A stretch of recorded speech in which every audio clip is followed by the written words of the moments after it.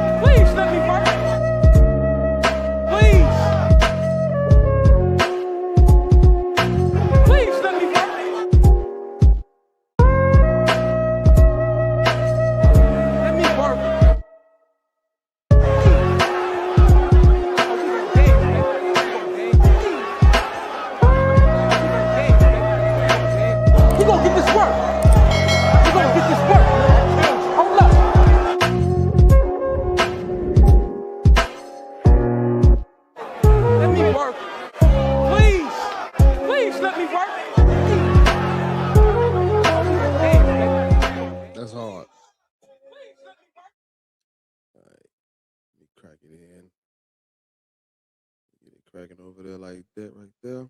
All right. Oh, shit. Fuck. I didn't mean to press that, y'all. Hold on. All right, there we go. All righty. YouTube, what it do?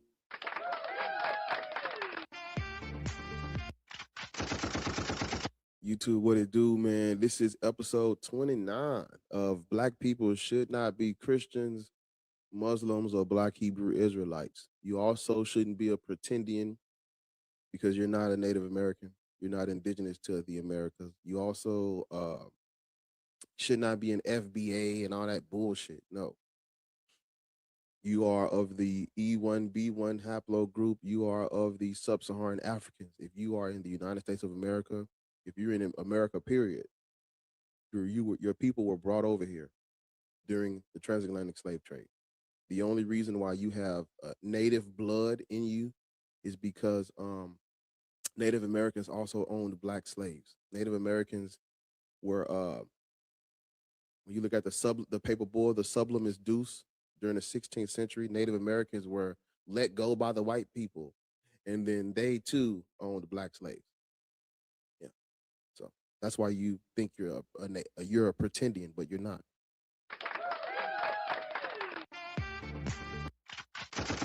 But so yeah, we gonna kick this motherfucker off right. This is episode 29, right? Right, episode 29. Yeah. And yeah, black people should not be Christians, Muslims, or Black Hebrew Israelites. Let me do my shit like, hold up, wait a minute. I need my people when I need them. They don't come to work on time. It's all right. Oh shit, there we go. Yeah. Okay, I got it. It'll be easy. Somebody's getting a write-up. Hey y'all. Hold on, person at the bottom. We let me talk to my people right quick. Be easy, Ariel. What's up? Feel like it's what it is though. I don't know why I woke up with. Yeah, I do, because I went to bed early. Jumped up like a fucking rooster. Get y'all ass. Gutenberg went to bed early. Yeah, Gutenberg. My back was hurting, man.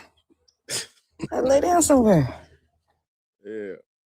Man, what's up, Be Easy, man? I see you requested. Talk to me.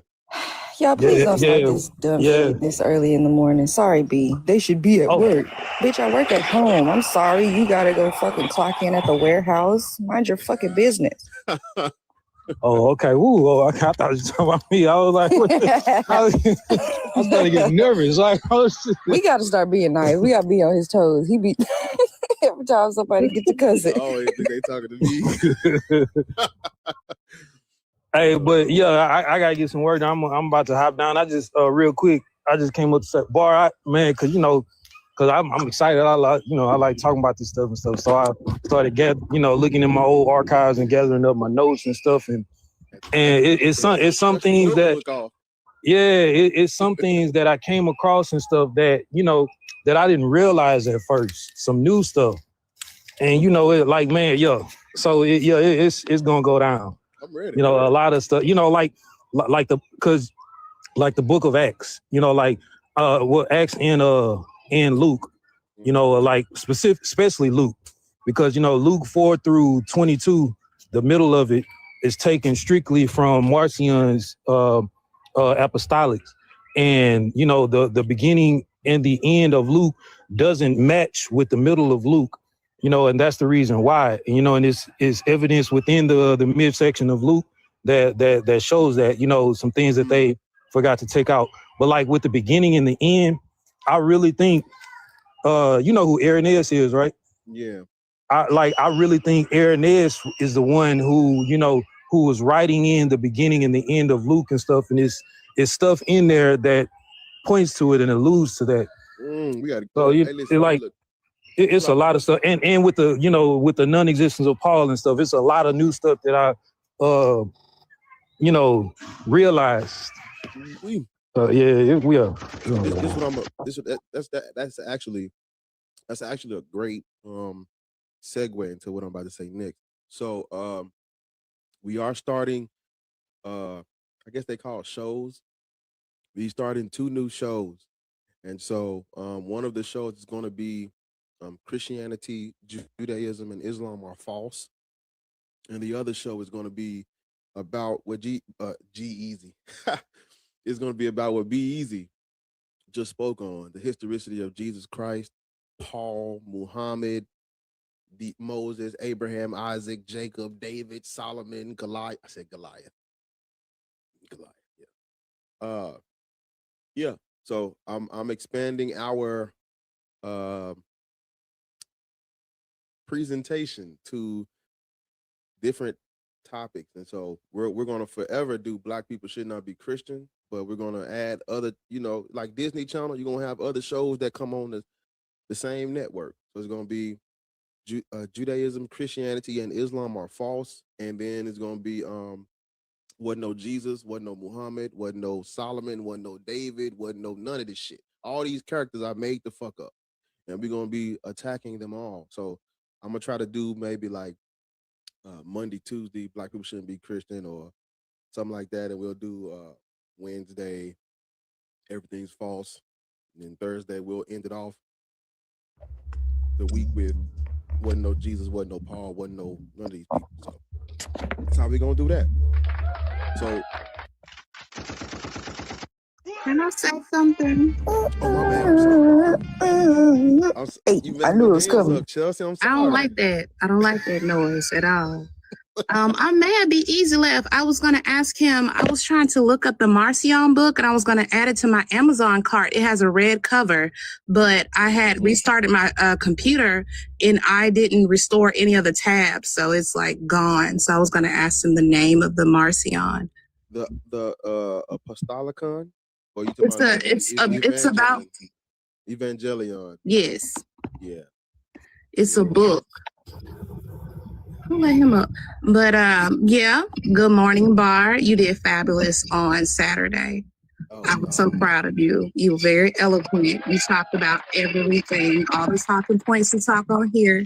You talked about, I recorded you a little bit, but I was very proud. Yeah, I watched the recordings. I couldn't watch it because I was out there fucking Mardi Gras. I couldn't hear nothing, and my phone was on 3%. I said, damn. She was somewhere lit. I'm out here. It was a Black man on there doing apologetics for the Klan. He was doing too much. Somewhere lit, turned up. I said, what is this? What's going on? But happy Black History Month, y'all. Remember, rest is revolutionary. I can't be on here, but I just wanted to tell you that, Bar. Good morning, beautiful area. Good morning, Tyrone. Good morning, Miss Ma'am. Good morning, Cedarfield. Certified. See, I just washed my face with some Cedarfield. Certified. But yeah, rest is revolutionary, y'all. Take time to experience joy, love on yourself. If you're in the bar, if you're in the comments talking about, oh, you need to be at work, you need to do this. No, the fuck we don't. We need to rest. We are relaxing. We as Black people has earned our rest. Our ancestors have already paid that debt. You go take your ass to work. I'm gonna chill. I'm gonna take my ass to work, but I ain't gonna be there too long. But yeah, y'all have a good day. Thank you. Yes, man. You too. I clocked in an hour ago. I ain't did a fuck thing. Ron, what's up, man? I see you up here, man. What it do, Bar? Come chilling with the big dogs, you know. You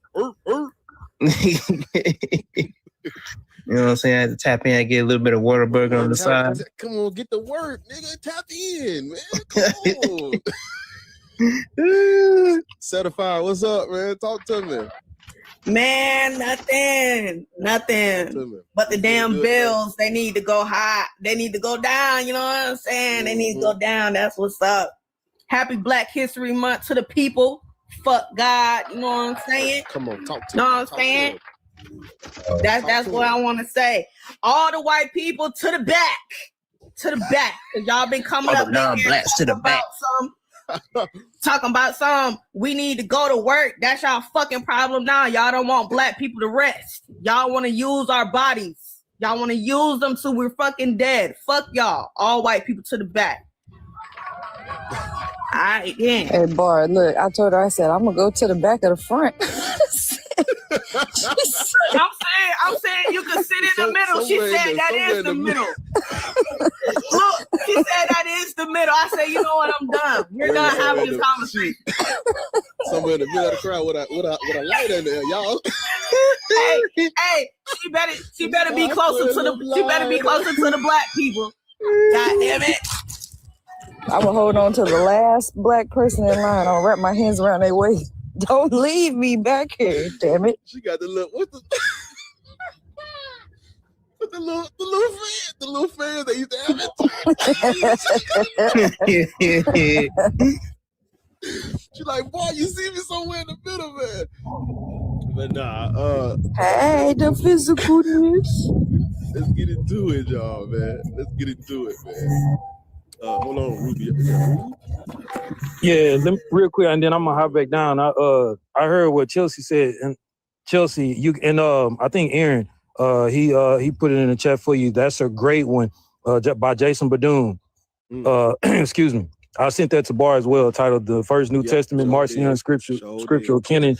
You know, and he provides the text and provides his research as to how the Bible that we have and stuff. Most of the New Testament is taken from that, and revised and stuff. And also, it's another one you can get on Amazon. This one is about like just $10. It's titled "The First Bible in 144 AD."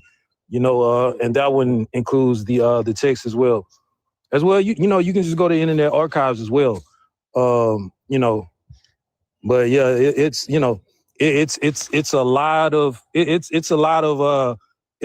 little nuggets and evidence, internally and externally, especially with this Paul figure that, Paul is the pseudonym that he was using and stuff, this figure didn't exist. Because people did that back then. They would write things in the name of like other people for credibility. They would do that. Like they did that, and also sometimes they would write in third person, like Josephus did it and stuff. Exactly. But when they would do things like that, they would clearly identify themselves as the author first, so that the reader would know who's writing this and things of this nature, so like the Gospels, we don't have that, and it's just like when I put two and two together with Irenaeus, because with the church fathers and stuff, and he was late in the 2nd century, he was the only one, who was born into it pretty much. All the ones before him, they were adult converts and stuff as, they were starting to create the religion and stuff. And he had his hand in creating a lot of the fake stuff that we have today as well in the late 2nd century, and I'm about to go back and look at a lot of his texts, and and Tertullian after him also, because Tertullian was putting together certain things, how certain things didn't match up. Tertullian wrote that like Tertullian really didn't believe in this Paul character either, pretty much. And Tertullian wrote how like the Marcionite followers said that the Bible stuff was taken from their doctrine, and then vice versa. And we didn't know which is which. That's why you got to examine some of the internal evidence. And it's a lot of stuff that they missed and left out when they was trying to, make their edits and corrections. But yeah, we're gonna get into that. That's neither here nor there. That's a later topic. I'm thinking Thursday we go straight for the head. Go for the jugular. We're gonna do wasn't no Jesus, wasn't no Paul. And I'm gonna add it wasn't no Muhammad to it, because I most people don't look into the historicity of Islam because because a lot of people believe there was a Jesus Christ, they would never question the existence of Muhammad and where Islam came from. They would never do that. But I did. And when I looked into it, it's a lot of late, like same thing with Jesus. A lot of late shit coming out, a lot of mythology, a lot of what's the word I'm looking for? Tradition. That's the word. It's a lot of tradition in the early Islam. They're saying this happened. That's not true. It's historically incorrect. Islam comes out of Monophysite Christianity and Jacob Bardaeus evangelizing to the Arabs, and then the Arabs being tired of the conflict between Christians, the polytheism that was going on, the Persian shit. They wanted their own Abrahamic faith. And so there's a snake in my boot. And out of that conflict, you get monist Muhammadanism that turns into Islam. Yeah, we're gonna get into it. Belt the ass. And to lead straight into your topic, boy, and it's just crazy. Like this morning, I tried to go up in 2 Christian lives and speak, but as soon as they fucking up on Monday, you start Monday off wrong. Yeah, well, I try to go into some of their lives sometimes, and but of course, like always, as soon as I off the rip, as soon as I come off the mic and say what I say and stuff, they start muting me and stuff, and then kick me down a few seconds later. But like in one live, it was a black dude. He was hosting live, Christian and stuff and all that, and he had a couple of colonizers up on the panel. And when this African lady came up, and she was like us, and she was talking about how like how there's nowhere in Africa where Christians knocked on our doors and stuff and spread the good word and stuff. We got this from the sword and slavery and everything and stuff. And then some of the colonizers, this literally happened. They said, well, that was thousands of years back then and stuff. This is now. It doesn't negate the word, and the benefit of it and stuff. And then the black dude, he was agreeing. He was like, yes, amen. Amen. That I'm like, wow. Yeah. If y'all haven't already, I was just hold on, yeah. Nigga whisper in the wind. I was just over on the line with my boy Godless Engineer, and we actually got into some of those things that what Beezy was bringing up, and had some interesting calls over there. So if you didn't catch the live, you can go over to The Line on YouTube and check the episode out, man. It was a great show. We had a great time over there, so go check that out. But yeah, man, we parlaying, we politicking. Let's get into it. I see Drea in there. Let's get to it.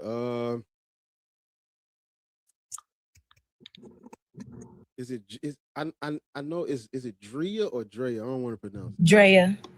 Okay. How you feeling this morning? Good. How are y'all? Hey everybody. Drea. Hey Ariel.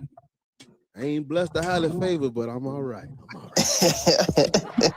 I had a question, because I'm doing the research on how Christianity got to Africa in the first place, and furthest I got is from Prometheus, and Arius, the 2 Romans that end up in Ethiopia.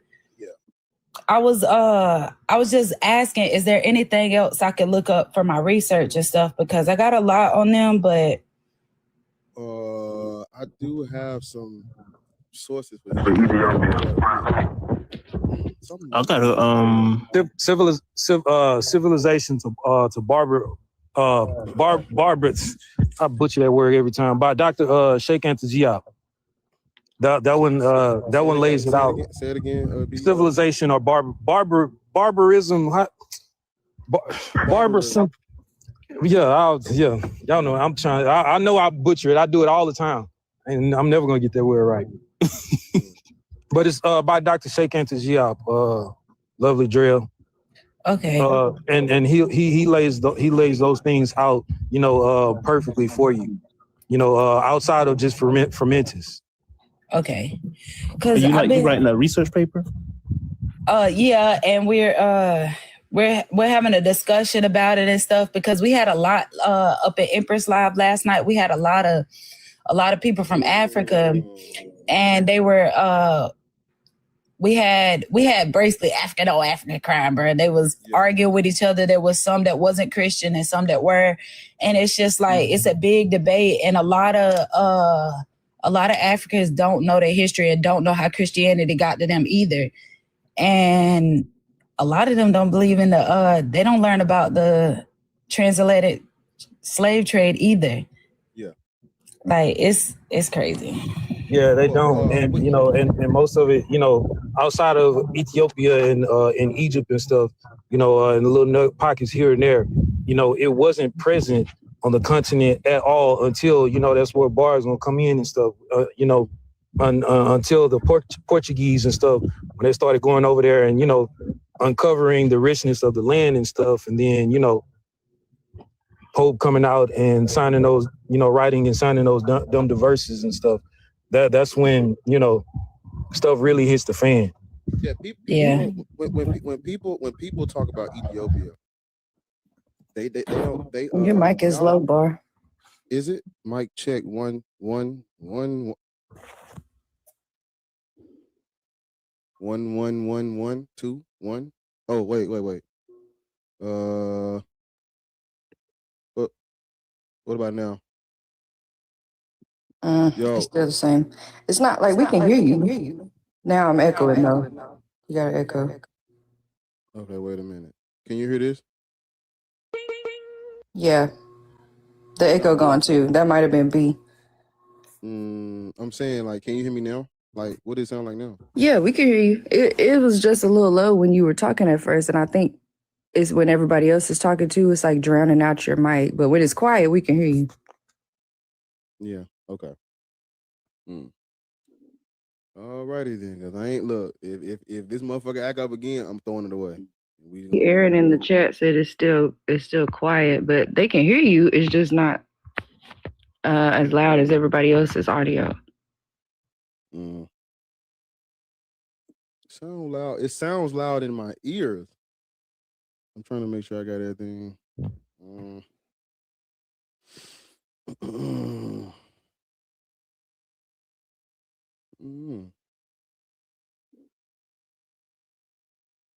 I need to go see what it sounds like. Hold on. I just want everybody to be aware, since we are having this problem with the host's mic, whenever he is speaking, be quiet.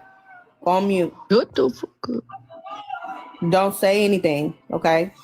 Be respectful, all right?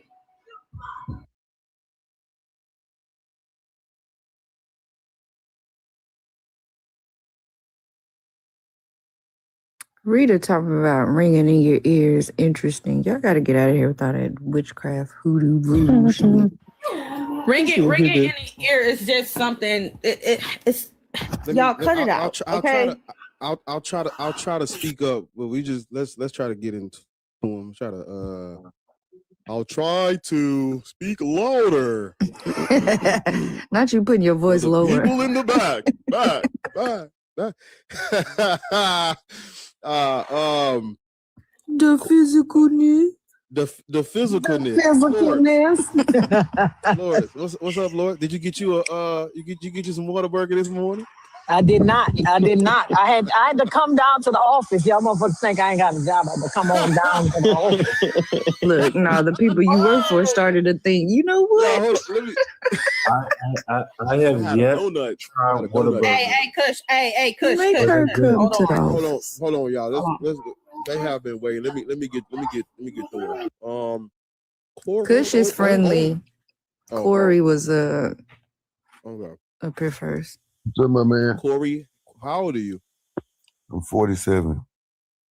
And what is your slave religion? I don't have no slave religion. I'm a free man, but I'm a Christian. Yeah. So it's a It'd slavery. be amazing, brother, how we be saying this slavery. talk and then the disrespect comes from the first statement. It'd be amazing to me. And then y'all gonna say the Christian guy is gonna get defensive. I got you. It's a slave religion because your people got it from slavery. How old are That's you, why brother? it's a slave religion. How old are you, brother? How old are you? I'm 28. How old are you? No, I got 20 years of knowledge on it, but go ahead. I'm listening. It don't matter. It's not your panel. It does not matter, but I'm gonna listen. I'm just saying experience. It doesn't not. I know. So let me ask you a question. Well, hold on. Wait. Hold on. Wait. Okay, hold on. Stop. Okay, stop. Just give me a second. So, you said, I don't even know how old you were, but you said you're a Christian. Black people should not be Christian, Corey, Mr. O'Neal.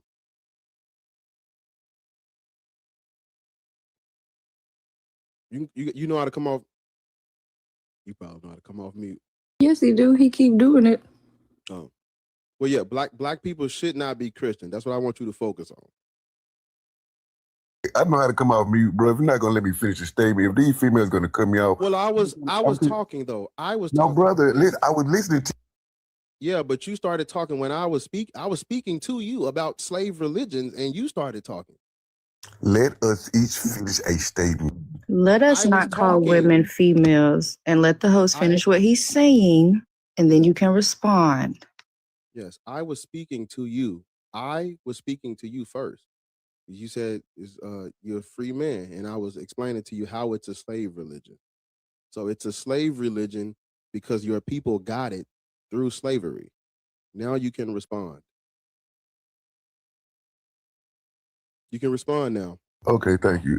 My response is this: like, if we're gonna say that, it's like saying that all things came through slavery, because at some point in time, Rome or almost every civilization has been enslaved, and something has been added to their knowledge.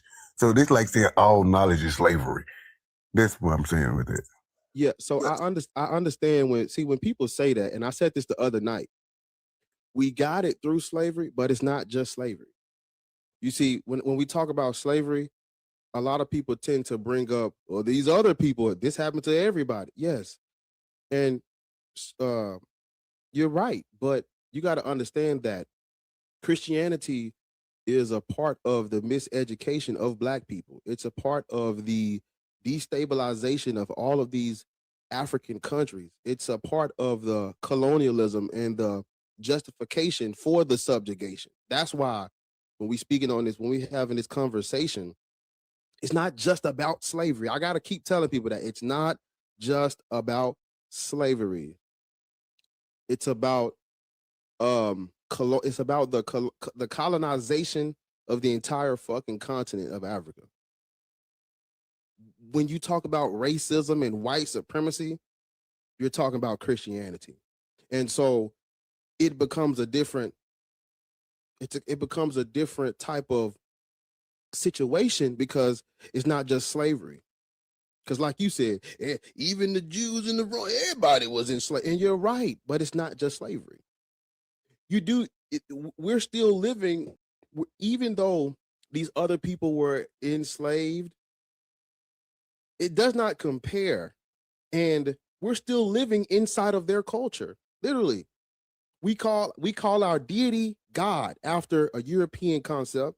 All of our days of the weeks, European deities. All of the months of the year named after Europeans, named after Greco-Roman gods. The planets are named after Greco-Roman gods. You're speaking their language. It's not the same, brother. So when we having this conversation, it's not just slavery. It's not just about the slavery. It's about the what's the word I want to use? The cultural erasure, the demonization of from us to ourselves. It's not just slavery. Do you understand what I'm saying? Bro, I'm just listening. I want the same respect if it's gonna be okay. It's your turn. It's your turn to speak now. Go ahead. Respond. Okay.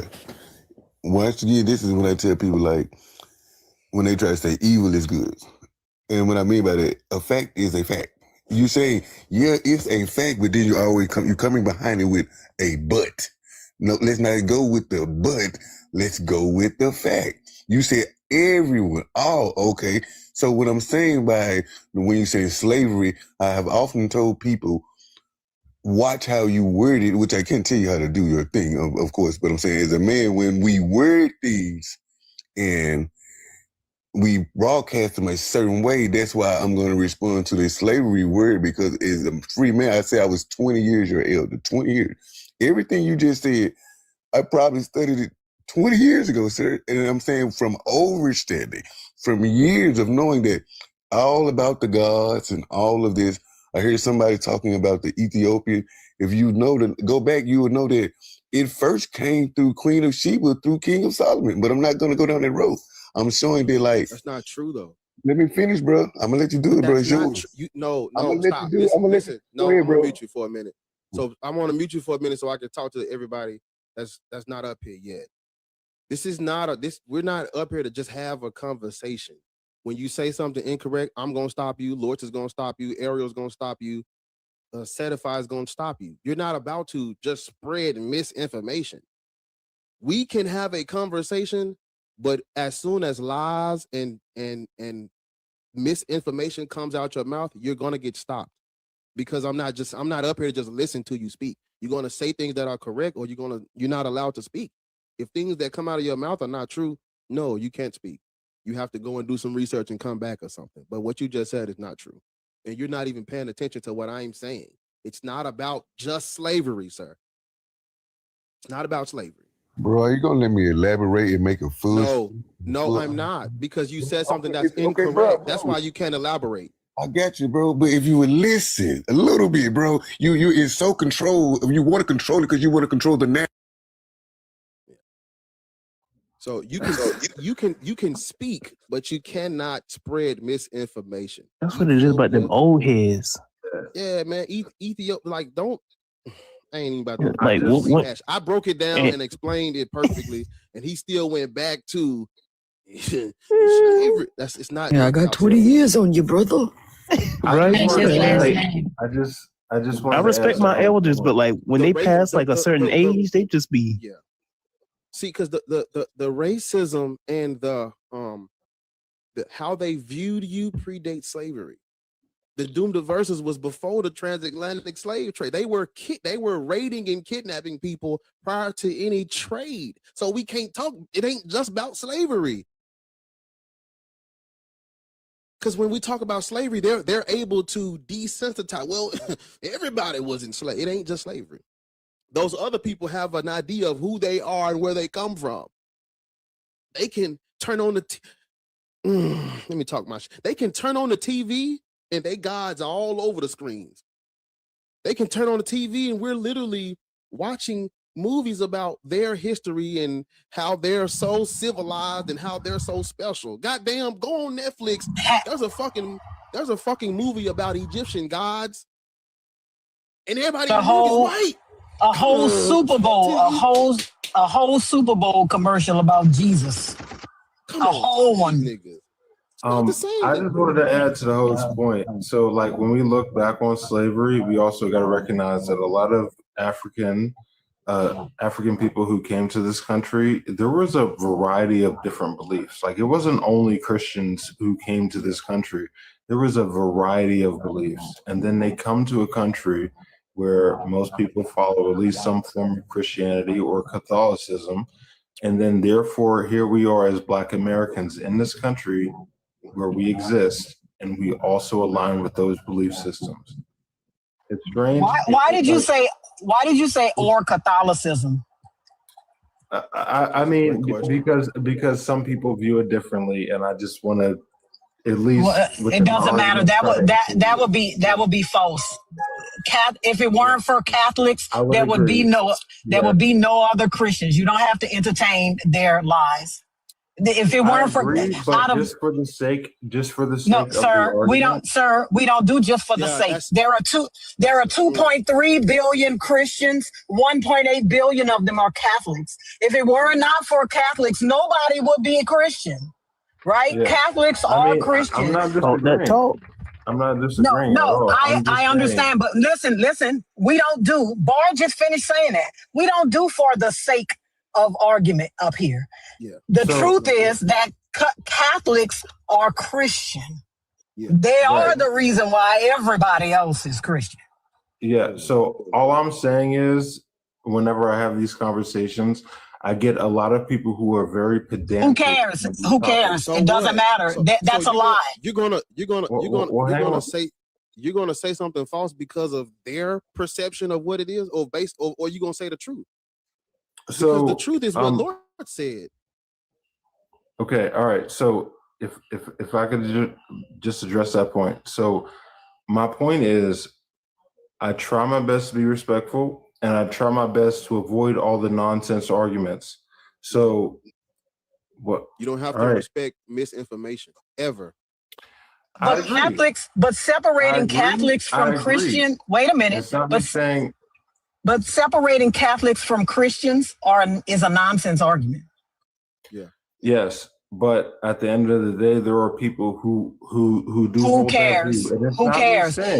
But listen, there are people. Let me ask you. Wait, Lord, he's not. No, but my what Lord is saying to you. It doesn't matter what those people think of Christianity. But let me ask you a question. There are people that think that Black people are inferior. Should you go around saying that because they think so? For the sake of or even more than that, there's some people that believe that. Wait, can this pussy have a conversation? Please, can a pussy talk? I don't need niggas. Listen, I am asking, there are people that believe that Black people are inferior. Do you go around saying that because that's what they believe? No, because that's something that I would disagree with. Well, Catholics are Christian. Right. It's the same thing. All right. If I could address this point, I just want to address this point and get straight to the point without anyone interrupting. That's all I'm asking. Okay. At the end of the day, when I'm having these conversations, I am interested in investigating and understanding why people believe what they believe.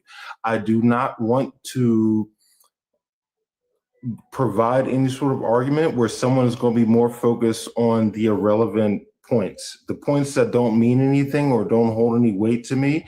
That's not something that I'm focused on. So I'm more so focused on what the individual believes and their interpretation of that belief system. Yes, there are believers out there. You don't know. Wait, stop. No, you know why people are Christian. You know why. Not always. Yes, you do. Colonialism. Not always. Violence is why people are Christian. No. How has this see you don't know fucking history. When Christianity becomes the imperial religion of Rome, what happens after that? You tell me. Sorry about that. Could you repeat your question? Because I didn't. When this mythology becomes the official imperial religion of Rome, what immediately happens after that? I'm not sure. Slaughter. Somebody put it in the chat. Fucking slaughter and violence. Every other pagan system outlawed. Every other belief system, they tear down your temples and force Christianity on you, convert or die, all throughout Europe.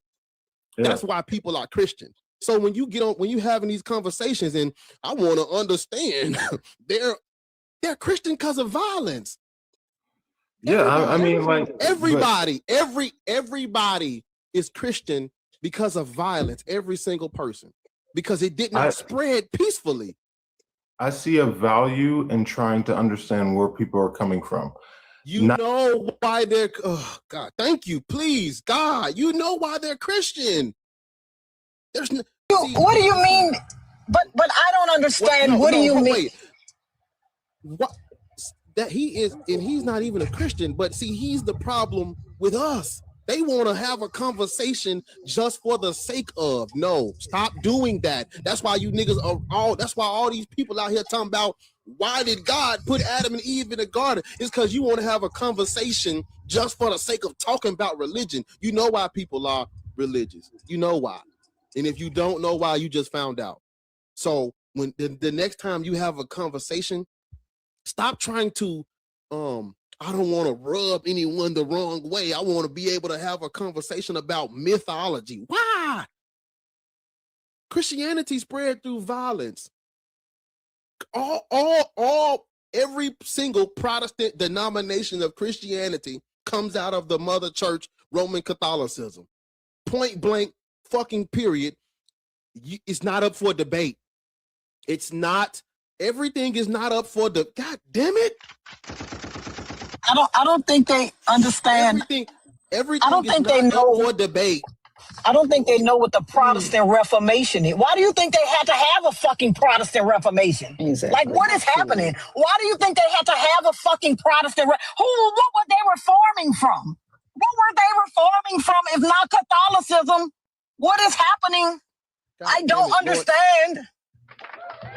That's why I don't like when people say we can agree to disagree. No, we can't. On history, what? Fucking can't. No, you can't agree to disagree on everything. There's nothing to. No, we're not doing that. We don't do that over here. No. Every single God is made up. Every last one. And if you know the name of it, you can trace it back. Every Protestant denomination of Christianity comes out of Catholicism. And you don't have to. Like, who do you think was persecuting Martin Luther? Do you think it was the Baptists? Literally. Who was doing that? Do you think it was who do you think it was? Do you think it was the Methodists that were doing that? No. Who was the people that didn't want people to have printing presses? Do you think it was the African Methodist Episcopal Church? No, it's the fucking Catholics. Come on. People don't know history. And you want to have they want to have a conversation about the meta. Let's talk doctrine and theology. Nigga, no. Let's talk dates. Let's talk time, people, places, and events. Can I ask you a question? Go ahead. I was when I was doing the research and stuff, I found out, and I don't know if this is true, but that when they were because I was arguing with some dude, he was like, "Oh, black people sold their own people." When I was looking into it, when they sold people into slavery, they sold them into servitude. It wasn't actual like slavery. It was more of what they like working for them or stuff, but it was like prisoners of war or people who were raiding their company. Those were the ones that they sold into so-called slavery, but it was servitude. What they did to them after they became their property is a different story. But when those people were selling the brown people, the same color people, it was not as a slave, actual like the translated slave. It was like in servitude. Well, see that when they say Africans sold Africans, that is it's misleading, and it allows people to kind of shift the blame a little bit. But see, when we having this conversation about Africa, you cannot have a conversation about transatlantic slave trade without understanding what was going on prior to. You can't if they like to mix and match history and leave shit out and start in the middle instead of the beginning. And that's what I found out too. The Arabs were already over there. We were already under basically Islamic colonialism. There was already conflict. There's already people fighting and things over whether or not they should do business with the Arabs, whether or not they should convert to Islam. People were converted to Islam out of survival. So by the time you get to the transatlantic slave trade, first of all, prior to any, they always talk about this, but they leave out how prior to any selling or trading, they had already viewed us as racially inferior and destined for servitude prior to the slave trade. The Dum Diversas in the Romanus Pontifex that comes out prior to the transatlantic slave trade. That means they thought that you were less than, they wanted your resources and land, and they said you were destined to be a fucking slave to them prior to any trade. So when you look at the trade, they fueled their trade with guns. They didn't walk, it wasn't an equal exchange of goods and services. Hey, look, I'm giving out guns. What are you niggas going to? I'm giving out guns. You're going to take my guns and give me your prisoners, or you're about to get they about to street sweep you because I just gave guns to the other side. What you gonna do? And they talk about this like, oh, Africans just, come on, Aunt Pearl, come on, get up. Let's go down here to this white man. We gonna get you on this boat. Historically incorrect. Kill or be killed. And that's what I found out. Killed. And it was crazy to me when I was learning this. Is basically I learned everything you were just saying. Like, bro, it was not the same. It was literally like people that they came in that wasn't, and people don't understand that Africa is a whole bunch of different continents in one. Yeah. And they assume that the whole of Africa is the same. And they misunderstand it, that these people came in like the Arabs and took what they wanted, gave them scraps, and they didn't give them their people. They gave them people that were already prisoners, that was already raiding their stuff. Yes. And Africa is only a monolith. That's white supremacy. Because when we have conversations about Europe, we don't say white people genocided white people. We don't talk like that. We never talk like that. Or white people was on, even when we speaking on Rome and how the Germanic people got Christianity, we literally say these Norse pagans were forced into Christianity by Roman people. We never say white people forced Christianity on white people. I never heard nobody say that. I never heard people talk like that. But when they come to Africa, they just mush all of us together. And so what I'm saying is, people, this is why people need to learn history, because when you don't know history, you'll believe that shit. You'll believe Africans sold Africans. And I was going through the comments on when I was on the line with GE, and it was a dude that was saying this African culture of basically he was saying that the Europeans came in and just was trading with Africans that were already how did he word that shit? But basically what I had to explain to him is he was trying to blame it on African cultures and African people why transatlantic slave trade happened. And I was trying to explain to him that you got to understand Islam and what the Arabs did before you have a conversation about the transatlantic slave trade. Because if you do not look into what happened with the Arabs, you're going to think, oh, Africans just was selling niggas. No. No. And see, when you go in order, they viewed you as less than before any trade. So, and then when you look at them turning Africa into an arms race, when you look at the triangular trade where the United States of America got the labor, Europe got all the products and the resources, and Africa got all the guns in the trade. This is not some equal exchange of goods and services here. We talking about mass colonialism. They have what's the word I'm looking for? They have industrialized racism and slavery. And everybody talking about, oh, Africans was just handing over their uncles and cousins and shit. No, it's not true. It's not true. Yeah, because like what you said, these were prisoners of war. These people were not all related, and yeah. So, but let's. We got a break, so before we go to the next person, if you new, follow, leave a like, go sub to the Black Atheist Rants YouTube channel. Go to the Black Atheist Rants Facebook page. Man, tap the screen, send some gifts. You know, support the fucking movement, nigga. Support the movement or get the fuck out right now. There's a snake in my boot. Thank you.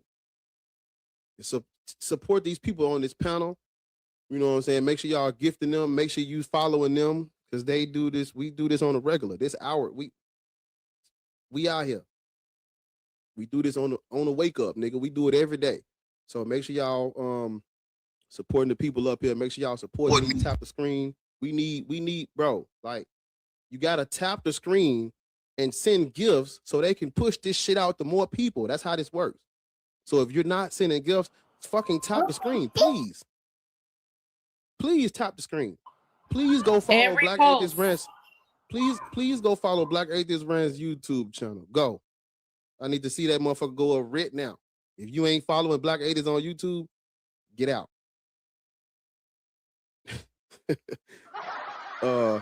Sums, how you doing? How old are you? How old are you? I'm 42. Okay, and I think we know each other. Yes, we do. Yeah, no, I was just laughing because so I think that all Abrahamic faiths should be scrubbed in general. Yeah. They're all harmful, they're all based on hierarchy. And I have a serious issue with people not understanding how the whole entire racial categories came about and how they utilize the Bible, the Torah, the Talmud, and the Quran to justify racism. Again, you have to remember that when we go by the three children that they claim that we're all the descendants of. So you have Japhet, which is an interesting point of view because Japhet means fair of skin, also means backstabbing liar, one who can't be trusted. That's what Japhet means. Shem, the chosen child. That's where we get Semites. That's where we get the Hebrew people. The children of Shem, brown of skin, or it means like tawny or copper. That's actually what it translates to. And one who is chosen. It is a chosen position. Okay, then you have the children of Ham, black of skin, basically the universal servant. That is what it states. The children of Shem shall always be the servants to Japhet, and the children of Ham shall always be the servants unto Shem and Japhet. Again, and then they say, and Japhet will always live and dwell in the temples or the tents of Ham and Shem, meaning that they will never have a nation that is truly just theirs. So when we start looking at it from that situation, then it actually makes sense why they thought colonialization was absolutely okay. Because if you are the children of Japhet, which is what they claim, then they are allowed to dwell in the lands of Ham and Shem. They're allowed to steal. They're allowed to take all that because that is their birthright. And of course, the children of Ham, we're supposed to just be servants, not understanding that the actual translation is soldier or fighter, or those who maintain. So it's actually what it really translates to for Ham. It means that which keeps records. So instead, they call them servants because that's, again, it justifies slavery. And being that Ham means dark of skin, oh, we can now enslave these people because they're naturally servitude. That's their natural position. And then we see that across the board. It is something that is reiterated throughout Islam, is reiterated in Judaism, it's reiterated in Christianity, and they all mesh together. And even we can blame the church for why the age of exploration even occurred. What was going on in Europe when they had to stop, when they couldn't go through the normal trade route to get to different people? Oh, that's right. There was a huge fight going on in Eastern Europe with the Eastern Orthodox Church and Islamic leaders. They were fighting each other, thus making that travel very dangerous for everybody, and they weren't able to make money. So they had to take out boats and explore and discover because Jesus said so, because they did not want to get entangled in another religious war, specifically for that reason. So all of this boils down to a bunch of rich white dudes who had a bunch of belief systems that were harmful to every MFer, basically beefing, and then they decided to go colonize somebody else. It's also because they had too many sons born because they kept unaliving the women. So they needed to send out the leftover boys and men out of there because, again, too many unpartnered men are a danger to society. So again, by deifying these males and telling them to be violent, you have literally said that that is God's will, that you are supposed to harm everybody, and you're doing God's work. You're doing God's work. You're spreading the gospel. So yeah, like it all actually ties together. And yes, Christianity, all of the Abrahamic faiths are inherently dangerous because it's a war god. And I'll land. Yeah, you're absolutely right. And there's a book that I want to recommend people go and read. It's called Black AF History. And what she just said in this book, it talks about the church fight that started transatlantic slave trade. And there's a snake in my boot. I can fix that. It talks about exactly what she said. You gotta listen. If you don't know the history of a thing, you don't know shit. If you do not know the history of a thing, you don't know shit. You niggas are praising white Jesus and you don't have a clue. There's a snake in my boot. I can fix that. You don't have a clue how you got it, a clue where all this stuff comes from, a clue what was going on. How you gonna practice a religion and you don't know shit? You don't know shit about these people. There's a snake in my boot. I could fix that. You don't know shit. You don't know shit. You just like what Ariel be talking about. There's a snake in my boot. I could fix that. Like what Ariel be talking about, somebody gotta be the fucking oh my god, this motherfucker got the book on the screen. Thank you. That's the book right there. That's the book right there. Black AF History. Go and get that book. Go and read that book. It talks about the church fight that started slavery. That's a thank you for putting that on the screen so they can see it. Seeing is believing, you motherfuckers. There it go. You see it, go believe it. Go read that book. Read some fucking books, nigga.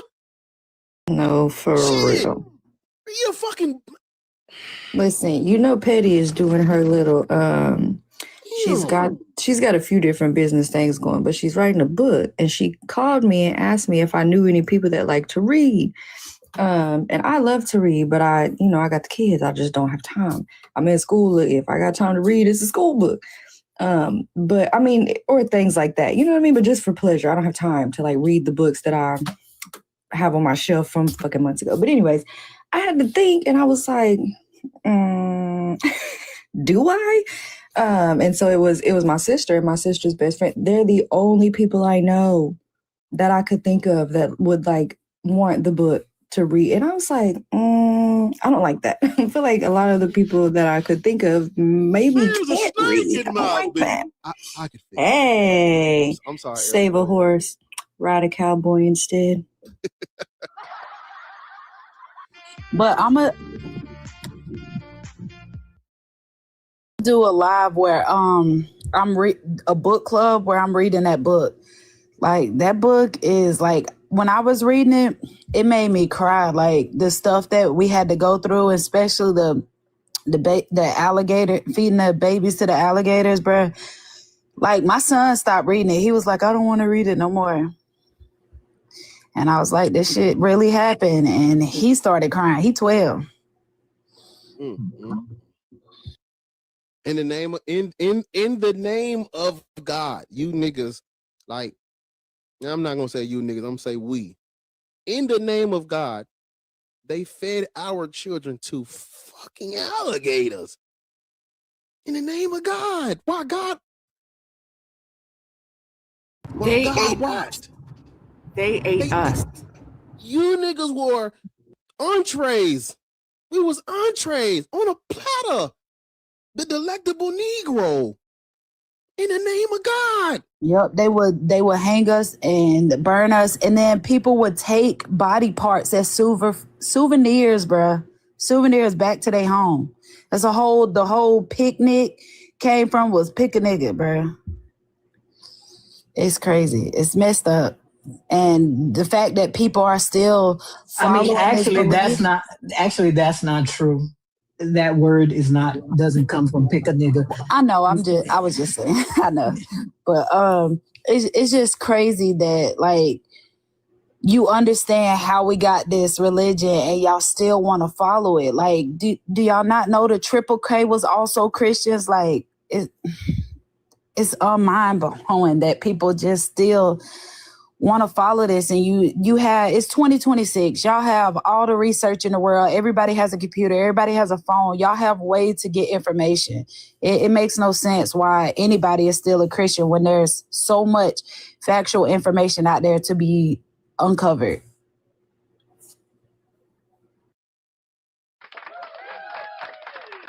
I think it's more insidious about how so many people are so dedicated to having to have a God, okay? And I always look at it as it's an acceptance that you don't want to have to change anything, that you are comfortable making it everybody else's problem, and that's a magical God is going to come save you, and that you get your rewards in the next life so you don't have to fight the harm that's happening now. Like that's what it seems like. So if I drop my Christianity, what do I do? Why don't you drop your misogyny and wait until women get done talking?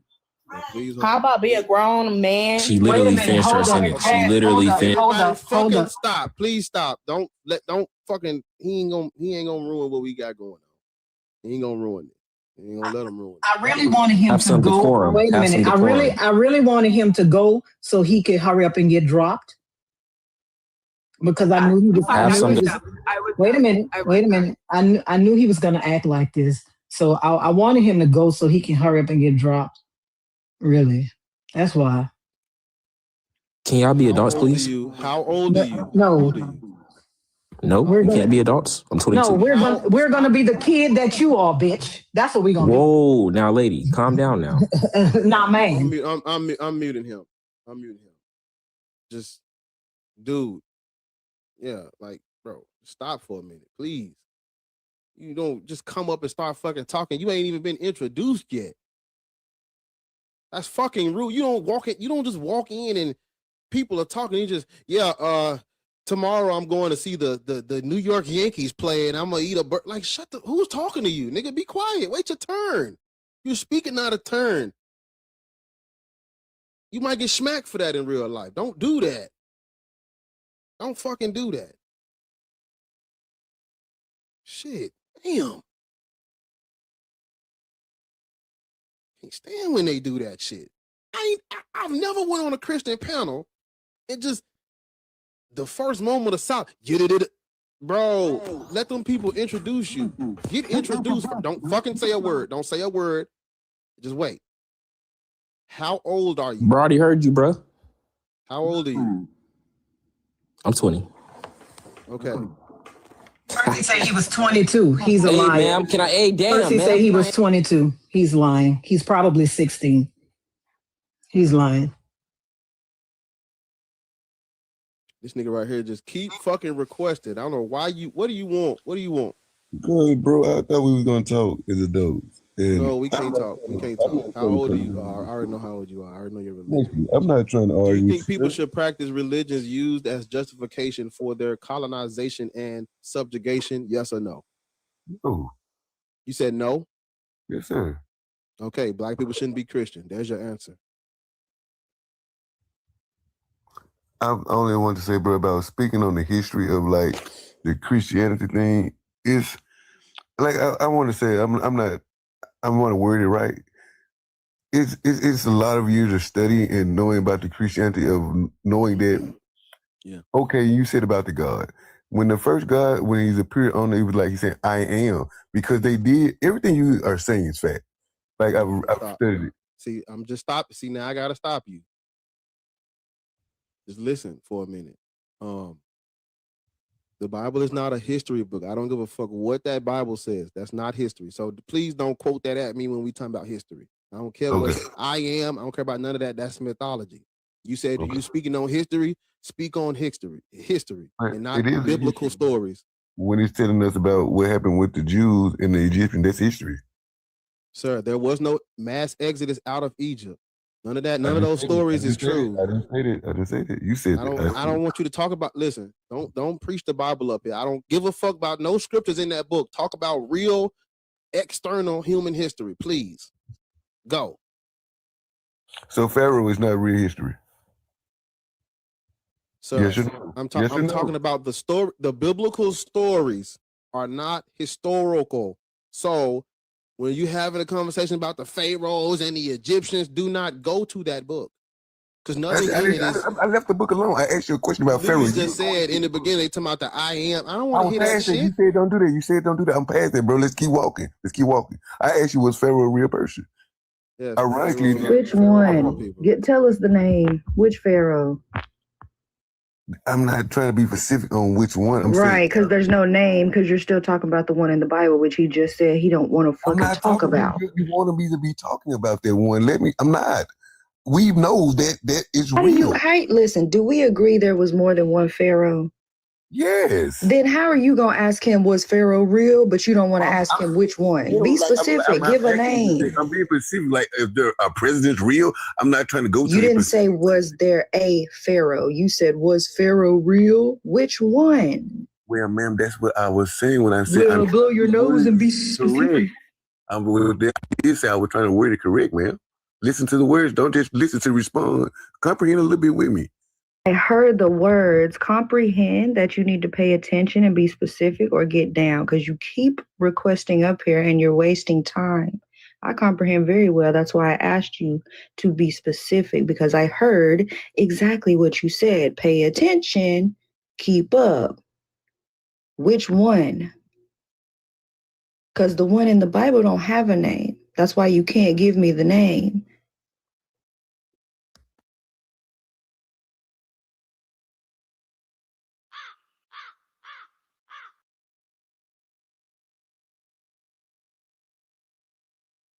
I got my knowledge because somebody taught me. You got your knowledge because you read from a book. You didn't write the book. But when somebody else comes in, y'all make it as a rant. You make it as he's trying to be argumentative. What are you talking about? Tell us the name of the Pharaoh.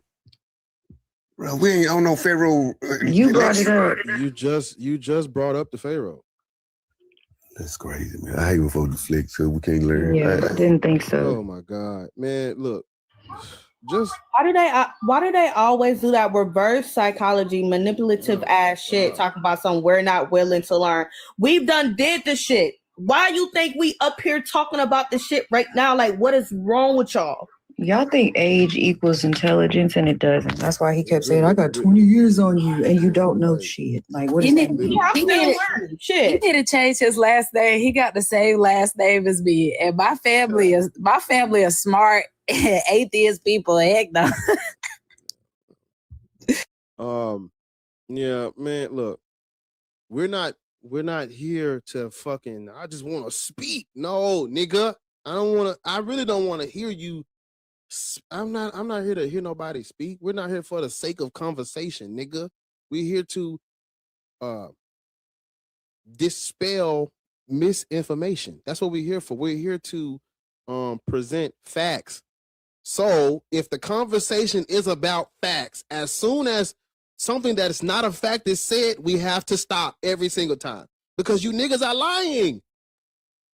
And if you're not spreading the truth, it's misinformation. It's not fruitful to, when this is the topic, we can't afford not a single lie. Every person who comes up here and they say something incorrect, you have to get stopped, because I'm not here to just talk to you. I'm not here to just talk. No. Present facts or be quiet. And if you can't present facts, shut the fuck up and learn. That's how this works. The one thing that makes me laugh, okay, like, I know it sounds like funny, but they all say, well, those are real people in the Bible. I was like, okay, cool. have you read the Odyssey or the Iliad? And they're like, well, yeah. I was like, and those are known to be Greek mythologies, correct? Yes. But those are real people. So why isn't it true?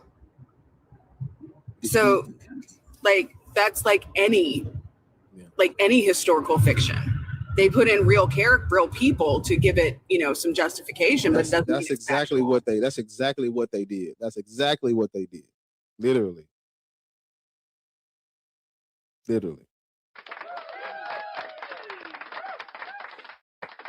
Are y'all hearing my sound effects? Yeah. Yes. I was just making sure, because when I play my little shit, my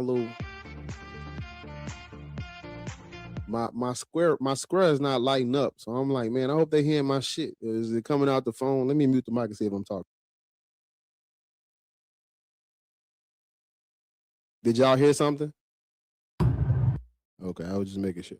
But yes, what you see, what you just said is really opens up this can of worms that they don't want to wrestle with that. I posit the question, what separates what people take as mythology from what people take as actual history?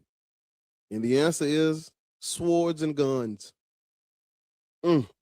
Swords and guns. Swords and guns is what separates Odin, Thor, Freya, and Tyr from Yahweh, Jesus Christ, David, and Solomon. That's what separates them. Mythology, I mean, even when we having a conversation, we automatically just know that the other pantheon of gods aren't real. We just automatically know that.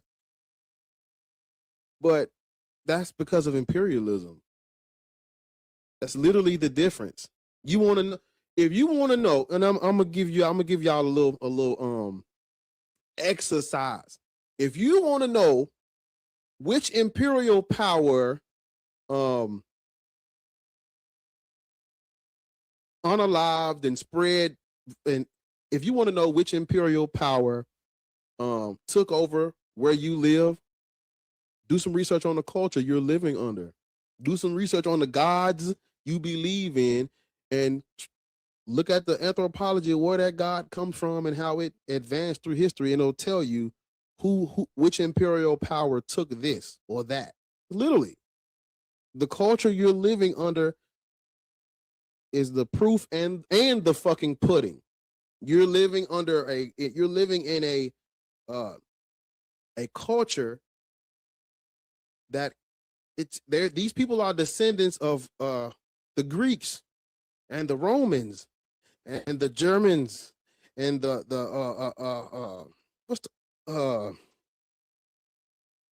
I can't think of the word, but I can't think of. I'm just saying European. We're living in a European culture. Why? They are the ones that spread their religion through imperialism. This is the white man's religion. Through and fucking through. Ethiopia will never change what I just said. It'll never change what I just said. It'll never change what I just said. Ethiopia is not your get out of jail free card. You niggas are worshiping a Greco-Roman image, and you're living under Greco-Roman culture. You are 100%. You are. Whose culture? Everybody does it, but whose culture are you deifying? God damn it! Whose culture are you deifying? You believe in a Christos, a Christiani, a Christian God? When the term Christ and Christos predates the Jewish Messianic movement? So what culture does that come from? Dumbass? In Christianity, these were dark-skinned people being governed and controlled by the Hellenistic period. Seleucus Nicator, Ptolemy 1, Ptolemy 2, 3, 4, 5, Epiphanes, Eucharistos. You niggas, well, the Middle East were dark-skinned, olive-skinned people. Yes, and what power controlled that area during that time period? Come on. wait a minute. When I look at the cultural anthropology and the religious anthropology, I notice that other gods died and rose. Other gods had a immaculate conception. Other gods turned water into wine. Other gods walked on water. Other gods, there were fertility gods, gods of agriculture and what's the Air, word I'm looking for? minerals, Fire, food, everything. eating. It's gods for everything. I got the one true God. You niggas are colonized. You're colonized. Only a colonized mind would think one made up God is more true than the rest. Only a slave would believe that. And I'm here to say, wake up. Wake up. Wake up. Wake up, please. Before you go to James really quickly, I have to go make a call really quick, and I know it's going to drop me. By the time I get back, we better be at 50K, and we better have over 100 shares because there's over 100 people. Everybody share the live one time, repost it, copy the link. I don't care what you do. Just share it out. Get us over 100. Tap the screen to 50K. I'll be right back. And I tell you what, if I come back and we not there, close them doors. I'm going to lock everybody in here. What Bar say? I'm going to choke your ass. I'll be right back. James, you up here with me and my people. If you say something that is not facts, you're gonna get cut off. They're not being rude. They're trying to. We don't have no time for no lies. If you don't know something, they're gonna correct you. That's how this gonna work. Because everybody seem to not understand how we do things over here. How old are you? How old are you, James? Corvus 318. Oh, what's up, man? Yeah, I'm 35. And what is your slave religion? I don't have one. I let that go. God? Are you agnostic, or what you got for me? I would say I would be agnostic atheist. What are you agnostic about? So I don't believe that necessarily that there is. Well, I don't believe in the Christian God. I don't believe in any type of Abrahamic God or anything like that. So that's where I'm at right now. What are you agnostic about, though? I guess I do like the idea of African spirituality, but I don't actually believe in the actual deities. But in a lot of them, there's no compulsion to believe that the deity is actually real. It's really just based off of the ritual. It's the culture. I'm saying you said you're agnostic. That's about knowledge. You're saying we can't know what? What are you agnostic about the existence of a God? Well, the thing is, the reason why. Well, here's the thing: you can never really know, but since I don't follow one, you can. Hence, I am atheist. You can know. You can 100%. You can 100% know that deities are made up.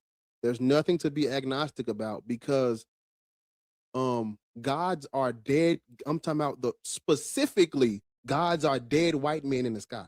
Specifically, gods are dead white men in the sky. The only reason why the definition of that word changed is because of Christian imperialism and for lack of a better term, yeah, they were colonized too. Christian imperialism and colonization of those Germanic people, where they took a word that was plural, used to invoke an entire pantheon, and they took it and used it for their Christian God, or their Christian deity, or El or Yahweh. No, gods are dead white men in the sky. We know that those are made up. Using religious and cultural anthropology, we can study these ancient groups of people and get into their psyche to understand what type of gods they would have came up with and why. We know for a fact that deities are made up. There's nothing to be agnostic about. The only way to be agnostic is to entertain this Judeo-Christian white supremacist God is this all-powerful mind in the sky controlling energy and love. Historically incorrect. That's not a God. That's not a God. I mean, I agree with I agree with that. I agree with that when it comes That's to not a God. because So you looking at the word. You tell me what is a God? A supernatural being. Be a little more specific. What is a God? What do you think a God is?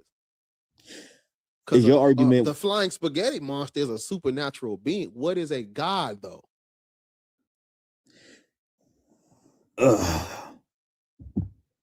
I mean, if you want to get technical, God is a European word. Not even. Well, I want you to think of the word God like you think of the word Orisha. When we speaking on the Orisha, we're not talking about one. Talking about multiple. That's but Orisha. So but would Orisha, it be? I'm saying, but stay with me. Don't move. Stay with we on the same page. Would it be correct to say Orisha is the supreme powerful being in the sky controlling everything? Would that be accurate? No, not at all. Because that's not how you supposed to. If the Europeans would have took that word and changed it to say Orisha is Yahweh in 2026, what would you, and you know that, what would you say today? That's not what it is. They definitely took Odulamare and said that. That's exactly how the word God was used prior to the Christianization of those Germanic people. Odin, Thor, Freya, Tyr, Heimdall, Loki, Thrud. That's the pantheon of deities. Those are gods.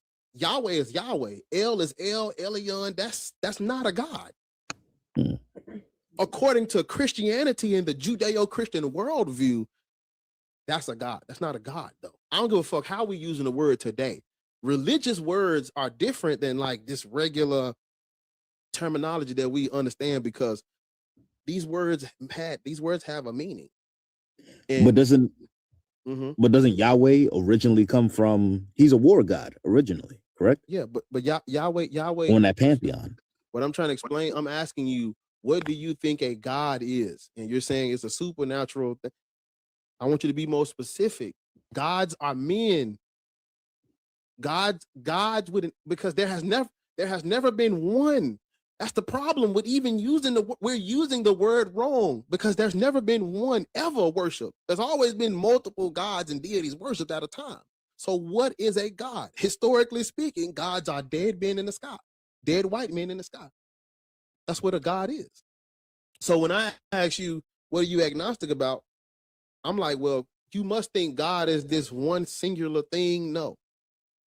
There's never been one. There has never been one. And even when people that are they call it philosophical monotheism, even the people that are getting on stage and debating about philosophical monotheism and transcendental ontological, they refer to it as he. They're talking about Yahweh. They're talking about a man. Because I asked you, what is a goddess? What is a goddess? If God is this supernatural superpower being mind in the sky, what's a goddess? Goddess is a female one. There we go. So do you think the female deities created throughout history, do you think those are like actually real? No, I don't. Right. Because can you and I agree we can view these ancient cultures and civilizations and understand that everybody has a deification. Everybody has a deity or some type of concept of divinity, right? Yeah, for the most part, yeah. It's nothing to be agnostic about. We know those are made up. And when I say made, I'm not saying that there's no because these are created to deify the culture that they come from. That's their utility. We're not supposed to go out and force this on other people. It's specific who it's supposed to be. Right. You're not supposed to. I agree. Yeah. So when I say they're made up, I'm not saying they don't have no utility. I'm just saying that they're not real.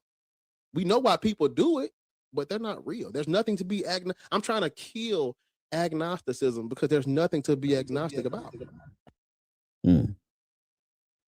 Damn, I came over here thinking that was all I was supposed to say. Yeah, being agnostic means that I have adopted a definition of this word based on the Christianization. I agree with the Christianization of that word. I don't agree with it. I'm being petty and I'm saying no. Gods are men, plural. It was adopted as the Christian God when the Germanic origin went to Old English, but originally even saying that word meant to call in, to evoke, to pour, and it was referring to sacrifices to a deity. So even when you say that word and you attach it to something else that is not even aligned with this European proto-Germanic word, you're you're doing something called syncretism. That's it. And it's actually, it doesn't work. It ruins it just doesn't work because the word itself misappropriation. Misappropriation of culture. You have misappropriated another group's mythology based on the colonization of European Christians. And I say, don't do that. Because you can't do that. Can't do it. That's not right. And also, if we look at, I'm sorry. Go ahead. Oh no, I was just saying. Before you go, go ahead. Okay. Well, yeah, it's 10 seconds before you go. There's actually a term. There's terms in history for what these people would do. It's called. The first one is interpretatio Graeca, where the Greeks would kick your ass and syncretize and repurpose your deities. When the Romans would do it, it was called interpretatio Romana. They kick your ass, repackage your gods, repurpose your mythology so you can, it'd be easier for you to assimilate. And when the Christians would do it, it was called interpretatio Christiana, where they would beat your ass and repurpose your deities as angels and demons and saints and your holiday. Why you? These niggas think Christmas. No, it's you. That's where that come from. Interpretatio Christiana. Right. So with the Romans, though, the Romans had you pay taxes, but they didn't tell you to change their gods. But they thought that the gods that you were following was their gods anyway. Yeah. So exactly. They didn't necessarily force you to worship their gods. They just forced you to pay the taxes. If you didn't, they would. What I'm problems. saying is, we saying the same thing. They would what I'm saying is repurpose. Or like, okay, if you got a god of wind and we got a god of wind, your where you live is our providence. We'll just say, oh, that's really this god over here that we worship. Yeah, that's interpretatio Romana. Christians did it too. That's where you get your holidays. That's where you get the pentagrams on top of trees. Right. Ishtar. Y'all want to know something grimy? I'm like, that's a pentagram, baby. That don't got nothing to do with what you think it has to do with. Like, that's pagan. You want to know something grimy? That I'm listening. I think Ishtar. Go ahead, James, and I think Sums wanted to say something. I'm listening to you, James. Yeah. So I found this out yesterday.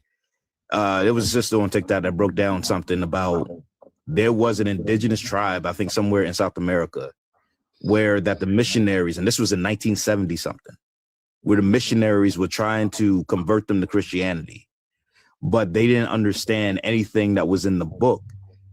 And these were Catholics. So they got permission from the Pope to rewrite the Bible and replace the word Jew with their people. They say that their people killed Jesus. Their people are the ones that did this and that, to make them feel guilty, and that the only way that God was going to save them is if they were going to accept Jesus Christ. And that's how they forced them into Christianity. They actually changed the book in order to convert. It's crazy. Interpretatio Christiana. But what you just said is exactly what that's exactly what they did with the word God. It's not even a Christian word. Right. These people are calling on God. They're invoking the All Father, the All Father in the Aesir, which is the family of Germanic gods. They're invoking at least Odin. one section of them. Yeah. Yeah. Even if you right. I know some has something to say. Even if you, and this is just a funny experiment I tell people to do. Type in the word God, go to Google, go to images on Google, and just scroll through the images, and then open another tab and type in Odin, and just it's the same nigga. It's the same without the eye patch. It's the same dude, old white with the big. But you know what? These niggas. I know about this. It's just that I didn't think that you were gonna go on this like cultural thing, because it's called it is.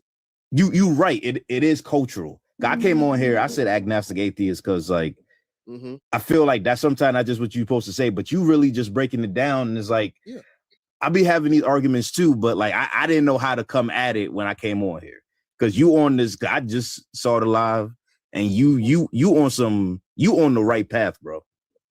You really are. You on a whole different thing. And it's good because that's really is the cultural, because I started hearing the Ethiopian stuff, and I wanted to say like, even when they keep talking about the Ethiopian stuff, the Ethiopia in the Bible is not the Ethiopia today.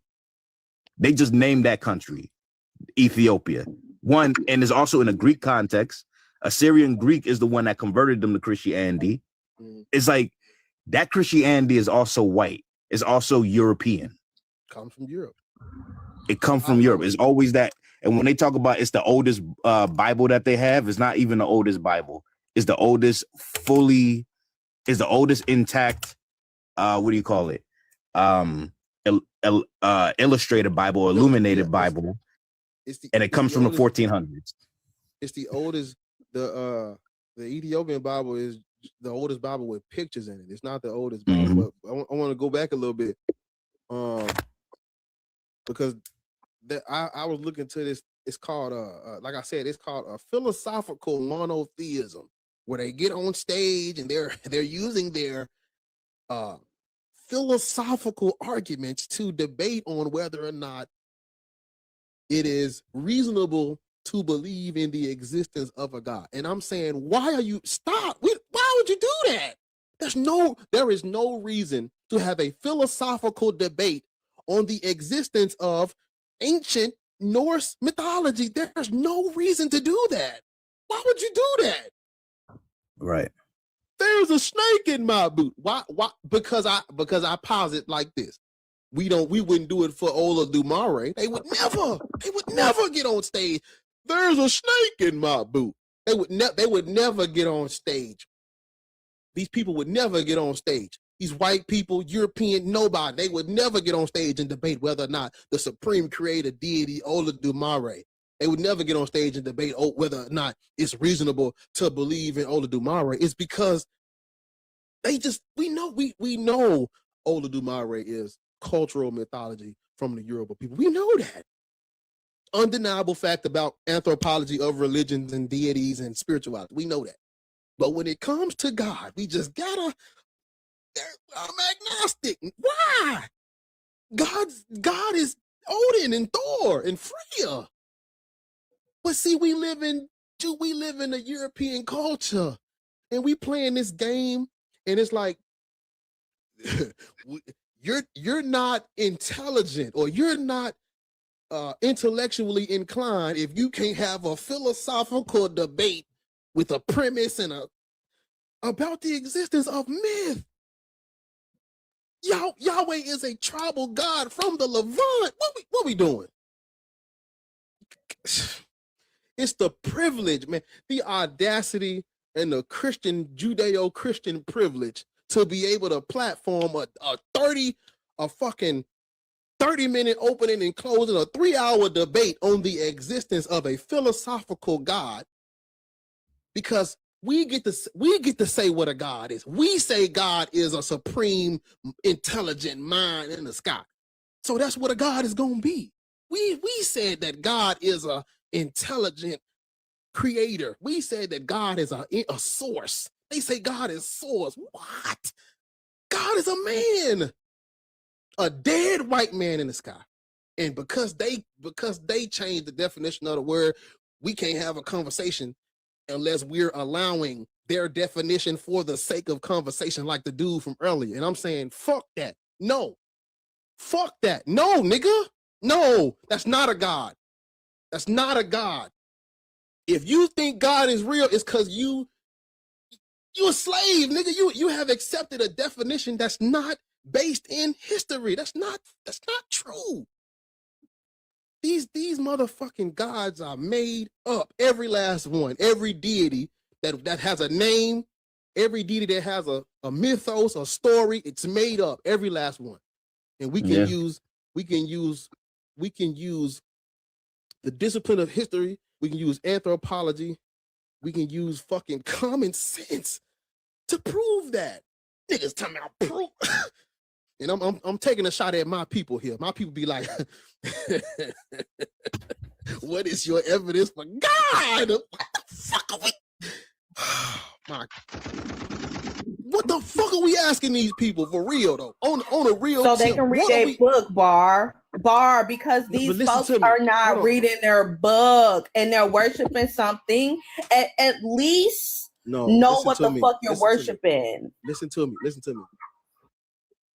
Why would we ask them for evidence of something that is not we don't ask, like, instead of asking them for evidence, we should just tell them and provide the evidence for them that is made up. Hey, look, 1,300 years ago, this nomadic desert tribe called the Shasu. There's an inscription of them talking about Shasu and the Yahweh.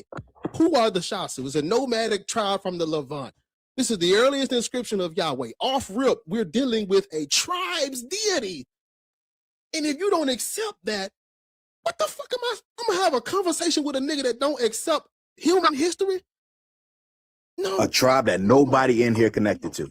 Come on. Especially us. Yeah, but not only that, all of these religions are made up, and because of colonialism, because of, people migrating from place to place, it becomes a hodgepodge of religion of each other. It's like an overlap. It's because it's a lot of syncretism.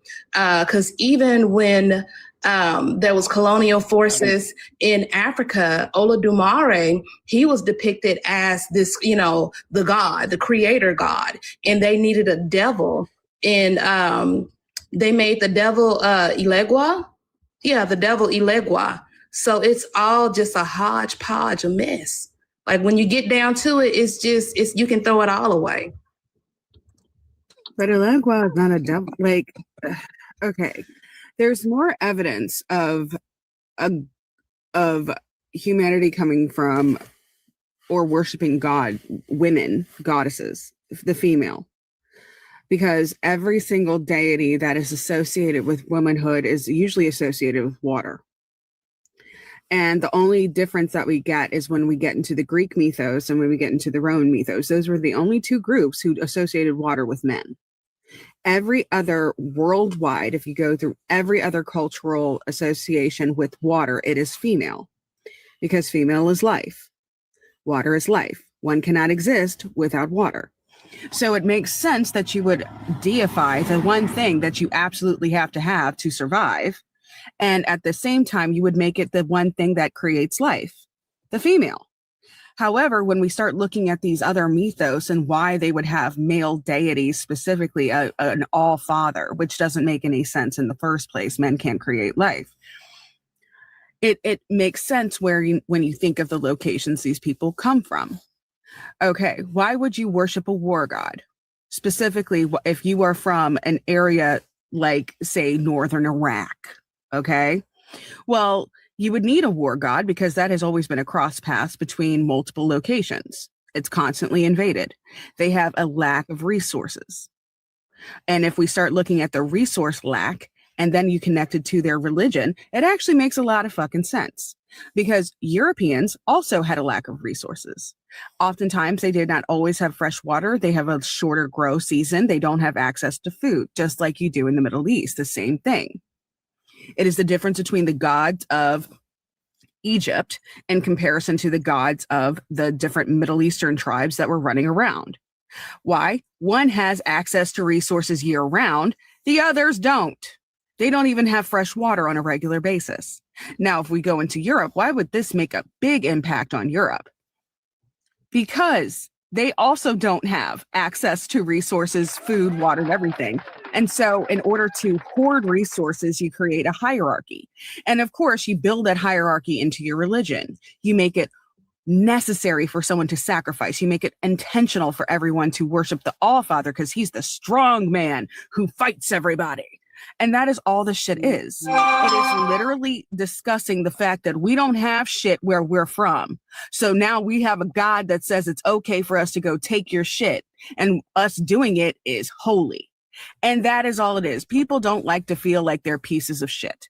At the end of the day, people want to believe that they're good. And the only way one who is a thief, who is stealing shit from everybody else, can feel like they're doing something good is if they have a God that is behind them that says, this is holy. You're spreading the word. You're bringing in good things because you're stealing their resources and hoarding it. And actually your magic book says you're supposed to steal their shit and hoard their shit for your safety. And that is how that works. So of course it would be a group of people who have historically stolen shit from everybody, who would really cling on to this and then utilize that to harm everybody else, and then get those people who are harmed to believe that they're actually being holy by being complacent and subjugated. It kind of works together. It makes a lot of sense if you're thinking about it from a psychological or sociological point of view. It's why it didn't work so well in a lot of places.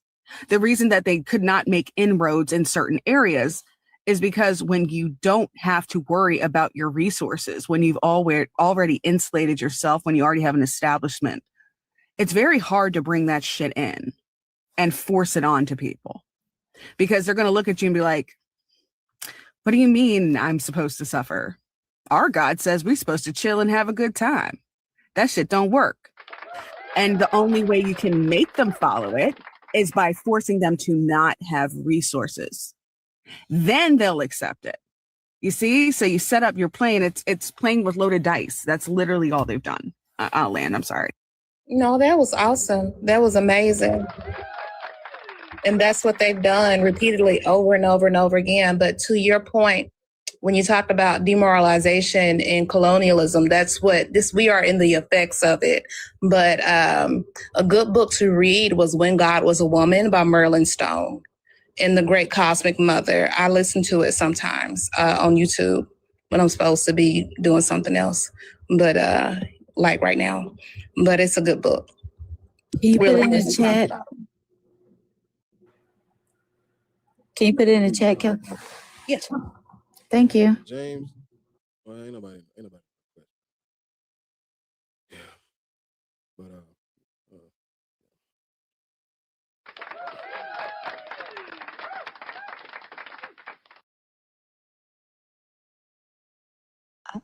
Can I ask James, why do you lean more towards African spirituality? For me, it's more of a cultural thing, necessarily anything that because what I lean into it because it's cultural. It's something that I feel like we lost in my family in particular. There's always been talk of our ancestors being Yoruba and Igbo. So those are the ones I gravitate to mostly. Of course, I'm not necessarily trying to ingrain myself into that culture. At least I'm not doing it appropriately. But because my heritage is Caribbean and I was raised in America, so I'm African American with Caribbean heritage. That's my culture, particularly African American culture, because I was raised in it. So that is my culture. It's just that I have more of an appreciation for these African cultures, but there isn't, especially in the Igbo system that they call Odinani, there isn't a compulsion to believe in the deities or the Elusi literally. It's really just about ritual. Of course, you know, it'll be different when you go from person to person. Of course, there's people who literally believe in those gods. I mean, well, not gods, in the Alusi.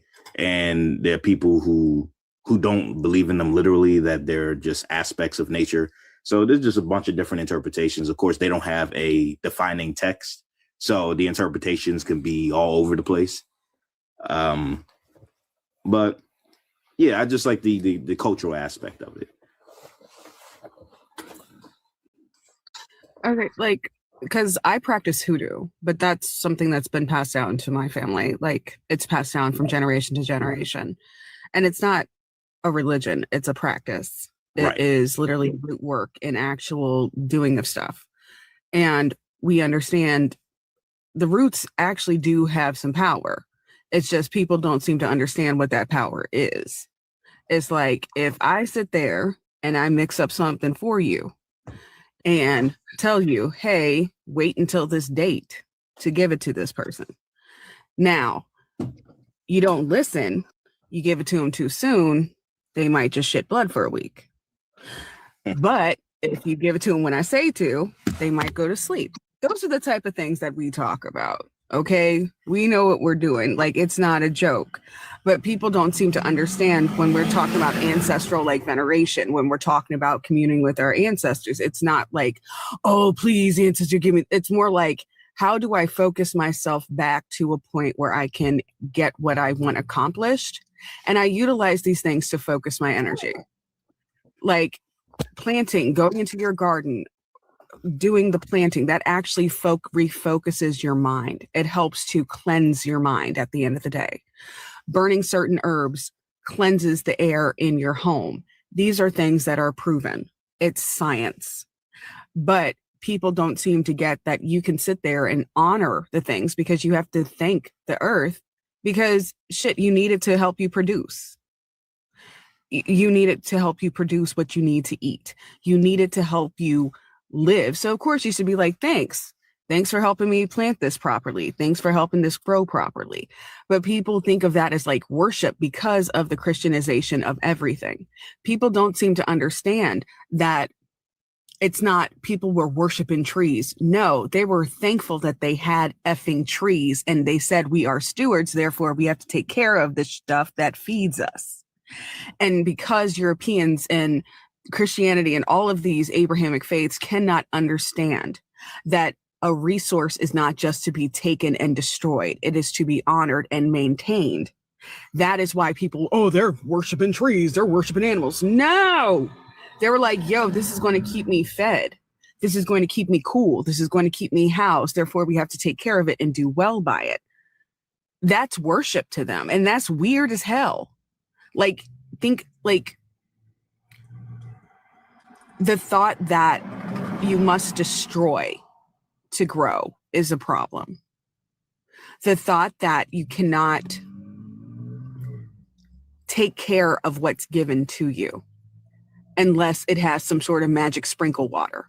Like, that's the stuff that weirds me out, because that's why they're okay with destroying the world. That's why they're okay with destruction of humanity, because they think they're just going to come back and God's going to make a magic earth and they're going to get milk and honey, which, ew, I'm lactose intolerant. Like, why would I want that? That's so gross. I always say that, like, I wouldn't survive. Like, why would I want to be up there drinking milk and honey? Doesn't even make any sense. Like, on top of it, like, okay, it's light all the time. I like darkness. I like it when it's like the moon is out. Why would I want to hear trumpet music all day long? Like, that ish. Like, heaven really sounds hellish. Yeah, but if those were the selling points when you have a people who have been deprived of all of their physiological needs. Look, just do this and you'll get to heaven and you can have all the food, milk and honey. You can relax and just sing all day. Like, those were just selling points just so they can keep their bottom line, just so they can keep their stock. That was sold to us. Can I say something too? Milk was a part of colonization. Oh, I'm about to drop. I gotta go back to work. I hate this shit. Bye, y'all. Have a good day. You too. Love you. Drea, what did you say? I said milk is part of colonization too, because That did not come from us. We did not drink milk until colonization too. It's only specific with our ancestors from West and Central Africa. Maybe the Fulani drink milk because they herded cattle, but like Nilotes and everything, they drink milk. It's just our ancestors, they didn't drink milk. What I mean. Yeah, ours drink goat milk. And goat's milk, if you think about it, like, and I found this out because I have a kid and stuff. So like when I was breastfeeding, my mom was saying my grandmother told her and taught her goat's milk has the closest like link to like breast milk. It has a high fat content, just like, breast milk does. So you could blend it seamlessly with breast milk. So I would get goat's milk formula for my son and it worked. And that's why my son never had ear infections. He never got sick as a little one because it was breast milk and goat's milk formula. And those are things that we're supposed to have. It's just like indigenous people in the US can't drink cow's milk, but they can drink bison milk. They can drink those type of things. It's because that's what our bodies are meant to process. That's not accurate. That's not accurate, you guys. They have dental records from people from Sudan, Kenya, back 6,000-7,000 years, drinking cow, sheep, and goat's milk. This is what I talk about. Wait a minute. This is what I talk about when I. This is why some of all of this back to Africa shit I don't understand it.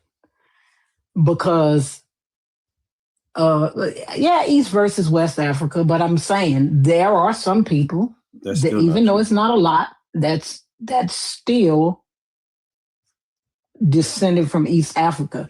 I don't know where someone got that African people didn't drink milk from.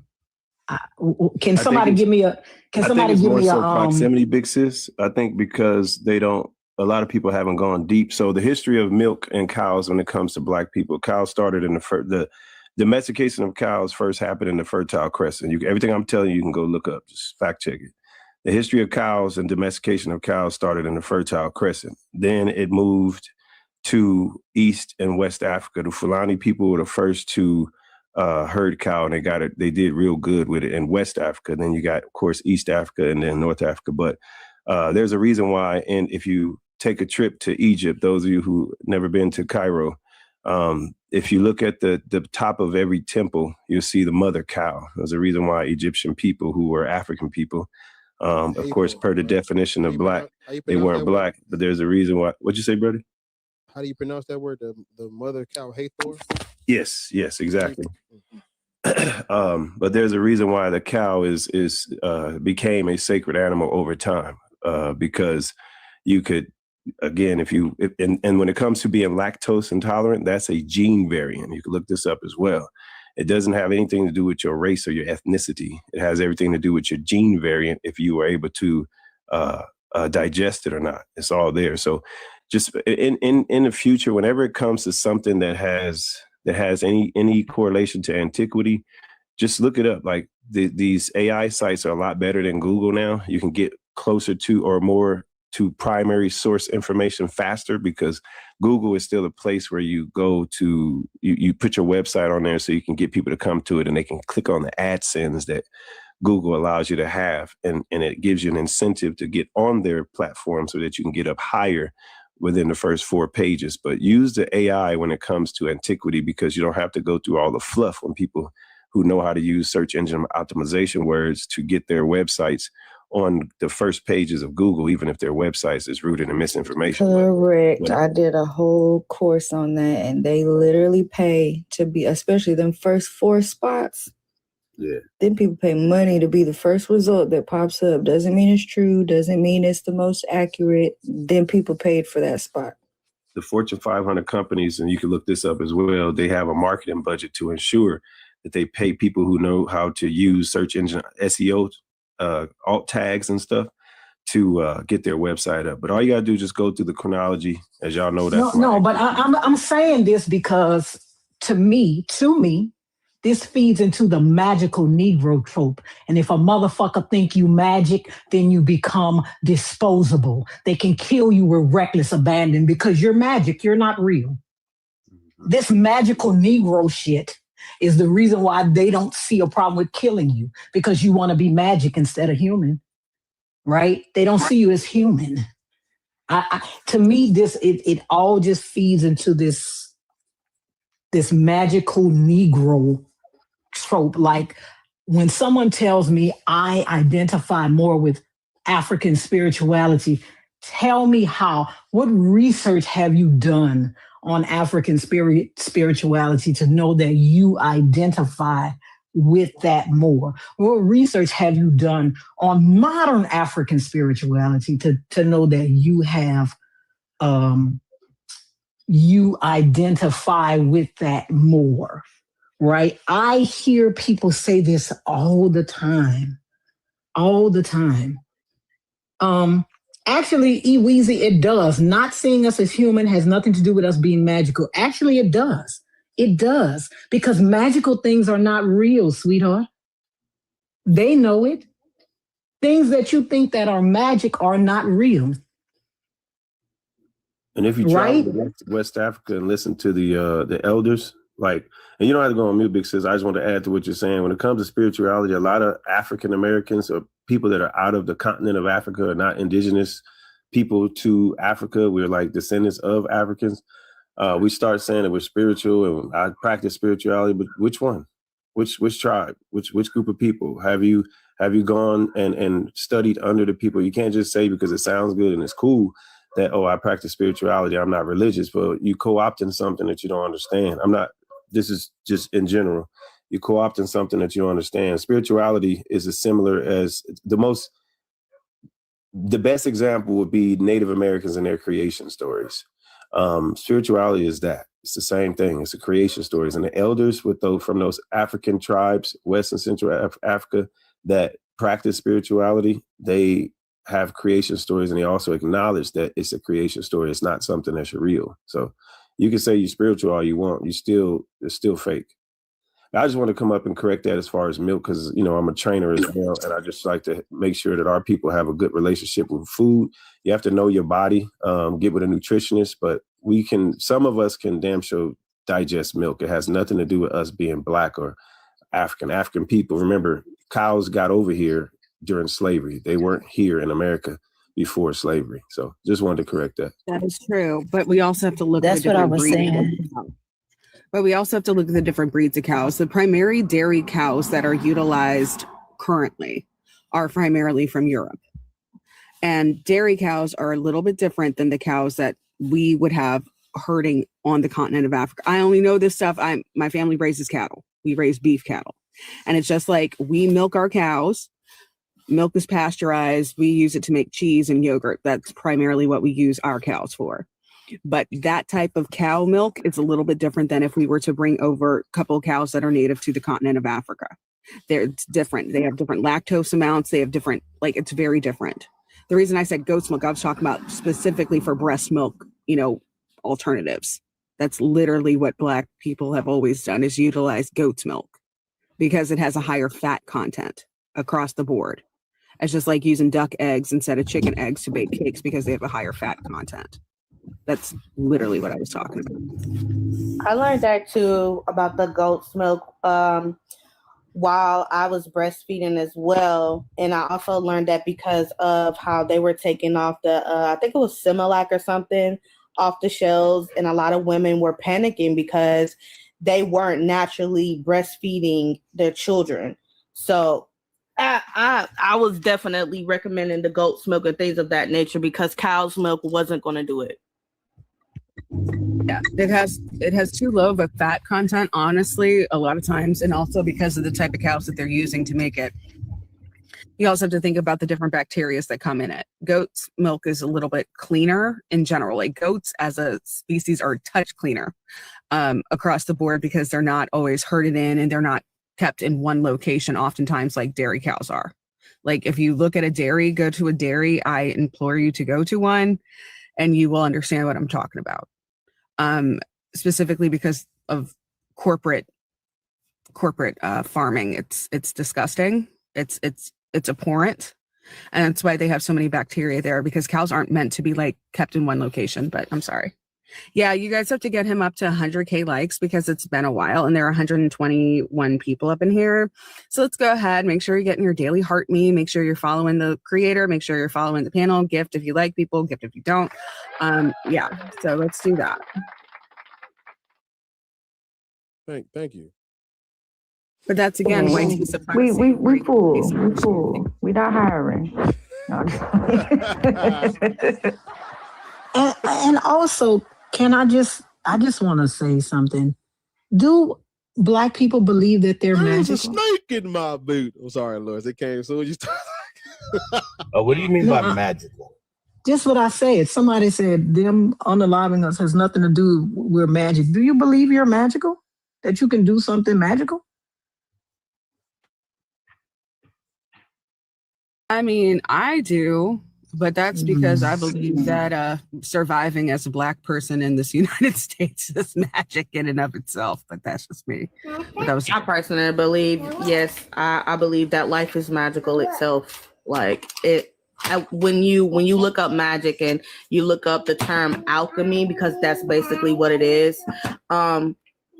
When we go in the kitchen and we turn our we light our stoves up and things of that nature. If you take a person from the past and bring them to the future, they would see that as magical. They would see that as a type of alchemy because it's unfamiliar. But life itself is magical to me. So yes, I believe that. Yes. Well, the definition of magic is the use of forces believed to have supernatural power over natural things, right? Have we always been magic? I agree. Yeah. Yeah, I think so. Well, I would say I wouldn't say it's so much magic as so much curious. I think when we think about like Homo erectus, Homo sapiens sapien, and their, leaving and disbursement from the continent, and the knowledge that they brought to where they went from, and the knowledge that they obtained and continue to bring on, it's a curiosity. It's an openness to learning. And I think that that's kind of what separates a lot of even Black people from the diaspora. Think about it. Rice was not something that is rice was not indigenous to most areas of the United States and South America, not the rice that we eat. They brought that over because they had the forethought, we have to bring food. When we think about it from the perspective of the state of South Carolina, North Carolina, and Virginia, the fact that they came over, saw that this was swampland and said, yo, let's teach you guys that you might need to irrigate this shit so we don't sink into the ocean and keep flooding and keep getting, sick. It's a curiosity and a willingness to try stuff. And I think to others that might seem magical because they lack a lot of curiosity.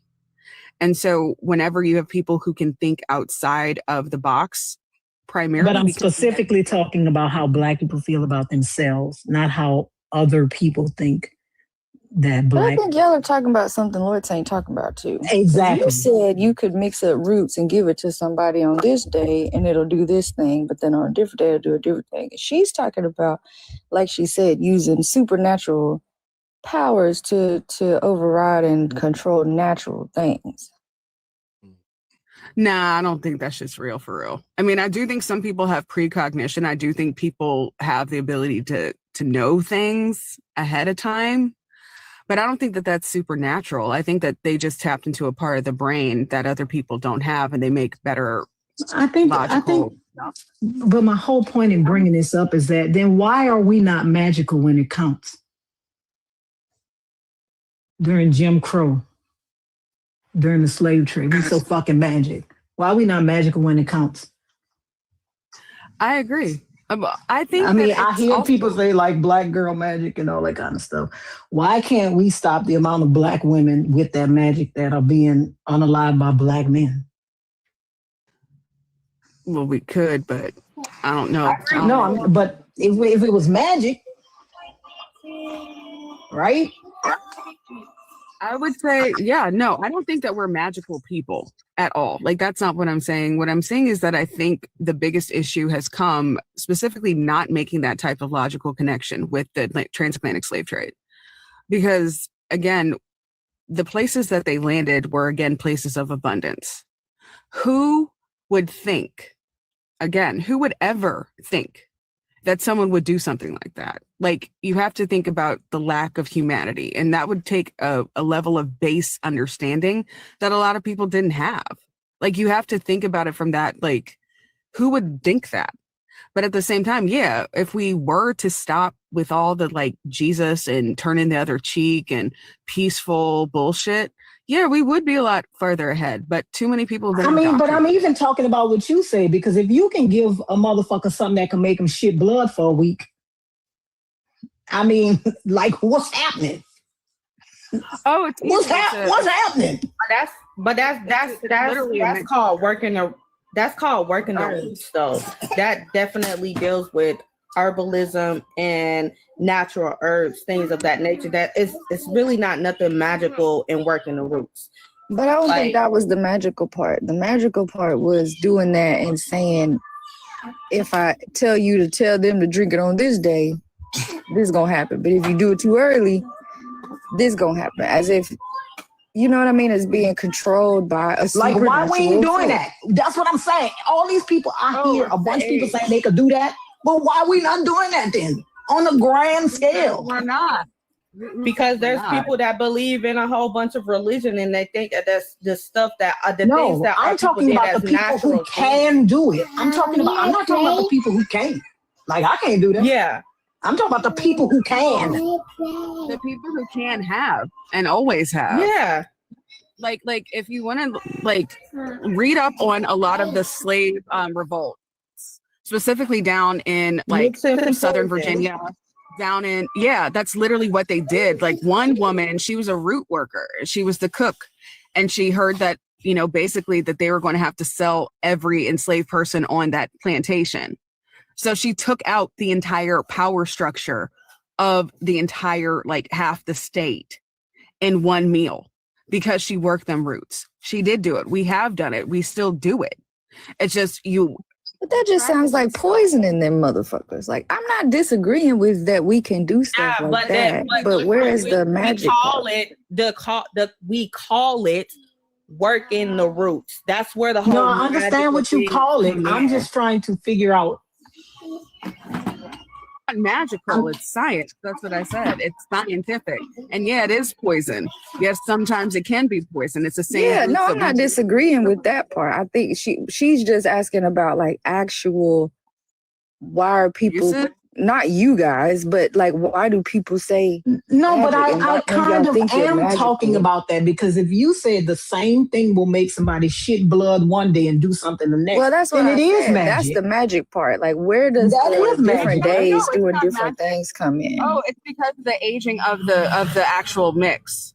You give it to the person ahead of time, and it hasn't aged to this. Okay, so like certain herbs have to sit for a certain amount of time. Yeah, but see, that's it. That make much more sense. You can still explain it. I think that's where we got confused. That's why we give them dates. And again, the way that root work works, you got to know who to go to. You can't just come up, like, we don't go out and like give people shit. Like, that's just not how we work. You have to know, you have to be referred. You got to have a like straight up information, and then we can give you some information. And then we can tell you exactly how long to do something, how long not to do something. Depends on what type of outcome you want specifically. Mm-hmm. Even with not all herbs is meant to be taken for a long time. Y'all reminded me of I keep telling these bitches, y'all better listen, you better learn about aqua tofana. I know it's not the same thing, but it's the same concept. Y'all better start learning about this. Get them That's literally.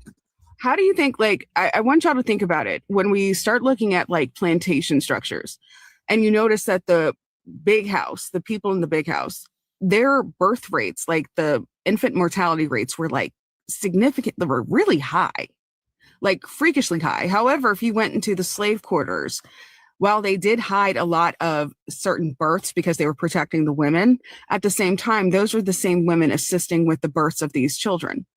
Why do you think so many of the white ones passed, but the black ones somehow survived? It's not little things. It's a whole conglomerate of things that you do. Even in the certain herbs that people tell you to bathe in, and they're like, oh, they're protection herbs. Yes, technically you would call them protection herbs. Actually, what's the formula within said herbs? They're antibacterial, they're antifungal, they're anti-inflammatory. So bathing in them, soaking them, having them absorbed into your skin helps reduce the fact that you're going to get sick as quickly, especially if you got beat. It would clear it out to keep it from getting infected. Therefore, it was a protection herb.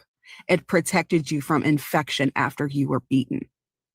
And it's easier to talk to people who are less educated, specifically at that time, instead of saying, oh, well, it's antibacterial and antifungal. It keeps this from happening. That you just say, it's a protection herb, baby. Just make sure you do this and that'll keep you safe. So it was more about just making it so people would actually utilize it. I mean, I understand that, but now we're up to the sour sop. You understand what I'm saying? Like, you have to tell people stuff. Motherfuckers think sour sop is magic. The way you presented it, it was like it was magic. But I get what you're saying too. But I do think saying like it almost, I don't know how to like it. I understand what you're saying and that makes sense. But then it's like now that's got people thinking it's a protection herb, but it didn't stop me from getting my ass whooped. It didn't protect me from shit. Like, yeah, it protects you from the infection, but it didn't protect me from getting my ass whooped. Like, I think that's what we're kind of looking for. Like, the way you're explaining it makes perfect sense. But yeah, it's not protecting me. Oftentimes what they would do, because it didn't matter, you knew that someone was going to get their ass whipped. That was just the life of the plantation. But oftentimes they would make sure the overseers who were in charge of they would feed them certain foods. Specifically, they would make sure that they ate Damiana and a little bit of pennyroyal before they would be beating slaves. Damiana is a natural, it's a sedative. Like a sleep. Pennyroyal, yeah, it's a sleep aid. Additionally, pennyroyal is a technical poisonish. However, what it does, it just weakens your body. At the end of the day, it weakens you. So they weren't beating them at the level they would have had they not had those two things ingested. So they're doing what they can to prevent the harm, the overall harm.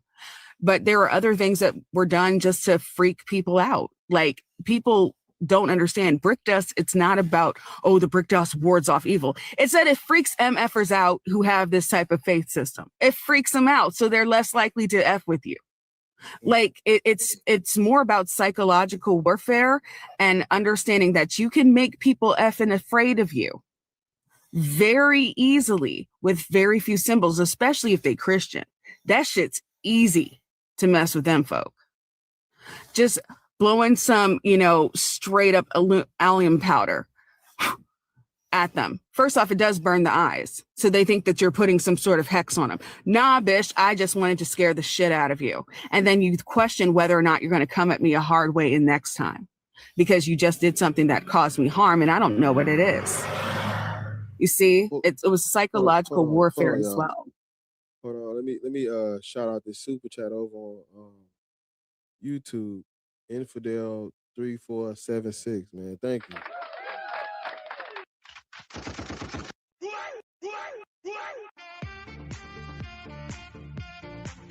I appreciate it, man. It says, just to thank you for what you do. No jokes this time. Appreciate it, man. Thank you. We literally hit it right when I was about to address it and bring it back up. Yeah, we hit the 100K. It took y'all forever, but god damn it,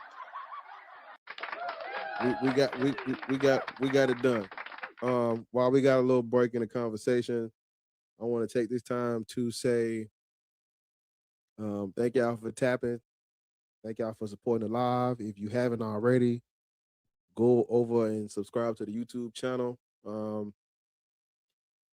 And man, just keep supporting what we do. over on YouTube. So I am gonna keep it going on TikTok, but at the like around a 3-hour mark over there, I'm gonna shut it down just so it don't be like an 8-hour video that somebody gotta come back and watch. I might keep it going on though, depending on how y'all supporting it. We got some likes and people commenting and stuff. I'm gonna keep it going. We got a lot of people watching over there, so I might keep it going. We'll see. But yeah, man, thank y'all for supporting the stream, man. We turned up, man. But yeah, just for me to chime into the conversation, I actually I'm understanding what's being said. I just think some things when you explain it a certain way, it sounds like it's like a supernatural thing, but it's actually scientific. It's actually a natural explanation for what's happening and what's being done. And I think the process does not lose its what's the word I'm looking for? It doesn't lose its power. Like there's still the effect. It doesn't lose the effect of what's happening when we just, I guess, explain it scientifically or naturally. Motherfuckers are still gonna get sick if they, whatever. But I understand what's being said, but I don't think anyone's magical or more divine than the next. I don't think anyone is more divine than the next. However, there's a caveat to this. Whether people like it or not, Africa is the oldest, or ancient Egypt, ancient Kemet, or is the old, that is the cradle of civilization. We did our ancestors did civilize people, but that don't mean we are magic or special. It just means that our contributions to civilization need to be recognized. People need to. That's all. I don't claim that we are gods and goddesses. I don't even like the word. I don't claim that we're magical or nothing like that. But I do think that people need to know about our inventors, our contributions to civilization, the things that come from our culture, come from our ways of life. They need to know that, because there's this narrative, like there's this narrative about Europeans civilizing us.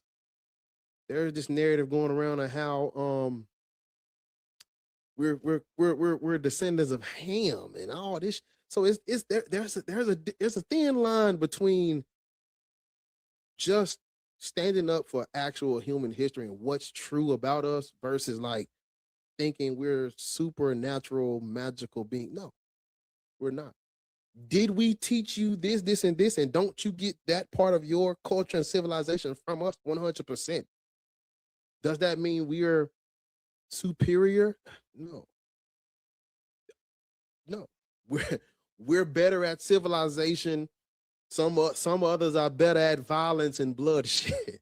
Violence and bloodshed. We're better at soap, and soap is magical. Soap is magical. Think about soap.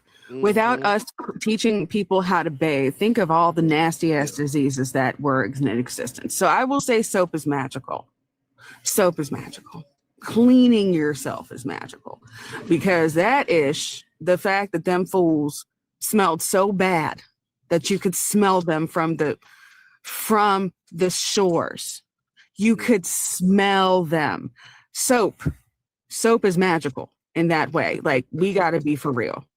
That stank, that nasty ass diseases that they brought everywhere. Soap. That is something we can claim our contribution to the world that changed lives.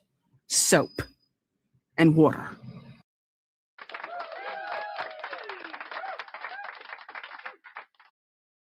That was a bar. Bar of soap, if you will.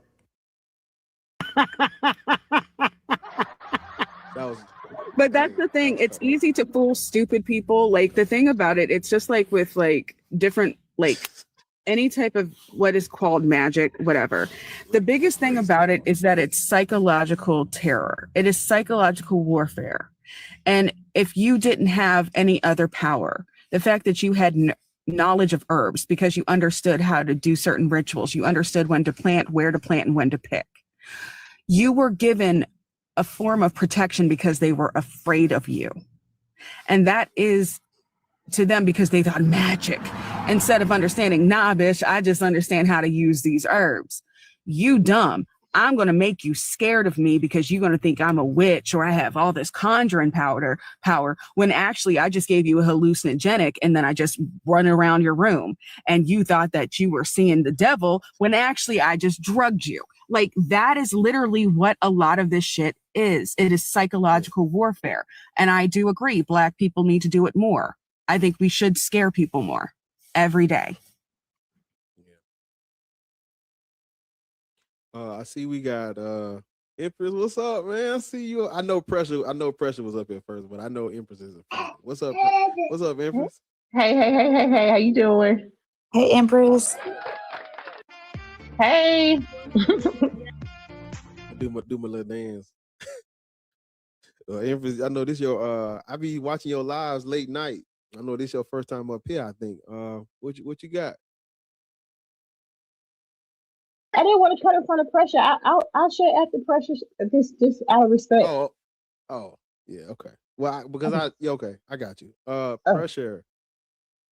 How are you doing? How old are you? Pressure.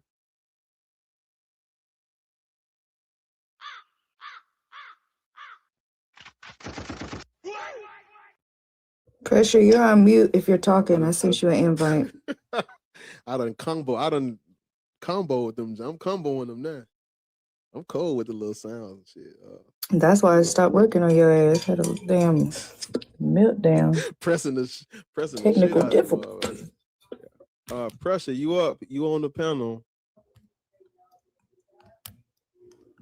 The pressure. I don't think she's up there. I'm John, you still up here with us?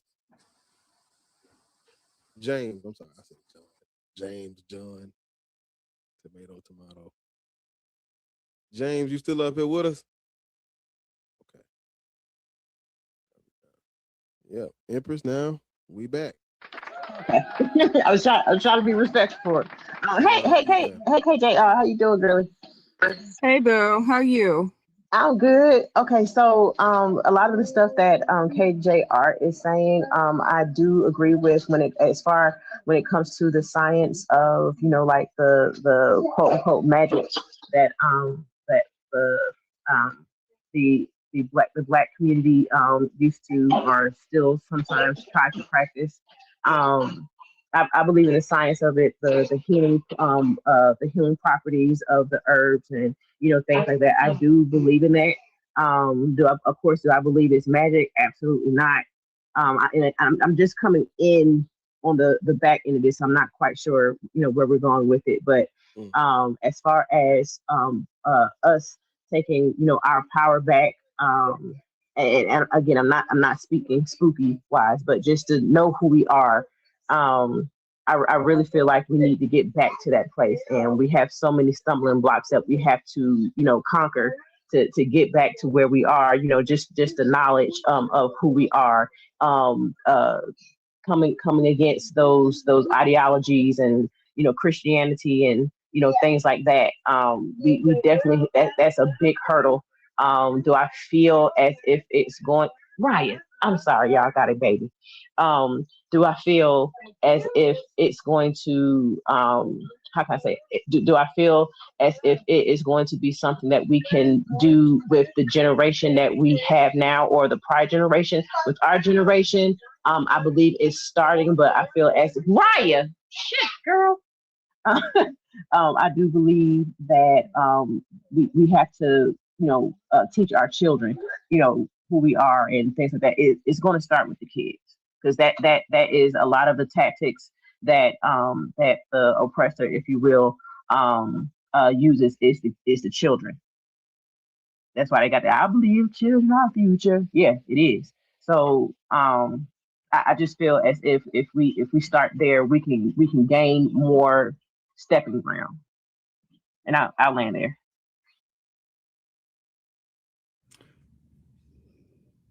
Agreed. I understand. I agree. I do agree. That was great. It's not magical in a supernatural way, but this is what these are the things that we did during a time of unimaginable stress and torment and subjugation and oppression, and it helped us survive. It did. And I do believe that the soap And we used it to fight. is sorcery. Yes. It's like what is it KGR or KGI? Just like what she said, psychological warfare. I agree. I mean, because think about it. You had women who were like, you have to remember the majority of the people who were working in these big houses were the women, and they were the granny women, right? So this nigga sells somebody in the family. Okay, bet. You want him to make him buy that kid back? I'm going to make him sick. I'm going to make his kids sick. I'm going to make them all sick until they buy that kid back. They buy him back. Oh, we're better. Oh. You now have shown that you have put power into that. And that's what people like. It's, again, the Europeans were not smart. Okay. Like, I'm just going to call a spade a spade. These were not the best of the best. These were the dregs of Europe that were kicked out. It was easy to tell them that someone was putting a curse on them. It was easy to make them think that because they didn't question, because they lacked the curiosity to think even further into it. So it was something that you could do all the damn time. All the time. My granny, her mother was freed, but her great-grandmother had been enslaved. And she talked about how they used to do that all the time. That if they sold someone's kid, that woman didn't birth a live child. The woman of the big house would not birth a live child until they didn't sell little babies. And then they learn, oh, every time we sell one of theirs, one of ours goes away. Nah, bitch, it wasn't magic. It was us making sure they didn't survive. Just like we made sure you didn't. And I would like to add, we're not the ones that called it magic, right? We're not the ones that called it that. That's the term that they put on us. Yeah, we're not the ones that called it that. We're not the ones that called it supernatural. We're not the ones that did anything like that. But because they were so scared of our ancestors for working the roots and doing things that they ain't never seen before, that's what they coined it as. So we just took on the term. Just like we took on the term nigga and made it powerful, we took on the term magic, hoodoo. Well, I don't like hoodoo. I like saying root work because that was another term that was put on us. Like, that's what we did. We took our terms back. That's all it is. That's all it is. We putting more power into our people and to believing in themselves and trusting in themselves and things of that nature. And if we got to use these words so people can start believing in themselves, then why not? Our people deserve that. Our people been low-hanging fruit for millennials ever since they came over with the bullshit. You know what I'm saying? It's time for us to stand up. No, we ain't got to be superior and no, we ain't got to be equal to nobody, but y'all should respect us. Y'all should respect us. But that's not even what I'm talking about. I'm talking about if you have magic and root work and all that, can you use it to teach our kids how to read? Yes, actually you can. Actually, there is herbs. Can you use it to teach our kids how to do math? Yeah. There is herbs that you can use so the mind can focus. And plus, that's not on us. That's the work of the parents. Are y'all teaching? But listen, this is not personal. This is only business. So you don't have to do all of this. This is strictly business, Sonny. This is not personal. Right? So you can come on down with it. Cause I'm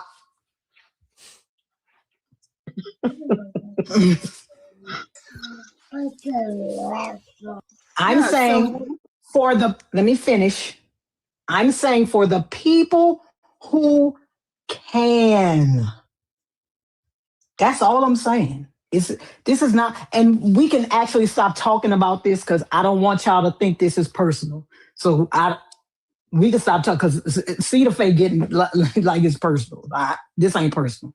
No, I wasn't getting personal. I was just asking a question, right? Because I was asking a question just like you, right? Yes, there is herbs that you can use to help with the mind so your child can focus and get to learn better. No, there ain't nobody claiming that magic. Nobody said that magic can help your child read. Nobody said that. Nobody said root words can help your child read. None of that. None of that was said.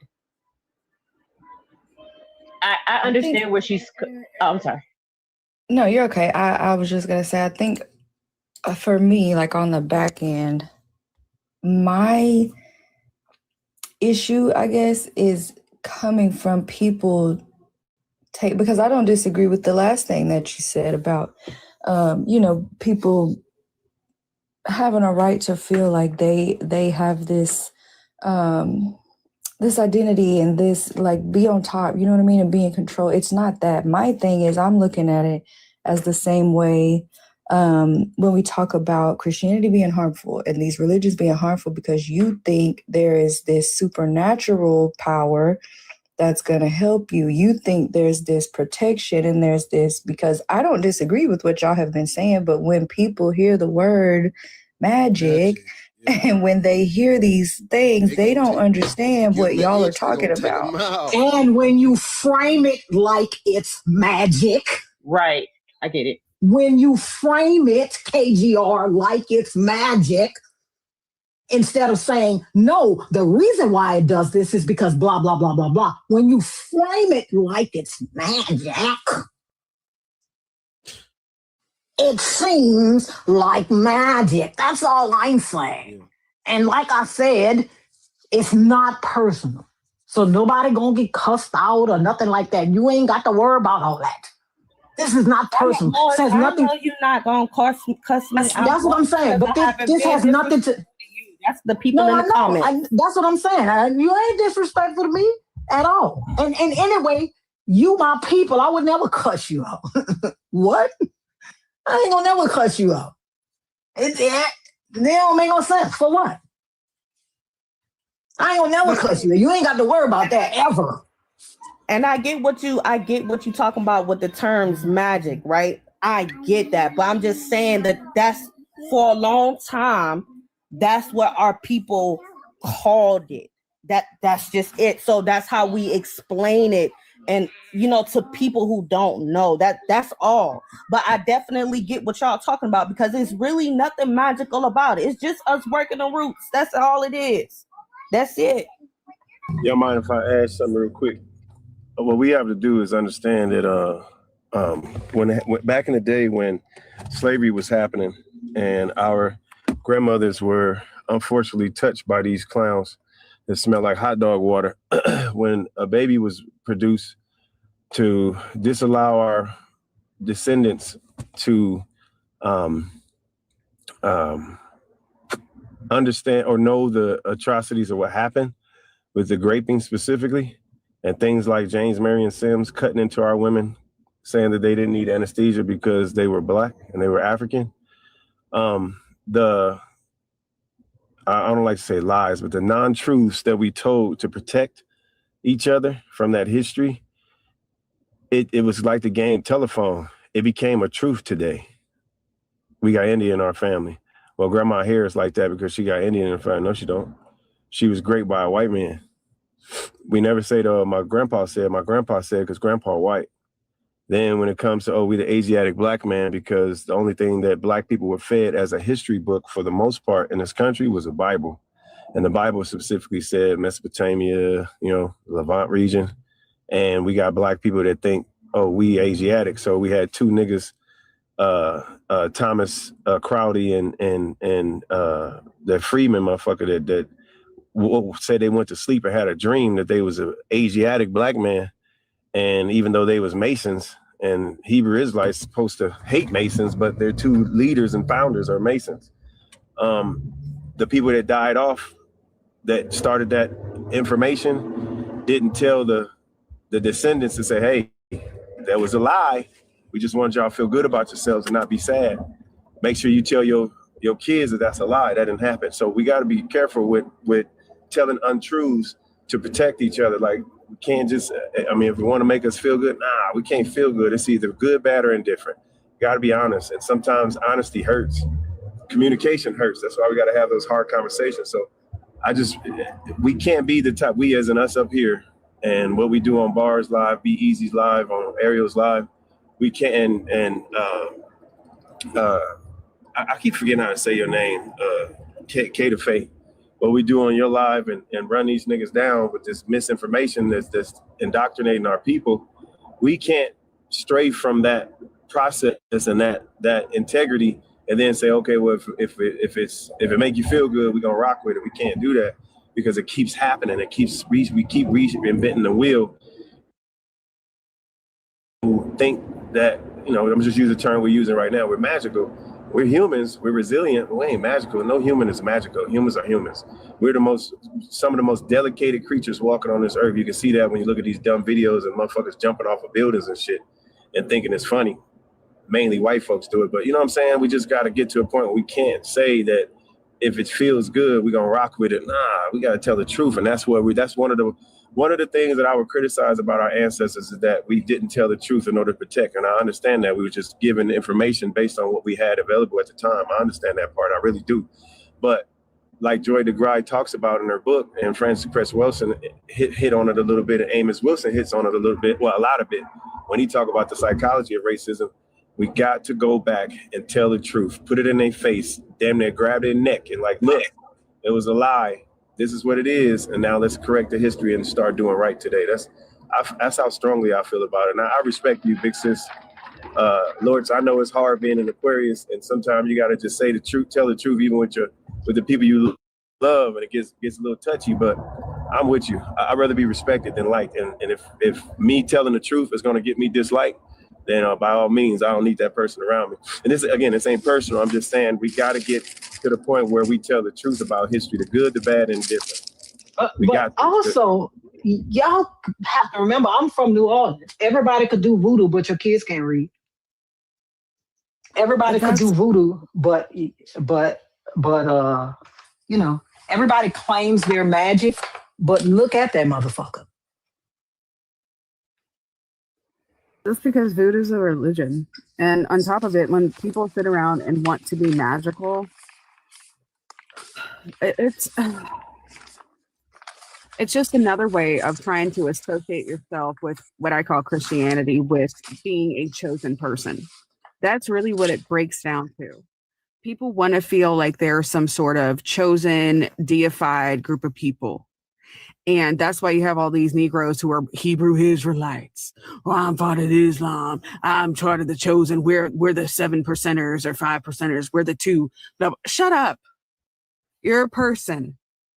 But for Black folk, if we want to talk about like increasing education, making sure our kids can read, then we need to divorce ourselves, not just from the religion. We also have to divorce ourselves from the easy money. We have to divorce ourselves from forcing our kids into sports to get a better future, even though their education tends to suffer underneath of that. We need to focus on the things that actually work. And that means going out and doing community building, which we all know now, churches ain't really doing shit. It's just a way for pastors to get planes. But we have to start. It's not like actual community work. So it becomes our responsibility to ensure that we're helping our communities. And that means we are involved. That means we are at every school board meeting, which means we are fighting to make sure kids get like what they need. And of course, it also takes the parents also having the time and taking the time to teach their kids these things. Like my son he'll be 8 in April. He comes out whenever, especially early spring planting, he comes out and he asks me about every plant, and I go over everything with him. And then I make him spell the plants. I ask him to explain to me what the properties of said plant are. Why do we need this plant? What does it do? How does it produce? And what food does it give us? How many vitamins are in there? And you just start telling kids that over and over again, and it becomes part of their lexicon. It becomes part of their just knowledge base. And then they can grow from that.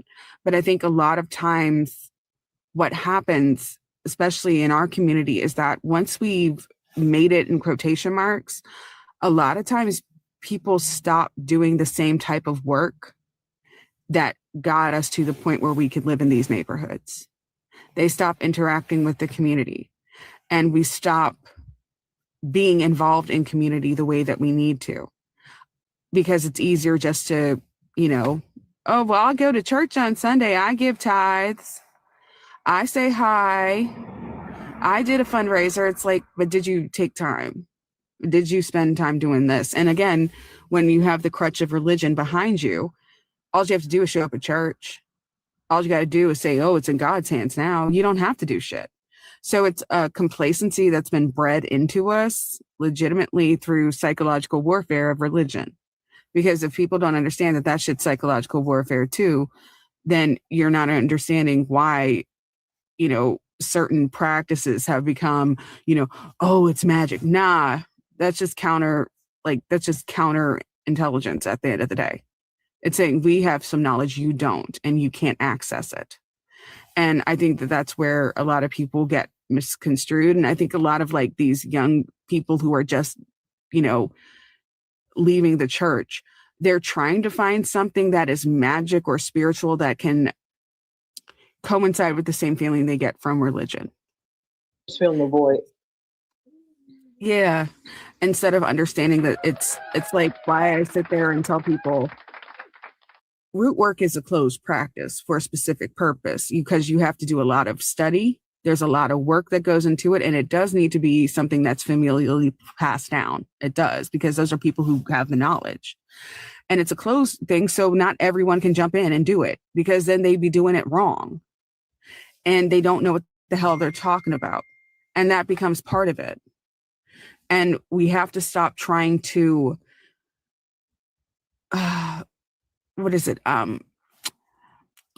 make something sacred that is not sacred. And that's what I see a lot of Black people who are looking for, some sort of belonging. They need something sacred to attach themselves to, because they've been so indoctrinated. And that's why they lean on this magic shit. And it's weird.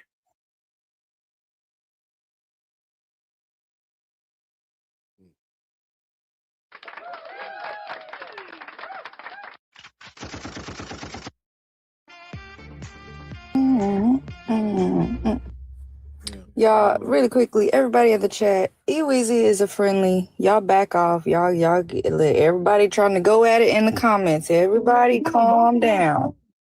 Doesn't have to agree with y'all. She don't have to agree. She can be here. Like, y'all chill, man.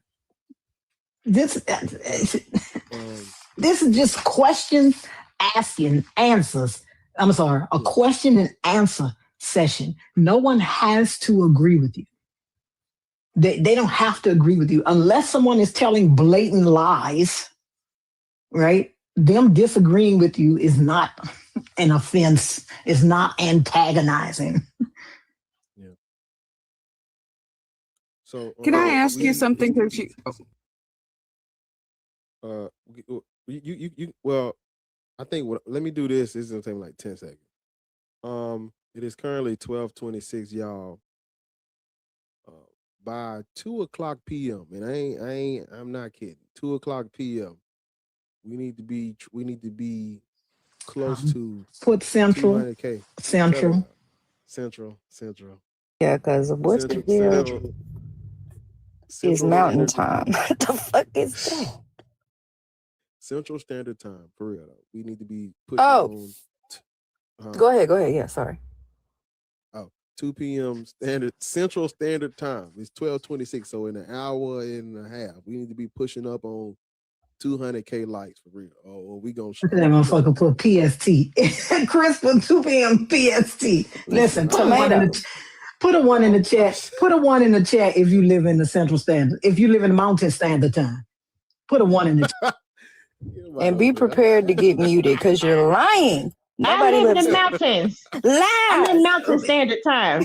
For real, Empress? Oh, I'm dead ass serious. What state you in? Denver. See, Colorado. Nobody live there? No. I got the same time as Bar. It's 12:27 where I'm at. It's 12:26. Denver is in Mountain Standard Time. I forgot. I'm in Man, Florida. don't nobody live in Colorado. Don't. I feel so lonely out here. Where my people at? It's just down south. No, I just be forgetting like what states it is. I never hear the very first time I heard about Mountain Standard Time was for a job that I was doing, and I had an interview online, and it was Mountain Time, and I was like, "The fuck is that?" I had to look it up. The thing is, Mountain Time. I keep forgetting that Denver is not in the Central Time Zone. I don't know. I keep forgetting that Denver is not in the Central Time Zone. Well, yeah. So it's 12:26 Central Standard Time. By 2:00, we need to be pushing up on 200K likes for real. Because if we ain't, well, I know you ain't gotta like the whole time, but man, we gotta like the stream. Gotta tap the screen. So let's try to get to, and I'm tapping it too on the computer. You just can't see it, but let's try to get to 200K by 2 something. I want to be pushing up on it by 2:00. That's the goal. So that's all. I think KGR was about to ask somebody something. Yeah, really quickly. My thing, we moved our show to tonight, everybody. Thank you, Reese. So 6:00 Central, we'll be on. We just moved it because yesterday obviously was the Super Bowl. So yeah. That's right. So make sure y'all go follow Ari. Go on over there, and they're gonna do they're gonna talk about the Super Bowl commercials and things going on in, is it pop culture? Is that the term? Pop culture, yes. yeah, pretty much. Me specifically, I'm doing some of the Grammy looks and then the halftime performance and the commercials. Thank you. And y'all know they had a Jesus commercial on the Super Bowl. Yeah. I didn't see the Jesus commercial. Oh, I'm also talking about the All American halftime show because it was shit garbo. Even that man didn't watch it. Even he didn't watch it. He didn't watch it. I felt like he did that on purpose. Listen, this is the thing. Most of the time when you see stuff, especially on X, a lot of those people are bots. When you got a comment, and then a lot of them say, "Yeah, we're gonna watch it. We're gonna watch it. We're gonna watch it." A lot of those people are bots, right? They're not. Nobody's watching that. If you notice, they never panned out to the crowd. Nobody's watching. Crowd. That's what I'm saying. I didn't watch it at all. I just heard about it. I didn't watch it. And because at the last minute they couldn't get it on any streaming platforms because their licensing wasn't right. Because let me tell you something. It doesn't matter if you on the left or on the right. The artist wants to be paid. Right? And you have to license, especially if there are artists on a big label, you have to get the licensing right, their performance. And if you don't do that in time, you're not going to be able to stream it. And that's what happened to them. And that's why you could only see it on either their website or their YouTube. Yeah, because I couldn't find it at first, and I was like, who's even airing this stupid shit? Like nobody, because the license, the licensing didn't come in on time, and so they couldn't stream it.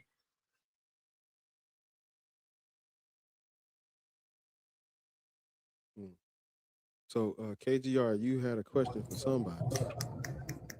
Oh yeah, I was going to ask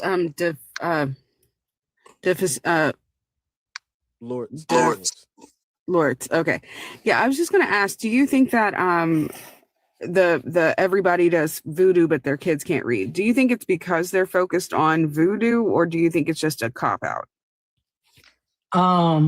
No, I just think that if you say that you can mix up something to make someone do something, then that thing should be helping your kids read. Like fuck a nigga. You understand what I'm saying? Because all my friends who claim to do voodoo, yeah, I put this thing under his thing, and I put this thing under his thing, and your child is in the 8th grade still reading with his finger. Bitch, help your child to read.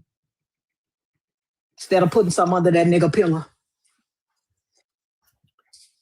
Now, that I'll agree with. It's a misuse of time and energy. That's what I mean. You understand what I'm saying? Baby, Look, they got homeless people on you. If you can, because then, they tell me, okay. You mix up this thing, you put this under his pillow. Put baby, and your child dropped out in the 8th grade. He never got a GED. Why you ain't mix up nothing for him? Say 8 one more time for me. Say 8 one more time. Say 8th grade one more time. 8. That motherfucker failed the 8th grade. I'm just saying. He failed. Listen, don't tell me nothing. Don't tell me. Don't tell me. Yeah, they do. They may have a distrust of schooling, but if that's the case, right, then you have to do everything in your power as a parent to make sure they get what they need. That's all I'm saying. That's all I'm saying. Don't give me no no formula to mix something and put it under and tell me you put it under some man bed to make him your man and you have 4 children for 8 different niggas. Don't tell me that. I don't want to hear that. I don't want to hear it. Because some either it don't work, or you lying, you ain't dead.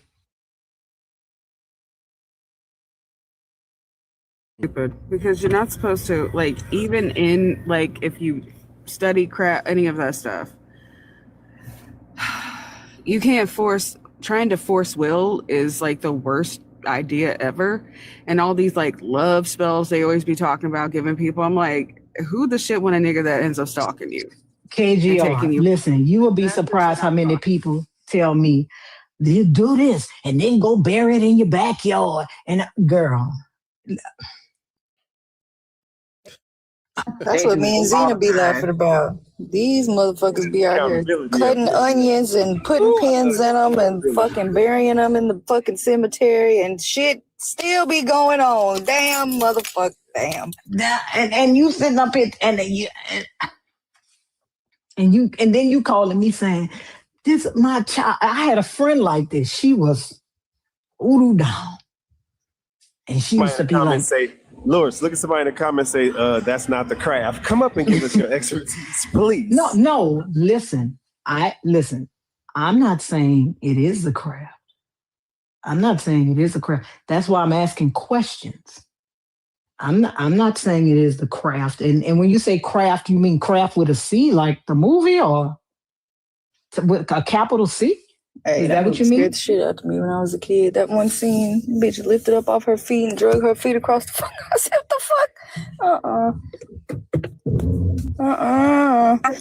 That's not craft. Like, the thing is, there are monks. Like, I studied religion in my undergrad. My undergrad's in philosophy with a focus on religion and law. And you have monks who are like Buddhist monks who can do things like levitate, but that has to do with them actually basically accessing the part of the brain that allows you to do certain things. And it's because they studied, they did a ton of work, and they've mastered and accessed parts of the brain most people don't get to because they spend all their time focusing on it. Like, the shit is not magical. Like, I need people to understand you're utilizing your brain. Like, again, most humans don't utilize more than 30% of their brain at the most. If you can tap into the different parts and say you utilize like 45% of your brain, you would look supernatural to MFers who only use 20. Like, it's literally that. It's literally people who actually take the time to utilize all parts of their brain and take the time to study and do things, or people who just naturally can attach to it. Like, there are so many things people are like, oh, I don't feel pain. Yeah, you might also have a genetic disorder that causes you not to feel pain because your nerve endings are too small. Like, there are so many things that go on that people do not do. And what's not true? I'm not shitting you. People do not use the majority of their brain on a regular basis. And you can go on and look up, go onto the neurologist websites, go onto the American Medical Association, the American Psychological Association, about how people don't actually access their brain all the time. We don't utilize it the same because of how we're indoctrinated into this world. And honestly, the more religious people are, the less of their brain they use. Literally. And I think that's like by design. I don't, when we having a conversation about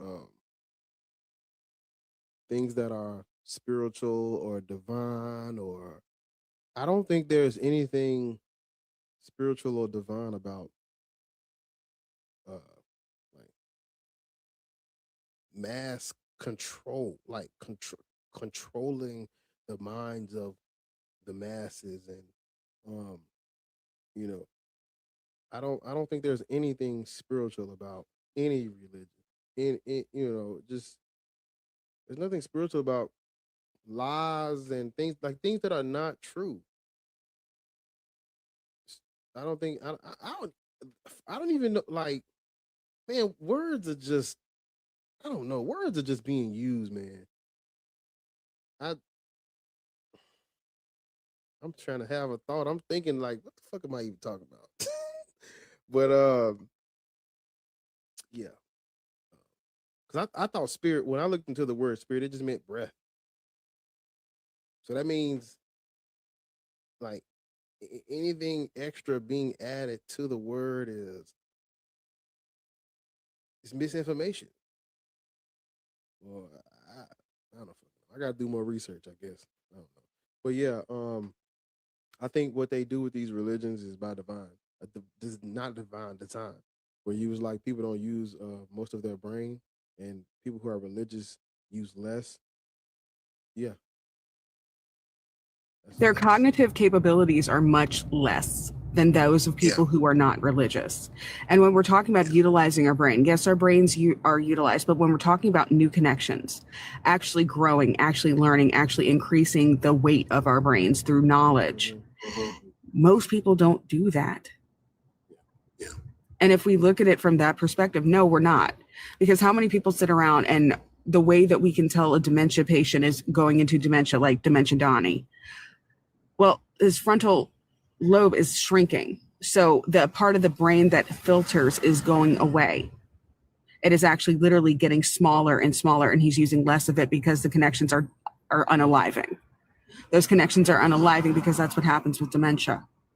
When we start looking at how our neurons intersect with one another as we're learning. Whenever someone learns something new, you get a new link. And think about it, if we literally started looking at our brains and growth and thought from a perspective of you need to learn something new every day, how much more growth would we see overall as humanity? But we don't do that. The fact that people think college should be is not necessary, or education isn't needed and stuff like that. It's not about just going to get something to get a job to pay for something. It's about increasing your knowledge base and learning how to learn better, how to think better. How to Please tell them, KGR, because people think it's just for you to go to work and make minions but please tell them, because I say this all the time. I don't care what you go to school and get your goddamn degree in basketball. Liberal arts, women's studies, go get it. Just go get one. Take a class every day. Do this thing. You can go online and take free classes all the time and just learn. It is so much fun. Learn a new skill. It is something that you have to do if you want to keep your brain going. And if you want to keep going, it's, how I don't know if you grew up Southern, you did, but as a Southern girl, you was always taught, idle hands are a devil's workplace, right? So I was taught that, but it was more about always keeping yourself doing something. So you're always thinking. I learned to knit literally because I was like, oh, it seems like something I can do. It might be fun. But while I'm knitting, my brain, one side of it gets to rest or whatever as I'm knitting, and you just think, and new ideas pop into my effing head.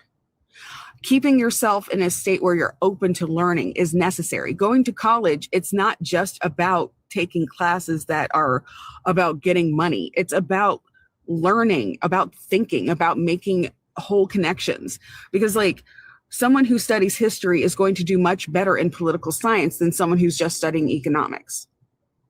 Why? Specifically, Well, because if you understand the history, then you can understand how political movements move, how things change, how governments rise and fall based on the history. And then you sit there and you go, oh shit, let's look at how these things intersect, and now let's make the line. Then you're able to make new connections. If you start, like, the reason I study philosophy is because it constantly makes you question everything. You have to ask the questions, you have to argue both sides, and then you have to look at it and find something that is kind of a middle ground kind of sometimes, or you just sit there and say the shit sounds stupid, and that's okay. But it's about forcing your brain to think differently. It's making you think outside of your own perspective. And that's what people don't understand. And I get so sick and tired, oh, that's not going to make you any money. Sir, if they decide to make everything robot automated or whatever, your, trucking license isn't really going to make you money either. Like, you sound silly. At a certain point, we have to focus on the actual side of learning, and learning is lifelong. It should never stop. You should always find something out new every single day. And that's like why, like, when I talk about like root work, that is something you learn something new every day when you're planting. You learn something new every day when you're harvesting. You learn something new under, oh, well, this moon it's better when I plant this under a full moon for no other reason than the light. It's a different soil content. It's the water content. It's something else that's naturally occurring, but you learn it. And people think that you're not that you just stop learning because you finish school. No, there should never be a time you don't learn something. And that's what I have a problem with. That's what religion does. It tells people that there's an end to thought and there's an end to learning, and that everything is just in God's hands. So why even question it? Like, that's the stupidest shit I've ever heard. Yeah, ChatGPT is annoying as shit because people don't think, and they're looking for something easy as opposed to taking the time to learn. It's so annoying.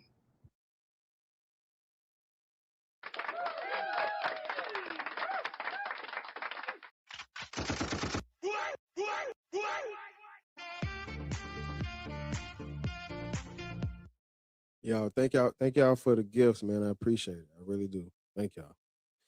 Got some good people up here. We cooking up, asking questions, having good conversations. Yeah, you're right. I agree with you. Over on YouTube, man, I appreciate y'all. Let me see if we hit it. Have we hit it yet? Let me see. Let me refresh it. No, we still at 47. I need 3 people over there to like the stream so we can get to 50 over there. Even if you over here on TikTok, if you could do me a solid, if you ain't doing nothing, you go over there, like the stream, and come on back. Stream. Go over there, like the stream, and come on back so I can get it to 50 likes. Because I done got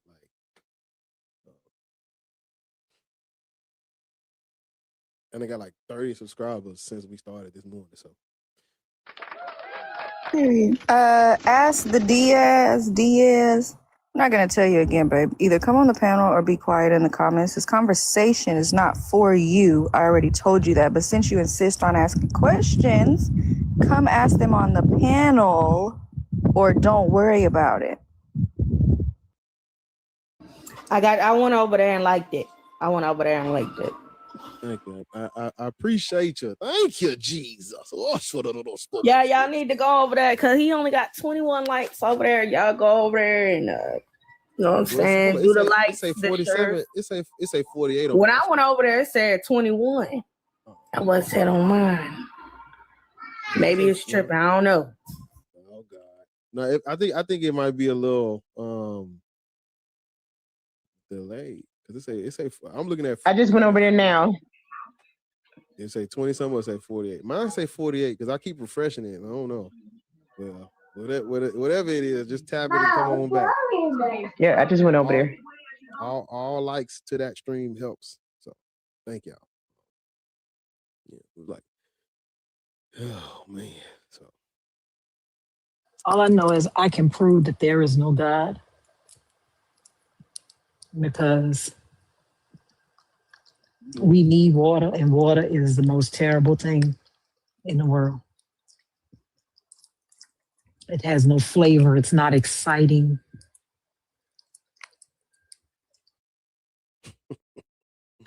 I just need you to understand.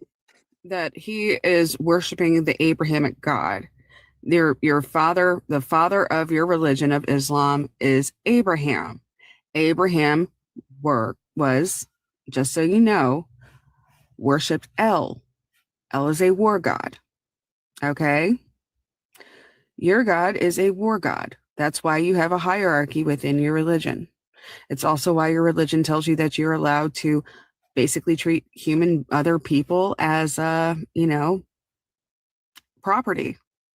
Like, I'm so sick and tired of hearing people try to, oh, well, ours is different. No, the F it's not. At the end of the day, y'all all worship a war god who tells y'all to take other people's shit in the name of God. Literally. Like, own that shit. Stand 10 toes down. You talking to the dude in the comments? Yeah, talking about, oh, I'm a Muslim. Have you read the Quran? Yes, I've read the Quran. I actually had to write a paper on it. It was annoying. What you mean? But He's muted. That's the motherfucker I just told to come on the panel. I'm not talking to you in the comment. This ain't for you. I got my Quran right here. Give me a Quran.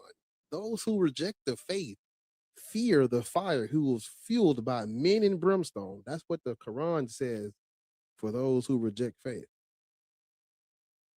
And fear none but me.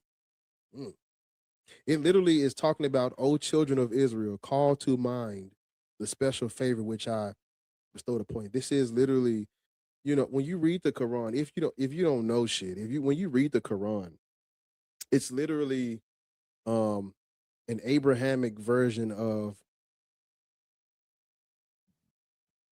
Judaism or Christianity. It comes out of Christianity, but it's really more like a, just more like Judaism. Yeah, it's like an Arab version of Judaism. Like,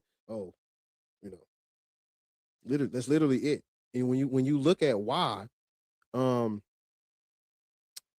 this group of Arab monotheists who wanted their own true Abrahamic religion. They're called the Hanifs, Hanifs. They were tired of the polytheism, tired of the conflict inside of Christianity, tired of the all these idolatrous pagan beliefs going on in the Arab world, and they wanted their own Abrahamic monotheistic faith. And out of these Hanifs, you get Europeans called it Mohammedanism, which turns into Islam later. Yeah. So that's why it reads like that. That's why Abraham, Israel, Adam and Eve, that's why all that's in there, because it's an Arab version of a Judeo-Christian mythos, literally. It's just their culture deified. That's all. I just want to make y'all aware of the new rule. I'm muting y'all motherfuckers that start saying females in the comments as well.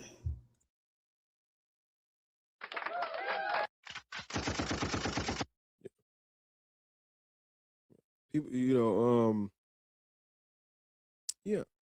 Add the word to a block list area, and it won't be able to go through. Oh yeah, that's true. That's true. I'm actually, there are scholars and historians and people who have studied early Islam, and they're saying there's literally of this Muhammad guy. Just like there's no evidence for Jesus, there's no evidence for Muhammad.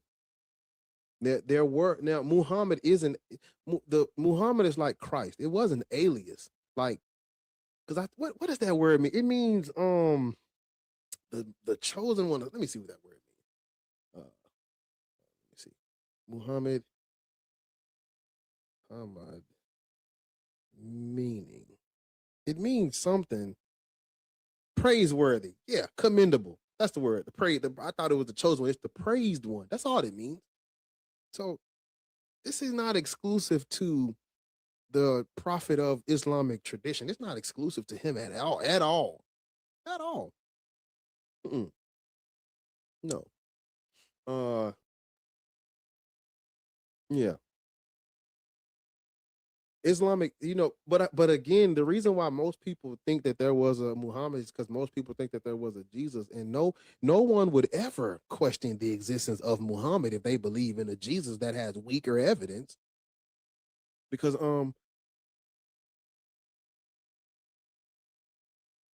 yeah, because if you question the historicity of Muhammad, a smart Muslim would talk about, well, what about Jesus? And you know, so. But yeah, when I do research into Muhammad and Islam, I'm not finding anything. The people who are actually doing like a external look at Muhammad, it's looking like mythology, like Christianity. There's one book I read where it talks about their coins had crosses on them. You got to ask yourself why. And then when you look at what was going on during that time period, these people were Christian. The Arabs were converted to Christianity. The Ghassanids. Man, how do you pronounce that word? I always butcher the word, but it's Ghass. Pronounce. Okay, let me see. It's the Ghassanids. The Ghassanids were the Arab converts to Christianity who defended the Byzantine. Wait, let me make sure. Ghassanids. Make sure I'm getting it right. Yeah, that's right. I said I was right, and I ain't even, damn. Yeah, the Ghassanids were a Arab Christian kingdom, and they were aligned with Byzantine Christianity. Byzantine is Chalcedonian. They believed, and these people were. Islam does not just pop out of Arabia out of nowhere. Historically incorrect. It's Christianity there. No, that's where their religion, it comes out of what's called Miaphysite Christianity or Monophysite Christianity, where they believe that Jesus Christ had one combined divine nature or some shit. Mono means one. Yeah, Miaphysite or Monophysite Christianity. That's where Islam comes out of. Most people don't know that though, but yeah, Walter Williams, he wrote a book called The Historical Origins of Islam, and he don't do, man, that man give you dates. He give you the year and the name and the people where you can literally go and, let me look up books on this. Wait a minute, all this shit line up. And you go through the bibliography and you go and read those books, and then you cross-reference, like, wait a minute. Islam comes out of 5th century Christian conflict, well, 5th through like 5th, I want to say starting in the late 5th, middle of the 5th century onward. It comes out of that conflict. It's not true, it's false. Literally. And if you don't want to accept any of that, the simpler way to address it is, in Islam, they say the angel Gabriel revealed the prophet. They say the angel Gabriel revealed the Quran to the prophet Muhammad, who was illiterate. The angel Gabriel is an archangel, a servant of Yahweh out the Old Testament. Off rip, we are dealing with mythology, off rip. Because Yahweh is not real. Yahweh is a tribal storm god from the desert, and the traditions or the mythology in the Torah, that's just foundational myth. It's just foundational fiction that they came up with for them. The Arabs took it and just Arabized it. Is that a word? Yeah, Arabized. Yeah. Arabized it. That's all they did. Because if an archangel out of the Old Testament revealed the Quran to Muhammad, but when we check on the Old Testament, all of that is false, and that's fiction, and there's no evidence for none of that. Off rip, your religion is based off of another culture's misinformation or another culture's folklore, superstition. Come on. I ask you this before we move on. How can a religion based off of superstition be true? Historically, I'm talking about in actual reality, how can it be true? It's not. It's not. You're dealing with it just like the initials. Jesus starts off as a virgin birth. What? no natural. There had to be a God. No, it starts off with a virgin birth. Off rip, the guy in that Bible, superstition, because virgins don't have babies. In Islam, it starts off with an illiterate prophet who has a whole fucking book revealed to him through a fucking was it a bird? Let me make sure, because I say bird, but when hold on. I know what you're talking about too, but I don't remember what it's described as. You know, one of my Islam professors, he's from Iran, and he used to sit there and he said, you know, all these prophets, I want y'all to think about something. He goes, they all wandered the desert. Ride a cowboy. Sorry, go ahead. They all wandered the desert with their head uncovered without drinking water, right? Like that's like the basis for all their shit, right? And then he goes, now I will tell you about the time I received a religious proclamation from God. I was playing soccer with my friends and I hadn't drank water, and we'd been out there for 5 hours in the sun in Iran. He goes, I had an epiphany. I had a vision. And he goes, my mother rushed me to the hospital because I had what we call sun poisoning. He goes, it's called brain bake. He goes, and I think that that's an interesting thing, that every single prophet was wandering the desert in heat with no water with their head uncovered. He goes, yeah. He goes, so I too am a prophet because I played soccer outside with my head uncovered and I was hyperdehydrated. Amen. And I peed my pants laughing, because you have to think about it. That's literally facts. Name a prophet who wasn't wandering the desert with their head uncovered. So I tried to see what it put. So it's not a bird, but it says, the prophet saw Gabriel in his true majestic form. The prophet described him as having 600 wings that covered the entire horizon from the east to the west. Now I want you to look at me in my eyes. Just stare at me for a minute. You gonna base your life on a nigga talking about he saw a angelic figure with 600 wings? 600 wings that covers the horizon from east to west. That's what you want black folks to base their life on. You niggas are no. That's what angels look like, though. Arcs are always described when you look at, like, study angelology, like go into the description of what an arc actually looks like. They do not have the face of a person. They have the face, they say, that causes fear. Eyes that what is it, a cherubim, you know how like they always make them little fat babies. Actually, look up what those are. Please go look up what those are. They're just eyes. It's just eyes and bubbles. It's so creepy. Bitches got eyes and fucking rings around, mechanisms and shit. What the hell is this? Yo. Hold on. Don't do that. Yuck. We still talking. And again, an arc is usually known for being winged, completely winged. Think of an owl, but with the face that causes fear. So it is a like basically what we would call like a demonic face. Like it's terrifying. They are to basically imbue fear into whomever looks upon them. That's why they are an arc. So yeah, they are heavily winged. They're covered in feathers. They have a face that causes terror. And I think they have like, what is it? A sunken eye. Like they say they're like, you can't look into their eyes for real because they don't really have them. Hey, Xena Raiders. Yeah, I didn't know she was on either, but welcome in, you guys. Make sure y'all grab your heart me's. W Raid. Xena Raiders, come on in. Come on down to the altar. But get in here and close them motherfucking doors.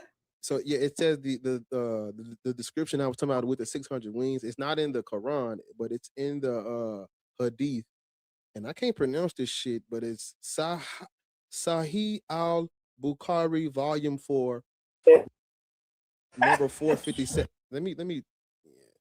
But anyway, this is a lot to type.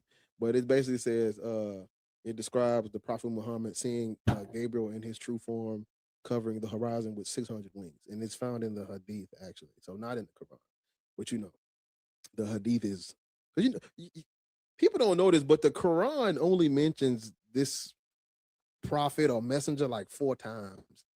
Don't even and when you do research on like the people Mac who put are, it in the chat bar. God damn it. Yeah, that I can't. Yeah, there we go. Yeah, but when you That's not that's not it. Look, That's not it, gang. Look, I went back and looked up the last word, and I thought I didn't know that wasn't it, but I was about to say, I'll type it in there. I was about to say that last word. Typing it right now. Oh shit in there. Your host, are you gonna give the argument against Christianity or what? Are you gonna drink a bottle of water and wait your turn or what? Give it up. There is no argument. All the white people to the back. Yeah. The thing is, he's not going to. No, boy, he's going to do this the whole call. You're gonna have to drop him. He's not going to be able to. Yeah, the whole time. Yeah. You don't even know me. Yes, I do. You were on what you call this live. I copied and pasted it. Yeah, why do they do that? Oh, it's Sahil al-Bukhar. Yeah, I can't pronounce that shit. But it talks about the 600 wing, and I'm like, are you like? You see, when you're not one of those people that I gotta have something to believe in. You can't approach me with no motherfucking 600 wings. We talking about chicken? What we talking about? You can't sell me that. You can only sell somebody that's already scared of hell and all that shit, or they need something. I don't need no. Was like, yeah, that Mac put it in the chat. No, the fuck he didn't. Look, I didn't read it that hard, and then as soon as I went back up, y'all said no. I said, listen, that last word look a little suspicious, but I don't want to say nothing because that why do you know what that is? I was like, I ain't gonna say nothing, but suspicious. My thing is, if he couldn't read, how could he count to 600? That's what I was about to address. What you said, yeah. Very good question. Thinking that, like, how did he have the time to count all the many wings? Yeah, how did he have the damn time? That was a guesstimate. He had to be guesstimating.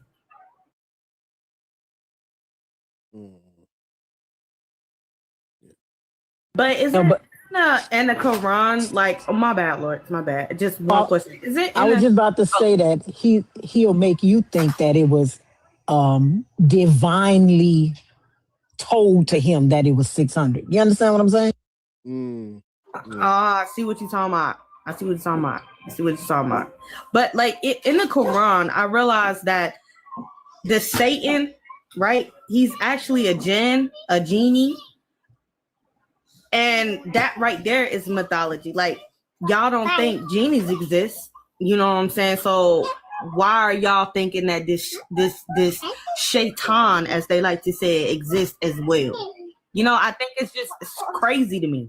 Yeah, well, because the only supernatural thing that is real is God, right? Genies, gods of other, is this Abrahamic God? Gods of other cultures. Those things don't exist, even though they are the same thing, right? They don't exist. Only this particular God and the things that surround him, like angels with 700 wings, only they exist. It also talks about the moon being split in two, and that Muhammad rode off on a flying horse, a Pegasus. Yeah. Like, that shit just don't make sense. Where do I get one? I want a Pegasus.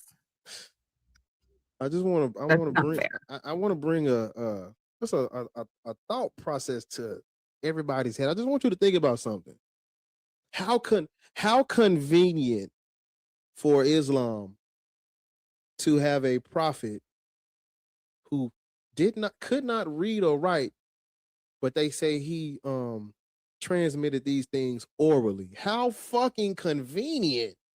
How convenient of Islam to come up with a prophet that was illiterate, that did not write, that they say transmitted these things orally. How convenient, right?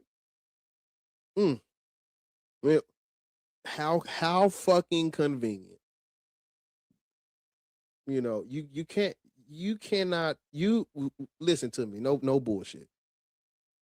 Because you don't take my word for shit. Go and look into the polemics and the arguments and the conflict between the Monophysite Christians and the Diaphysitic Christians, starting from the 5th century. I think it goes all the way up to the 13th century. Look at the polemics, let me type the word. In the chat already. Go and look into the polemics, the arguments. Olympics. Polemics.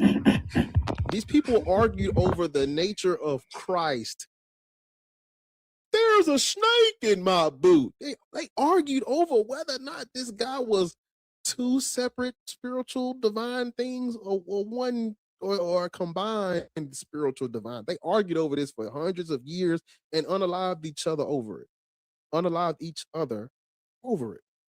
To the point where it fractured an already fractured Christendom. It messed fuck shit. That Council of Chalcedon fucked shit up. Yeah. Because that is when the Byzantine Empire said, well, we're diaphysitic Christianity. Fuck that monophysitic shit, monophysite shit. People were monophysites though.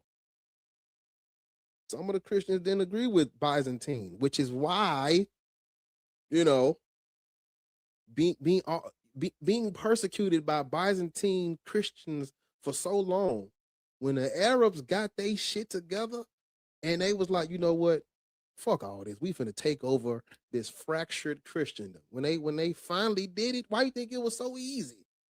Because everybody who didn't agree with the Byzantine Empire, you were being persecuted.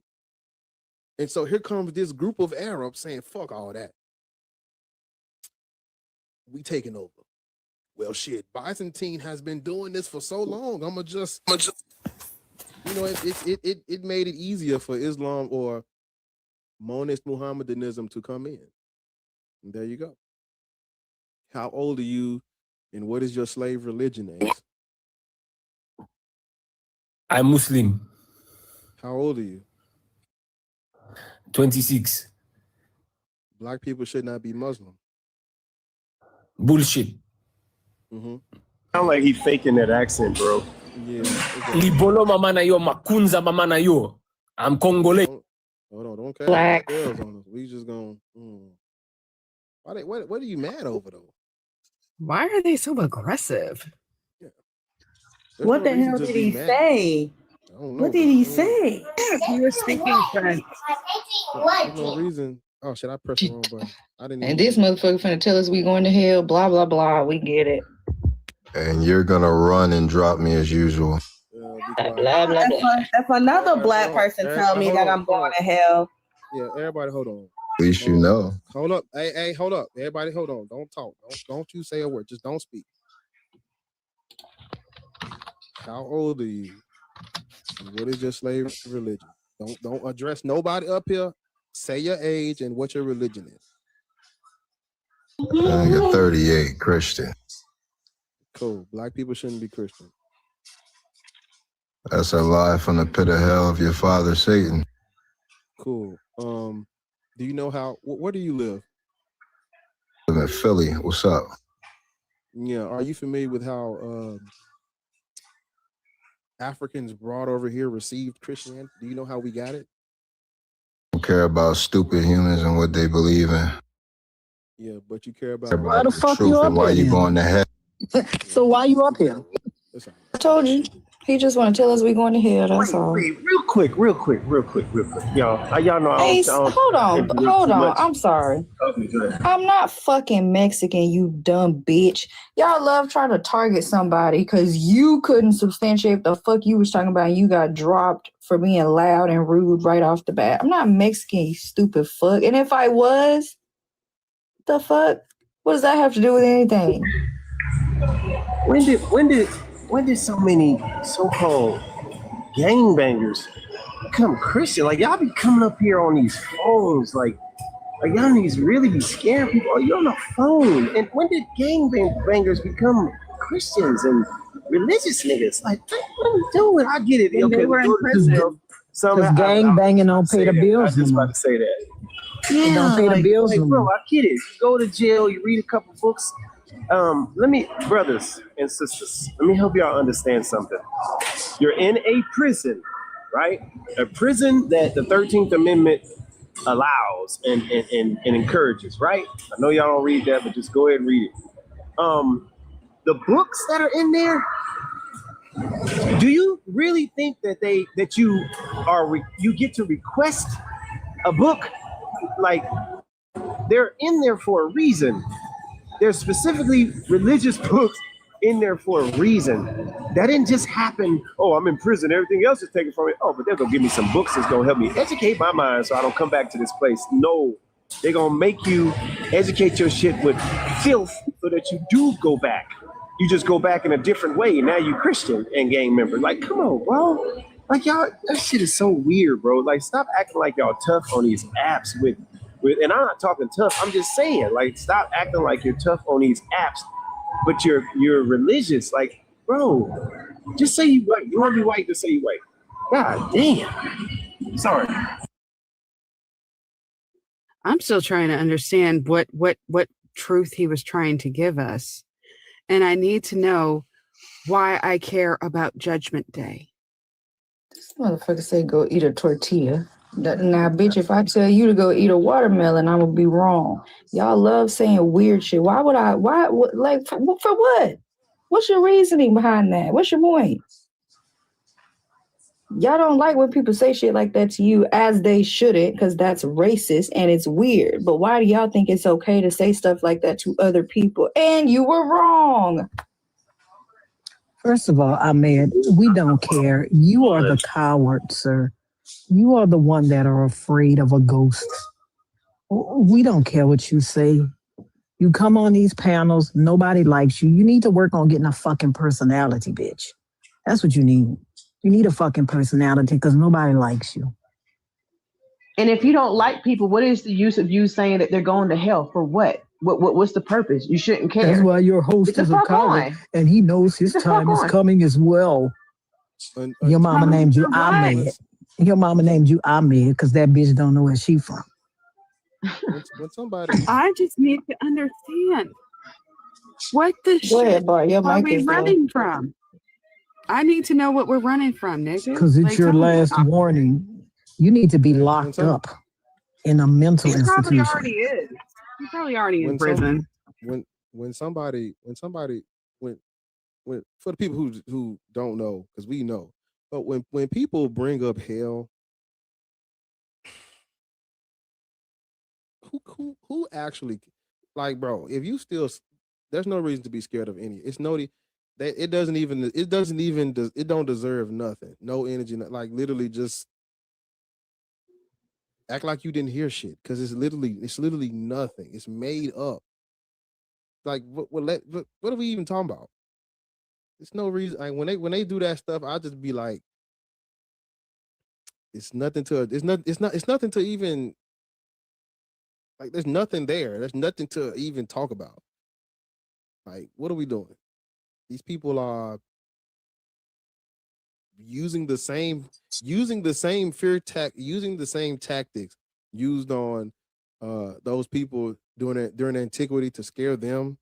You know, we're gonna use that to try to instill fear today. It's, bro, like, no, we don't. This literally is like child's play. Like, hell is. I try to keep things simple. So when I talk, I just say it straight, basic. It's not real. It's not real. It's not real. It's not real. Literally, it's not real. The truth has to be repeated just as much as the lies. We got to repeat the truth just as much as the lies. Every time somebody bring up this, it's not real. People don't hear that enough.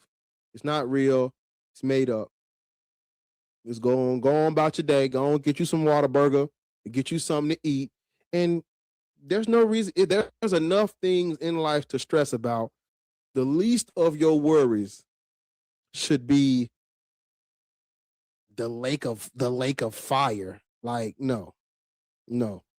Don't do that to yourself. Don't do that to other people.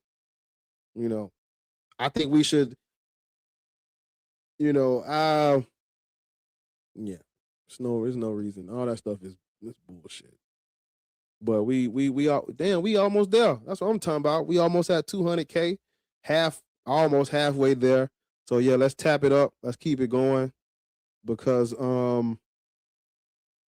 yeah. Boost the live, get it out over on YouTube. I see we still I'm gonna let you finish, but I wanted to add on to the comic about the hell situation as well. Yeah, I see us over on YouTube. Keep it going. We hit the 50 likes, so thank y'all over there.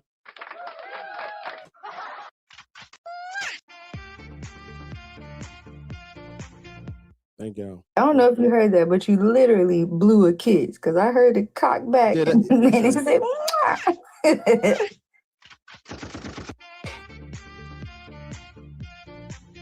Okay, Certified, you can go ahead with what you was about to say.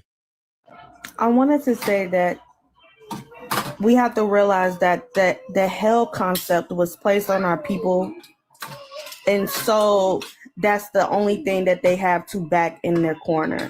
So they come into our lives thinking that they can scare us because that's the only tactic that they have. You know what I'm saying? That's the tactic some of our parents used to get us to go to church. You know what I'm saying? When we were younger. So they have nothing else to talk about, but it's really annoying because if we tell them that we're not scared, they want to keep on pushing it.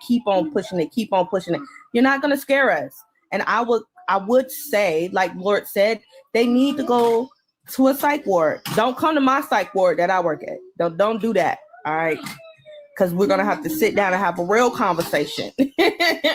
But you go get you some help because all this is fear-based. When I opened up the Quran, the first word I read was how we should fear this particular God. Nobody is fucking scared anymore, man. Cut the fucking bullshit. You calling us cowards, but you're believing in a place that you ain't never seen, you ain't never visit, and the only way you have heard of this concept of this hell is through a fucking book. That's it. But we're scared. You are the weakest link. Goodbye. It's literally like on the second page of my Quran at the top, because the first page is like seven verses. It's seven. The opening is 7 verses, and then the very next surah. This is verse 2. It literally says, "This is the book. In it is guidance, sure, without doubt, to those who fear Allah." Immediately close the book. It's over. I closed the book right there. The book I said, immediately. Man, I'm closing it. What the fuck you mean? Be scared of what? Yeah. Be scared of something that in the real world, it does not help. But the only thing it has to offer is fear. But it can't offer to feed these children. It can't offer to help these women and men who are going through it in their own fucking households. But we're supposed to fear it. We're supposed to be scared. Man, please. Y'all come up with something else. Come up with something else. It's getting old. It literally sounds like the same thing they do with the Bible when they talk about the Holy Spirit and shit. Like, yeah, this is 100% hardcore facts and truth if you're scared of Allah. Like, if you got that fear of the Lord, don't question it. This is true. But don't use your logic. Don't do that. That means you ain't got the fear of the Lord in you. You don't got the Holy Spirit. Same thing. It's weird.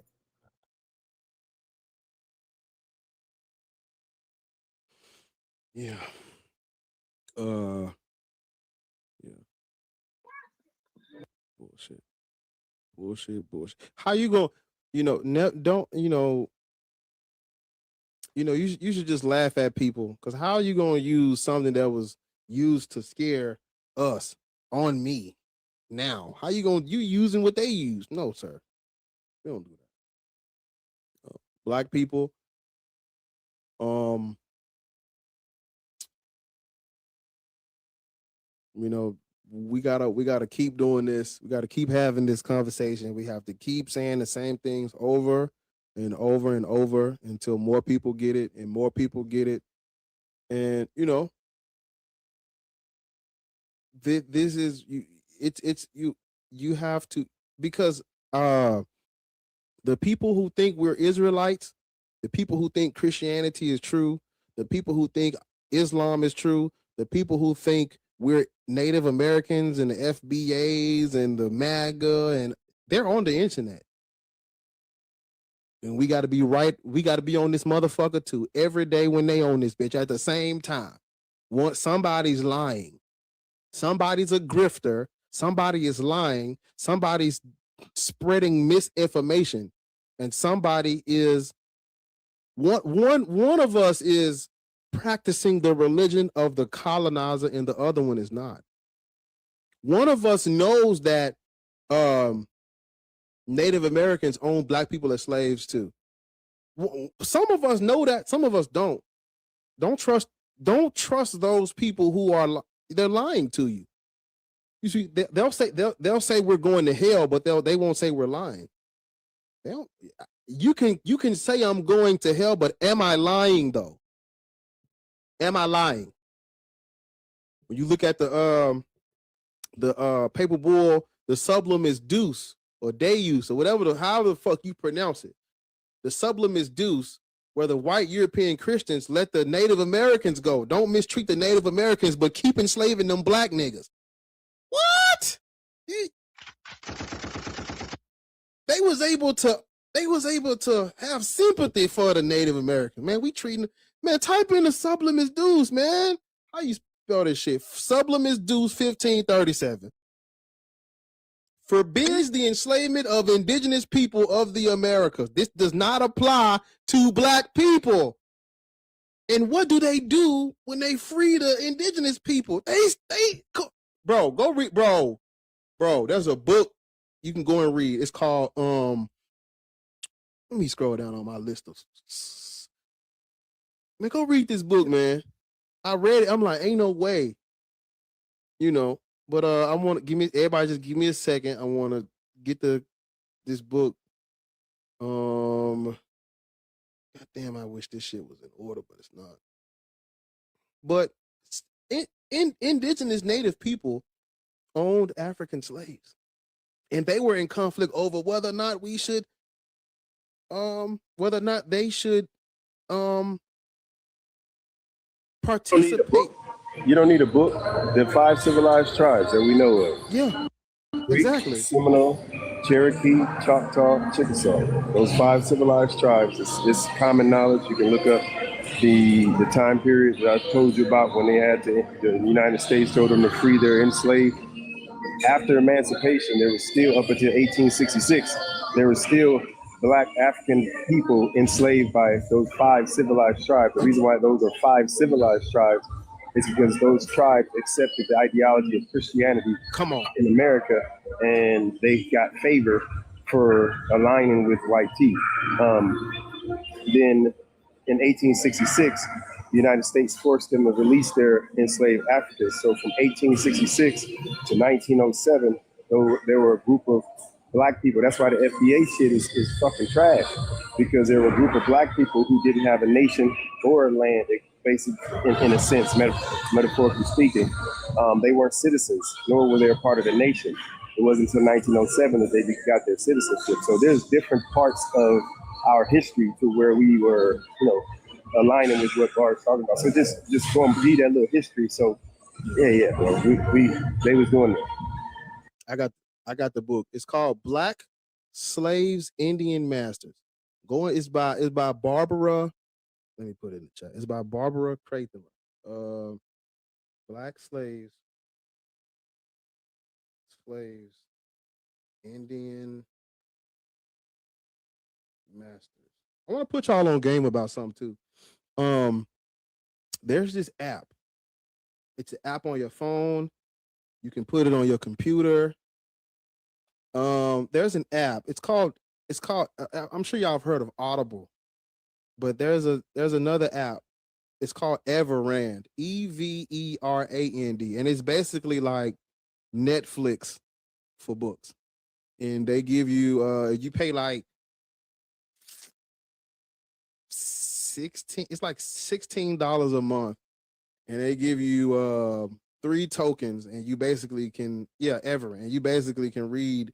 There's a lot of books on here that maybe you don't have the money to buy all 100 of these books today or tomorrow, but you could, for like under $20, you could be caught up on When God Was a Woman is on there. Black AF History is on there. On the Historicity of Jesus is on there. The books about Muhammad is on there. Books about slave trade, miseducation of the Negro, African contributions to African origins of civilization. There's so many books on there. It's called Everand. And it's like, of course, I would always tell people to go and get the physical copy if you can. You know, you want physical copies, but if you want to just get in there real quick, man, go get Everand, man. Everand. Go get it. It's got a lot of the books that I was shocked how many books on here is like, wait a minute, these are actually some fucking bangers. Like, there's a lot of bangers on there. But yeah, if you listen to what Shaka and I was saying, Native Americans owned black slaves. And those 5 civilized tribes, not all Native Americans agreed, but those 5 civilized tribes are the tribes who participated. You don't have to not agree. It's documented. It's in their logs. If a Native American say they don't agree, they're being obtuse because it's in the logs. And the reason why they're called 5 civilized tribes because of it's man, you can Google it. I think it actually comes up on the AI, the overview. Like, the reason they were called 5 civilized tribes is those 5 tribes accepted the white ideology. That includes Christianity. Come on now. That's not hard. Yeah. I'm just going to read y'all a little bit out the book. It says Indians, race, and slavery. It says from the late 18th century through the end of the U.S. Civil War, Choctaw and Chickasaw men and women held people of African descent in slavery. Like their white Southern counterparts, Indians bought, sold, owned, and exploited Black people's labor and reproduction for economic and social gain. Choctaws and Chickasaws purchased slaves, men, women, and children to work on their Mississippi farms and plantations and to serve in their homes. Right? Slaveholders and those who did not own slaves embraced a racial ideology that affirmed Black people's inherent difference and inferiority and thus justified their enslavement, right? Because that's what they did. They, you look at the curse of Ham. You look at how that was used as to say we're descendants of Ham. They justified everything they did with the Bible. They get over here, they colonize and indoctrinate these people to believe the same shit, and now they participate through and through. Even the ones that didn't own slaves held to these racial ideologies that said we are inferior and destined for servitude. And here you motherfuckers come. We was already over here. You're pretending. You're not. Your people are not native to these lands. They're not. And you can't, like what Chaka said, nothing I've said. I like to say things that cannot be refuted type shit.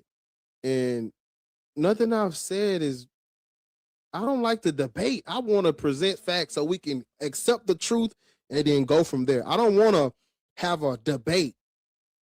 I want to, even if I'm wrong, you tell me I'm wrong. Let's uncover the truth and then let's go with that. That's what I want. I don't want to debate for the sake of conversation. That's not fruitful. Oh, let's have a 2-hour debate on religion. Why? No, there's no reason to have a 2-hour debate about fiction. There's no reason to do that.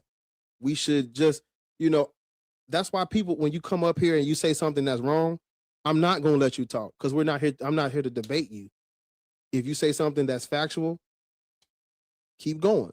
When you say something that's incorrect, we got to stop you because you've said something. You said something that's not true. That's why we do that. They talk about, for the fucking love of every God, they talk about this goddamn Ethiopia shit, and it'll take you 30 seconds to look at the Garima Gospels and how their Gospels is written by the son of a Roman emperor. How did Christianity start in Ethiopia if the Ethiopian Bible is a translation of something that was already written in Koine Greek? Ethiopians didn't speak Greek like that. Nowhere in Africa did they speak Greek like that. That didn't have contact with Europeans. So off rip, we're speaking about a European text, European scripture. Ethiopia, or the kingdom of Axum, their king converted to Christianity first. Signs of imperial religion incoming in 3, 2, 1. The king converted to Christianity first. The king converted to Christianity first, and then it spread. Off rip, we're dealing with an imperial cult, something that did not spread grassroots. They're off rip. But Bar, we have to remember something. When they're using the Ethiopian tactic, that's echo chamber. They didn't actually go read it. They didn't go study it. They didn't actually go look into it. You know what I'm saying? Niggas just spreading the damn word. They spreading the false thing, you know? So that is the problem now. They always say that. That's the first thing that they want to do as Black people to try to hold on this religion, is try to trace it back to Africa as much as possible. And it's not going to work. That's not how it works. Y'all want to claim this Ethiopian shit? Go do the research. Go do it. That's all you have to do. It doesn't, like Bar said, it does not take that long. Y'all so busy passing down echo chambers, and y'all are not looking up the facts. And then once we tell you that's wrong, then y'all want to damn us all to hell. You know what I'm saying? Because y'all backed in the corner. Also, they were like, people don't seem to get, so Judaism or Hebrewism was passed down early on, but that was due to a cultural exchange. So it had to do with marrying people. That's it. Well, bottom line, the book says inspired by. Ain't no God never wrote or said none of it. Not one bit of it. How old are you, and what is your 47. Is somebody playing music? Oh, my bad. Sound like you at the disco, bro. But yeah, so how old are you, and what is your religious affiliation or indoctrination today? I grew up as a Baptist. You know, my granddad was a preacher. My family, they look at me like Satan or something, you know. I'm like, bro, none of that stuff is real. You can't prove any of it. Yeah. And to say that God said that stuff, and now I'm like, how can you prove it? It says inspired by. I mean, it literally tells you that. So that means that nobody wrote or said nothing. They can't prove it. I mean, story should have ended right there, right? Well, it should have ended. It should have ended when it said in the beginning, God created the heavens and the earth, and he made humans of the dust. Off rip, we're dealing with mythology, right? Because all life on this fucking planet evolved from single cell organisms. Every single living creature on this planet evolved from single celled organisms. That means every single creation story where there's talking about a God blew some air and hot breath and dust and mud, it's all that's lies. It's false. Like, get out of here. Off rip, we're dealing with lies. Oh, the bad. Even if it's not intentional, it's fiction. Off rip. So now we got to get rid of every last, because ain't nothing wrong with us. Ain't nothing wrong with us admiring mythology, the stories and the folklore of it. Ain't nothing wrong with that. But there is something wrong with taking it as truth. No, don't do that. No, yeah. And the fourth So day. what are you now? I'm just me. You just you. Yeah, just me. Do you believe in God or? No, nothing. We got what we know now. We can comprehend if it was an actual God that operates outside of reality or operate. Nothing. But see, I see what you're saying. But what you just said, it made me think about something where it says it operates outside of reality. Gods didn't do that back then. That God didn't see. Right. This is all new Judeo-Christian shit. God operating outside of time, and gods were coming down, jaywalking, sending a plague, thunderstorms, and graping they had women. Imagery. Gods had faces, and Thor had a hammer. Yeah, they personified it into a being. Odin had an eye patch. That nigga had an eye missing. You know what I'm saying? Yahweh was a little statue. Don't forget Zeus and the lightning bolt. Come on, man. Yeah, These gods had imagery. Now that's Yahweh too. All of a sudden, growing up, I wanted to throw a lightning bolt. Now all of a sudden, God is immaterial outside of space. Huh? I know. It's sad, man. They had statues of their gods back then. So where do we get this outside of time and space? That's that philosophical monotheism bullshit I was talking about earlier. Yeah. God is out. No, the fuck he ain't. Gods are men, dead white men in the sky. That's it. See, they had to change to that for the simple fact that they say that they see that we're not catching the bait. So they have to try to relate in some kind of way to try to indoctrinate us back into what they want to believe. It's strategic. That was God on earth, Empress. That's what that was for. You had to make a Jesus character. You had to make these people that so-called walk the earth that we still didn't see. You had to make those individuals because now you knew people were, because you had philosophers like Lucretius or whatever, however you say his name. This is guy named Lucretius or whatever. He was in them days when it was illegal to talk against anything. He was recorded as saying, man, this shit ain't real. A European white dude. He was like, this ain't real. Like, y'all tripping. This stuff is not going to happen. You weren't the only one. All those Greek philosophers figured that stuff out. There's a guy. His name is Euhemerus. And this is 4th century BC. This is if you know how the dates work, BC counts down and then CE counts up. This is 4th century, the 300s BC. He was a Greek mythographer, and he said that mythological gods were actually historical moral kings or heroes who were deified by people over time. Your great uncle passed away, and now we done came up with a whole mythology. even people back then questioned the existence of all this stuff, or they was thinking it was made up. But it's like you give these people, if you allow any type of if you allow any type of internal hypothetical, there you go.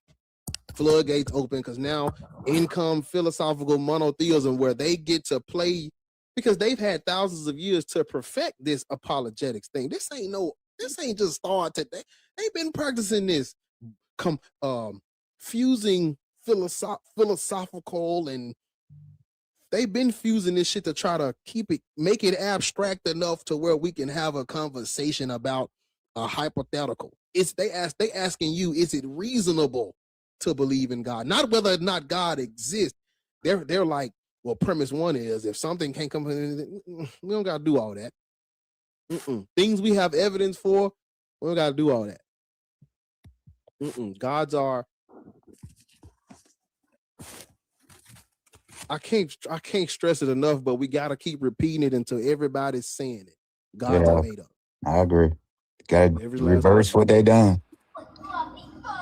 I wanted to say this, like niggas can't even die normally anymore. You know what I'm saying? We can't die normal.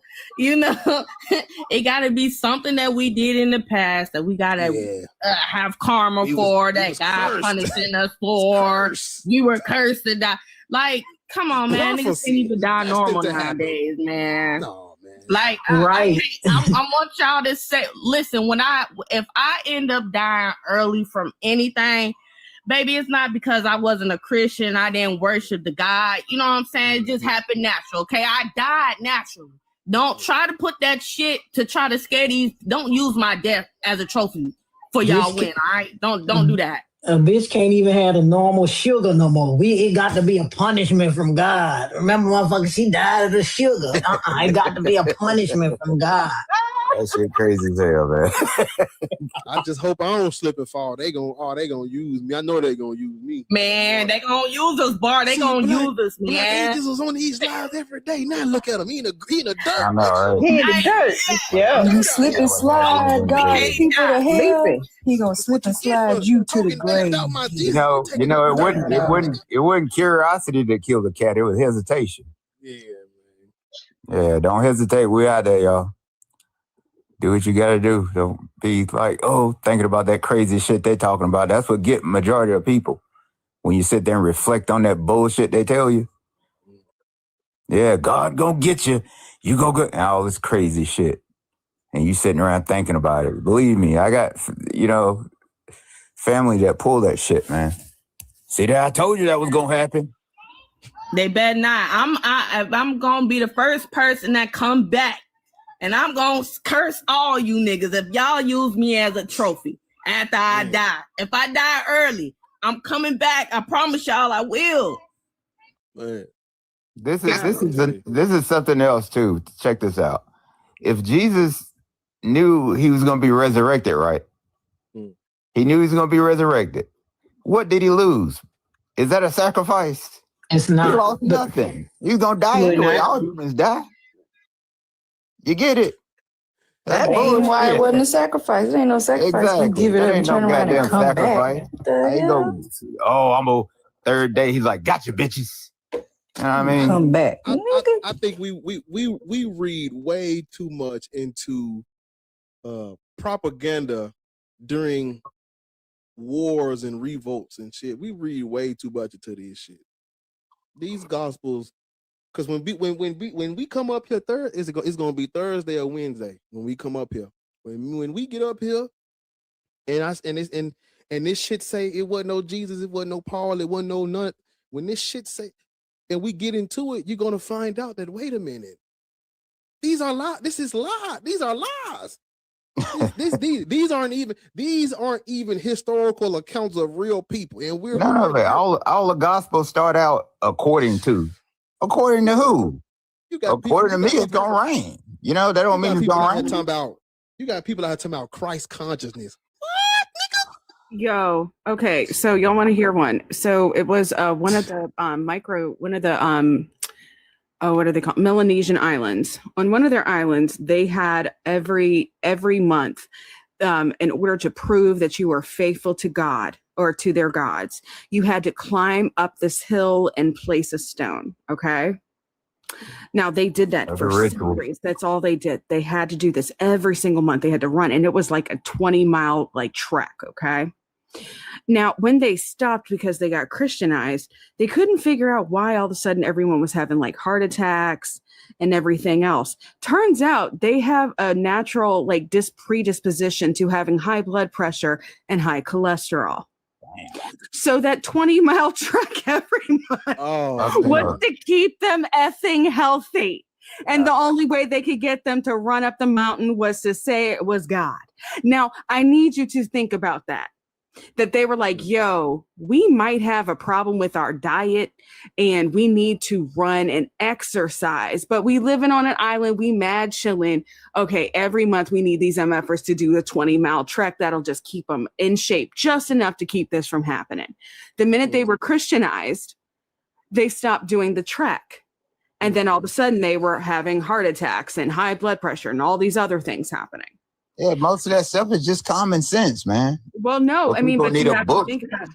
But But see, again, a lot of this stuff is a lot of the that's why I was telling people, just because the mythology and stuff ain't real, that don't mean it didn't have its utility. Like what you Right. saying, like this stuff was tied to people's cultures, where they was like, bitches is fat. Y'all need to run. Like it comes Christianity demonizing everybody's way of life and culture because it ain't Christian, it ain't right. Now Big as a motherfuckers- house, demonizing people. But no, but it gets even crazier when we think about like the whole idea of like wearing like burqa, hijab, cloistering, like the nun gear, all the covering of the head and hair, right? Now, historically speaking, that has absolutely zero to do with anything other than war. So the belief of cloistering women, which, you know, keeping them into like a harem, a location and nunnery, any of that stuff, and always covering them having to be modestly dressed, has to do with the fact that the areas where that was most prevalent were areas where they had consistent warfare. And what is the first crime of war? Grape. So they thought if you can't see them or they're all shuttered together, they're safer. So in order to force women to not be participatory and not to, you know, be out in public, you made it about God. So they said, God said women had to be covered. That's God how said the that you had to Bible. be together. It has Thank you. nothing to do with any of that. It literally predates all of that and has everything to do with locations where women are most covered, are locations where they had the most warfare and most invading forces. That is it. Because when you go into like most parts of West Central Africa and Southern Africa, people weren't wearing clothes like that. They weren't covered up. They would wear something over their head, of course, because sunshine, but you weren't covered completely because, again, there wasn't an endemic, like massive amounts of warfare and invading forces on a regular basis. So all of these things have everything to do with what happened there. That's why I always point out their God is a war god. And of course, war gods, especially in places where they don't have what? Resources. You become hoarders of wealth, hoarders of resources, and from everybody else. And you have to have hierarchy in order to maintain control. That's it. That's why that shit doesn't translate in most places. Like, because it'd be like, why? That sounds dumb as hell. If I don't like the king, I'm just going to fight that nigga and I'm going to take his spot, right? Because that's what most places did. Or he seems dumb. Yeah, let's just take his ass out so we can put someone smart up in there. Not, oh, God dictated that this is the magic uterus that I implanted a child in and that will be the ruler. Your ruler is dribbling and can't say words. That's another thing. Why didn't Jesus ever write nothing? He didn't exist. Was he illiterate? It wasn't a real person. He wasn't real. Yeah, ain't that suspicious? Jesus ain't write nothing for the same reason why Uncle Ben ain't wrote nothing. He ain't Yeah. Why But there's more Peter proof of Parker ain't Uncle wrote nothing Ben. about him being Spider-Man because he's not real. Right. Or a god. A god can create a whole universe but can't write. What kind of shit is that? But user, I'm gonna make room because we all friendlies up here. Let me make some room, bro. All right, bro. All right, family. Yeah. Let me see. I gotta use the restroom. I need two of y'all. Let's try to make some room for the demonic. I'll go ahead and drop. I'm about to say I'm finna drop too. I'm finna take a nap. I'm finna take a nap, you know, because Black people deserve rest. Get your nap in. Amen. I'm about to use the restroom, so I'll be right back. Thank y'all for having me. I'll see y'all later. Hi, Empress. I wish I could take a nap because if I take a nap right now, I'm gonna be asleep for about 12 hours, girl. It'll be 1 o'clock in the morning. Wake up tomorrow. What the Exactly. I just want to ask y'all something. Do you think, like, hear me out? Like, have y'all ever read Parable of the Sower or Parable of the Talents? Yeah. Okay, so hear me out. Hear me out. Okay. Like, I'm not saying I would start a new religion. I'm just saying if we needed to, in order to undoctrinate Black folk from this Jebus character and all these Abrahamic faiths, I think that God that's in that book is pretty good because their God is change. And change is the only thing that's actually proof that you can prove change. It has no real power. You don't worship it. You don't praise it. It just exists. Like, I'm just saying, if we needed to start a church to undoctrinate people, I would go with that one, just because I believe in ripping off the system personally. And I think that would be a good way to finance it. Because how many people could we really reconvert if we said, no, God has changed? What? God has changed. So what do we do? You don't worship change. You just accept change happens and then you move on. That just I agree with like dismantling this one, but I feel like the same thing that happened with the ones that we do have, like it would just take on a life of its own. And then there would be like, yeah, it's change, but change can't identify the this and the that. And then when you add the and the unmoved mover, like they still would find a way. I feel like we just need to, but like the church is the first problem. Like we don't need this place to gather and learn that we need to unlearn Jesus. I don't know. Like I get what you're saying because I remember the story, but I feel like that is something we should introduce, like change, but I don't think we should replace this God with like, no, God is this. God is change. Like, no, God doesn't exist. We know change does. Let's focus on, we can't stay right here. Somebody was talking about this the other day.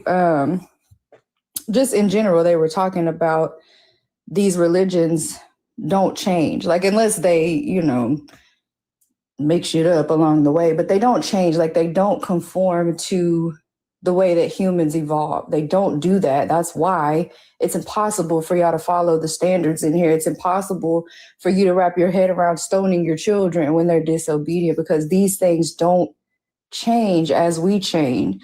So I don't know, like I agree with change, but I don't know if I would necessarily think like starting a church about it would help at all. Like it would just replace because they would find a way, you know what I mean, to like religiousize it and make it this deity still, and like, yeah, but change watches over us, and if we pray to change, we'll get the good kind of change. Like, I don't know, people are weird. So I know. And see, that's why I was like thinking like, okay, so I'm just I believe we should rip off the system a lot. And I think that if we were to start like churches that are based in education and unlearning, right? But we get the tax write-off, we can also address the whole issue with kids not being able to read. We could also address the issue of people not, knowing math and introducing them to new stuff. Specifically by college, you see, because I believe in the best way to destroy the system is to use it and show how stupid it is.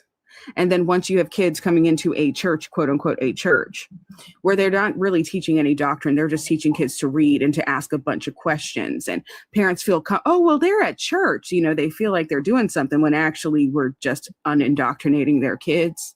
Yeah. That would be like how I would play it, just because we do have to focus on the most recent group of kids coming up. I mean, honestly, even if there was like, because, people are going to rebel against it if it is advertised as unchurch, or anything like that.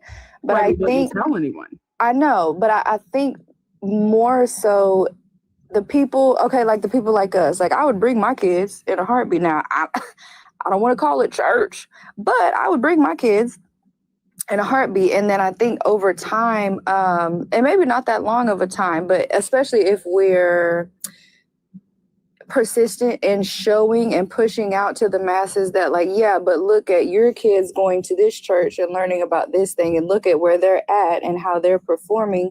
But look at these kids over here that are going to this place instead, and look at their levels and their literacy, and they're able to do these things at a higher level. And so maybe then we would be able to push the change. But I don't know, I feel like tricking people into, and I know you're not saying it in those words, but like I feel like calling it church and like tricking people. Like it would just cause more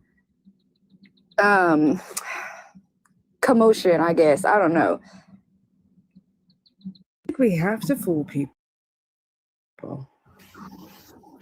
Like the level of indoctrination that is in our community, the level of like psychosis that like religious psychosis that exists, it's almost like we do have to use covert methods to basically usurp this shit. I think there's like a line. Sorry, I ran out of my medicine. No, I'm sorry. I know I'm. No, I know the feeling, dude. Mine is about to wear down. That's why. Like, because if I don't say it, it is gonna flee. But yeah, I feel like there is. Fuck! I told you. Hold on, it's gonna come back. I'm gonna get it. Hold on.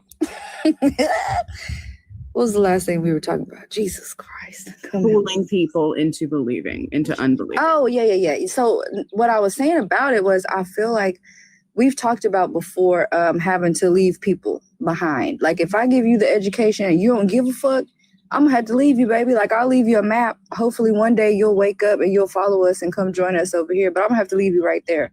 So I feel like there is like a middle ground somewhere between like slipping things in, you know, and like maybe waking people up against their will. But I also think, because my line of thought with the way that I was presenting it was like, maybe the people who care and the people who are intelligent enough to want the better results, they will see that this works better. Maybe we should do that instead of church. Like maybe we should do that every week instead of this, because this ain't getting us no results. This isn't helping us. But when we go to this building and the kids go in that class and they learn how to read, and the adults go to this class and they get financial literacy and all these other things, that's helping us. And then they would choose on their own, you know, to come over there. And if they don't, bitch, I'm gonna have to leave you right there. Keep going to church then. I don't know what to tell you. Like, that means you don't need to be over here with us anyways, because you're not making great decisions. I'm going to say this.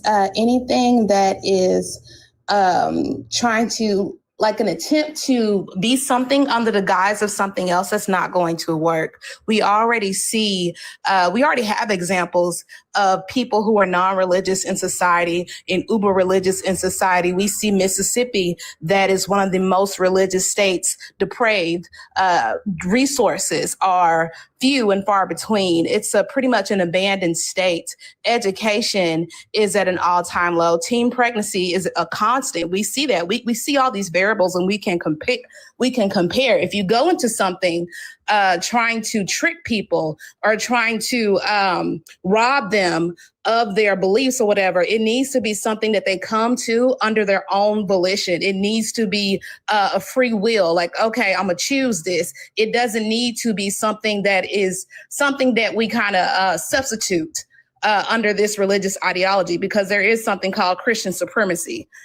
Christians believe they have a divine right or duty to dominate society. So if we trick them, we're just going to play into their propaganda. Like, look at what these people are doing. Look at how they're corrupting our children. Look at, all that shit. It's going to be detrimental. It's going to be chaos. So people have to act under their own free will, under their own ambition, under their own intuition, and come to this this information, come to this knowledge. We're not a monolithic people. None of us are. So we should give people this, the choice to come to these institutions. Not, oh, I'm gonna trick you. We gonna, bring your kids here. We're gonna, not indoctrinate your kids, and we're gonna help them see. No, that's crazy.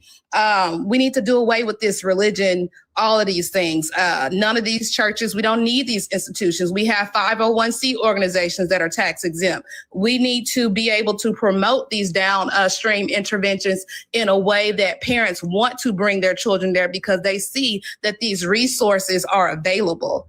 Not this, oh, we gonna trick your ass.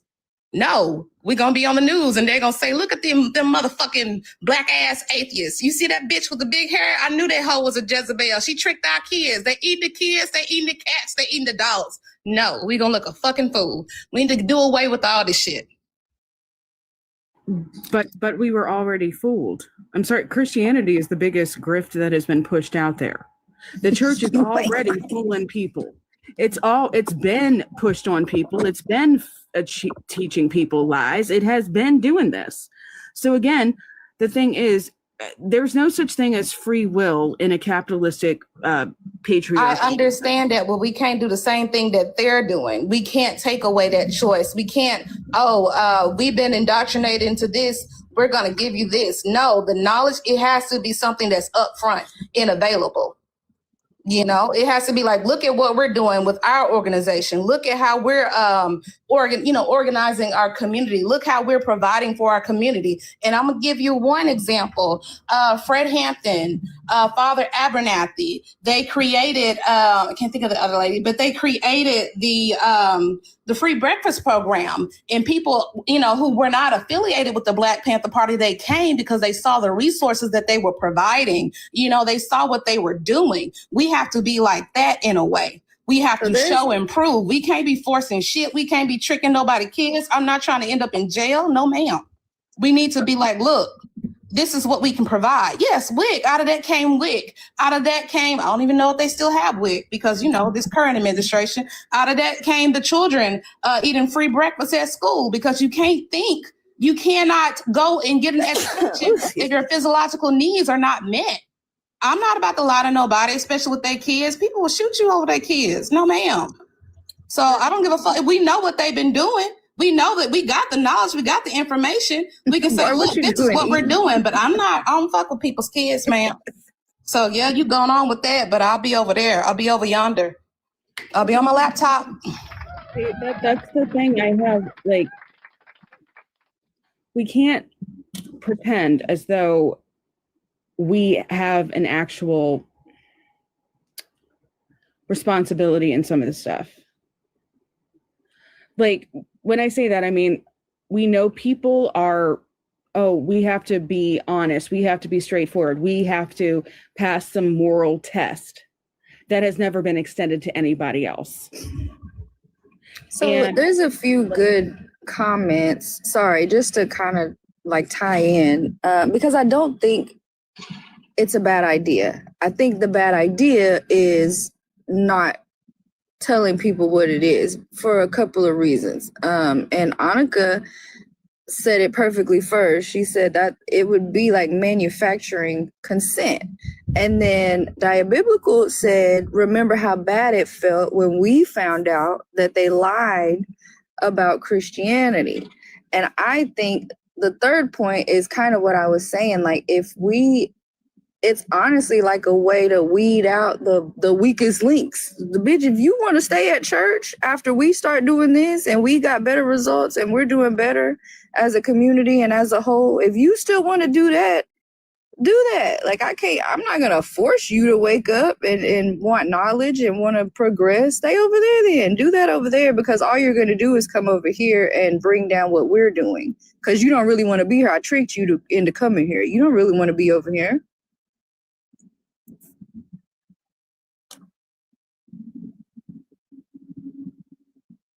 I can understand that. I just feel like I think what you're saying would be more like if we were targeting them, that's different. But if we're talking about lifting up our community and our people, there's no reason for me to trick you into it. I don't need to lie to you because they lied to us. I don't need to do that. If you want to come over here and do this thing, come over here and do this thing. If you don't, you want to stay over there and do that, stay over there and do that then. But we are going to go over here and we're going to talk about real history and real knowledge and education and all the things that we can do to build us up and put us in a better position. If you don't want to come, you ain't got to come. That's exactly it, Ariel, because if you understand human behavior in the human mind, sometimes betrayal, institutional betrayal, that's a trauma response for people. They'll come back and be like, look, see, they're no better than the Christians. They're lying to us. They're doing this. And then we have little small cults uprising, and they're trying to attack us. That's just chaos. You're being a chaos agent to the community instead of saying, look at what we can provide. This is our mission statement. This is what we can provide. These are our shareholders. This is what we got going on. Being upfront, because nobody wants to be lied to. Like, no, that's not, I don't want to be lied to. I don't want to example off, my oppressors. I don't want to be like them. I don't want their old money. I don't want their habits, all that shit. I don't want nothing. I don't want to look like them. I don't want that shit. It's toxic. It's poisonous to us as a people collectively. So why in the hell would I want to mimic that shit? I don't want that shit. I'm not lying to nobody. I'm being upfront. Look, this is what we can do. These are our checks and balances. These are our board of directors. This is what we got going on. Not bringing kids here. We're going to, teach them that and teach them that. And then next thing you know, somebody got you in a headlock, not me, because I got the peace that passes all understanding.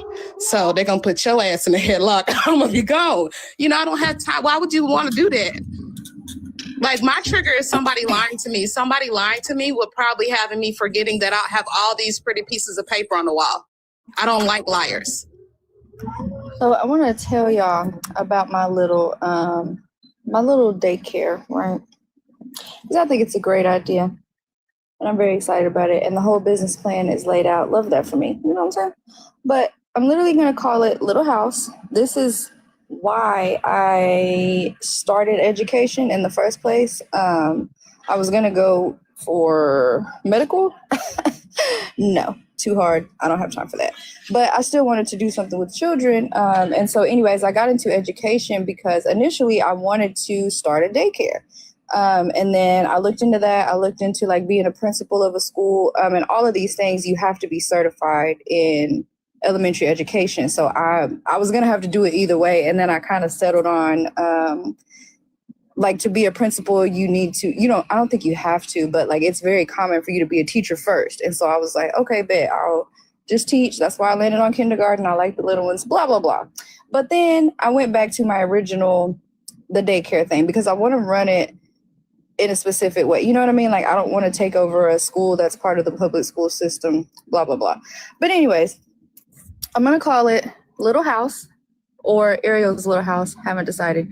But the idea is that when the kids come, it's not like, come in here, we're going to eat a snack, we're going to take a nap, I'm going to let y'all play for a little bit. Like, obviously, they're still kids, but I want it to be set up where we go through a day. You know what I mean? Like, we wash clothes. I teach y'all how to wash dishes. We're going to learn how to cook. I want to have animals in the back. Like, let's go feed the chickens. Let's go feed the goats. Let's go, do the whole thing. And I want to plant. I want to garden. I want to teach y'all about the fucking region that we live in and the time of year that you need to plant, blah, blah, blah. Like, obviously on a child level, but I want it to be more, I want to raise up little adults that will be better people. Like, that is my main thing with my kids. Because listen, don't get me wrong, I hate a man. Sorry, Bar, I hate y'all motherfuckers. Listen, hate to see a man coming, and wouldn't you know it, I got 3 sons. Ain't that a bitch?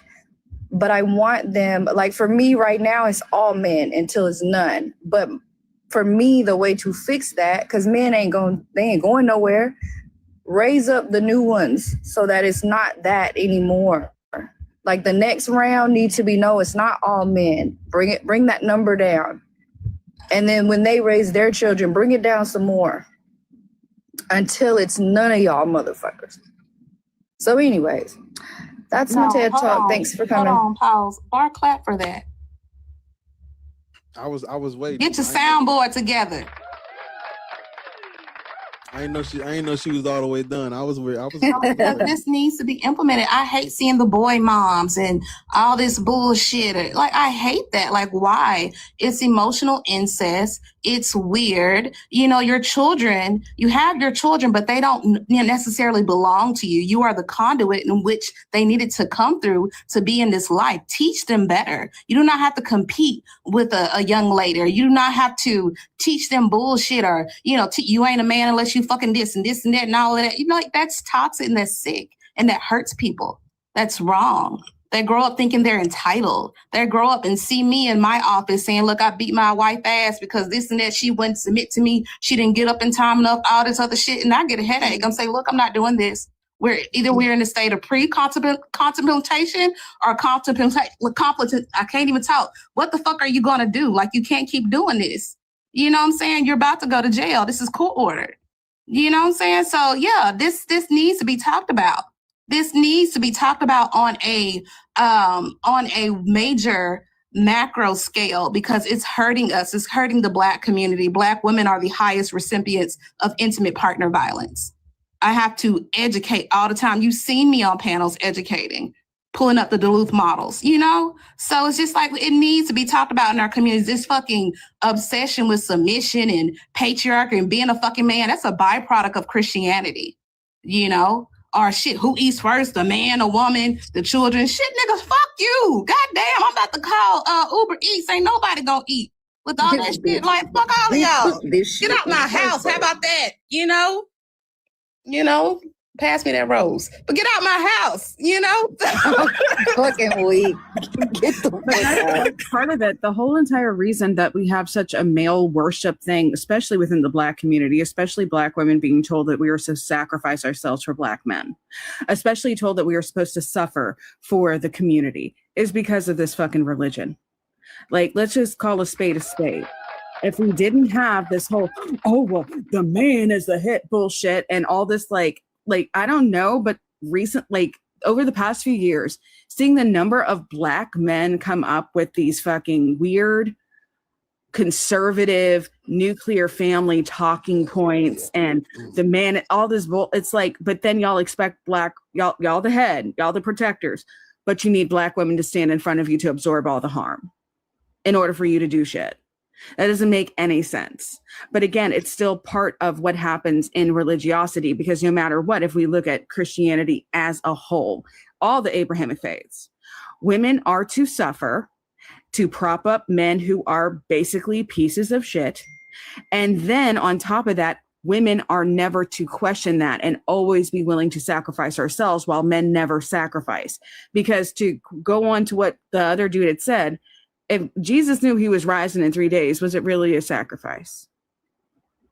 If all these things, if they all knew it wasn't really going to go down, then was it really a sacrifice? The only person who sacrificed in that whole entire equation was Mary. And that's because she was SA'd at like 13, forced to birth a kid.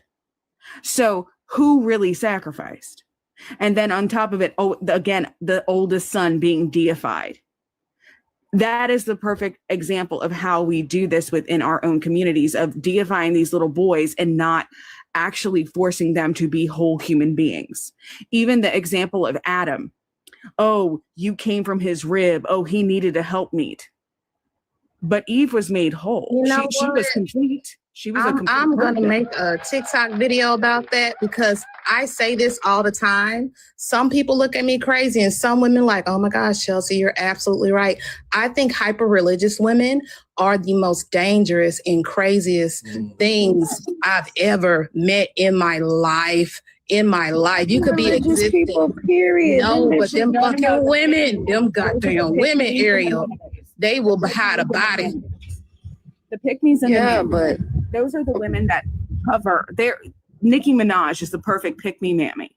We don't want to talk about her. But let's put it in here. She sat there. She hid the fact that she was paying for her brother, who is a P3DO, who was essaying his stepdaughter. She knew all about it, but said the little girl asked for it.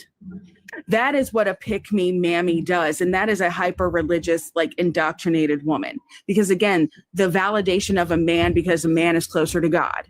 The belief that you need this man because he is going to give you, all of that is the only way you're whole is if you have a man. Yeah. However, that's all of this. That is how this religion allows for child predatory behavior to continue. Because they've told you, biblically speaking, it's God, man, woman, child. Exactly. Hierarchical. That's why I said what I said, Chelsea, because I think it's like KJR just said, you got these situations, and like you said, like you got these situations where she'll hide a body, but who killed that motherfucker? That man that been out here unalive and touching kids and doing all kind of shit. And then at the end, when he done, and when he finally start feeling bad and that weight be on his shoulder, now you hyper religious because nobody else is gonna forgive you. You don't tell nobody else all that shit, but you think God knows what you did. You go hyper religion because that's your only fucking saving grace, motherfucker. That's the only person that might be able to help you at the end. I'm gonna say this. D number 888 said, is it wrong for men and women to have relationships? No, I am hopelessly heterosexual. I like the smell of men, but I don't want a man to think because his idea is him lording over a woman. Like, I have to submit to him. I have to debase myself to be with him. What's wrong is the idea, the premise of these relationships, the ideal that women are beneath the man, the idea that women are just merely a man's helpmate. Like, they're not multidimensional beings. A woman is just there to pop out babies, cook, be pretty, and get popped on the ass. No, I want to be able to talk and confer and to be guided. And when he needs support, we're going to support each other. I'm going to support him. Like, I'm a person, like, I'm a human. So it's not wrong. It's just the idea of relationships that we have been fed globally is toxic, is disgusting, it's not helping us. It's wrong. And a lot of times, a lot of people who have been disenfranchised for so long, they look to lord over something because in their everyday waking life, they are being lorded over. So that's why you got a whole bunch of shit in our community going on. The problem is, I'm not sure why Lyrian is asking this question. Bitch, you've been here before. You've been in multiple of our atheist lives. I don't know what you're doing, you stupid motherfucker. You've been here before with that dumbass fucking suit hoe. You don't think we recognize your PFP? Stop trying to pretend like you don't know where the fuck you are. Stop trying to pretend you don't know where you are.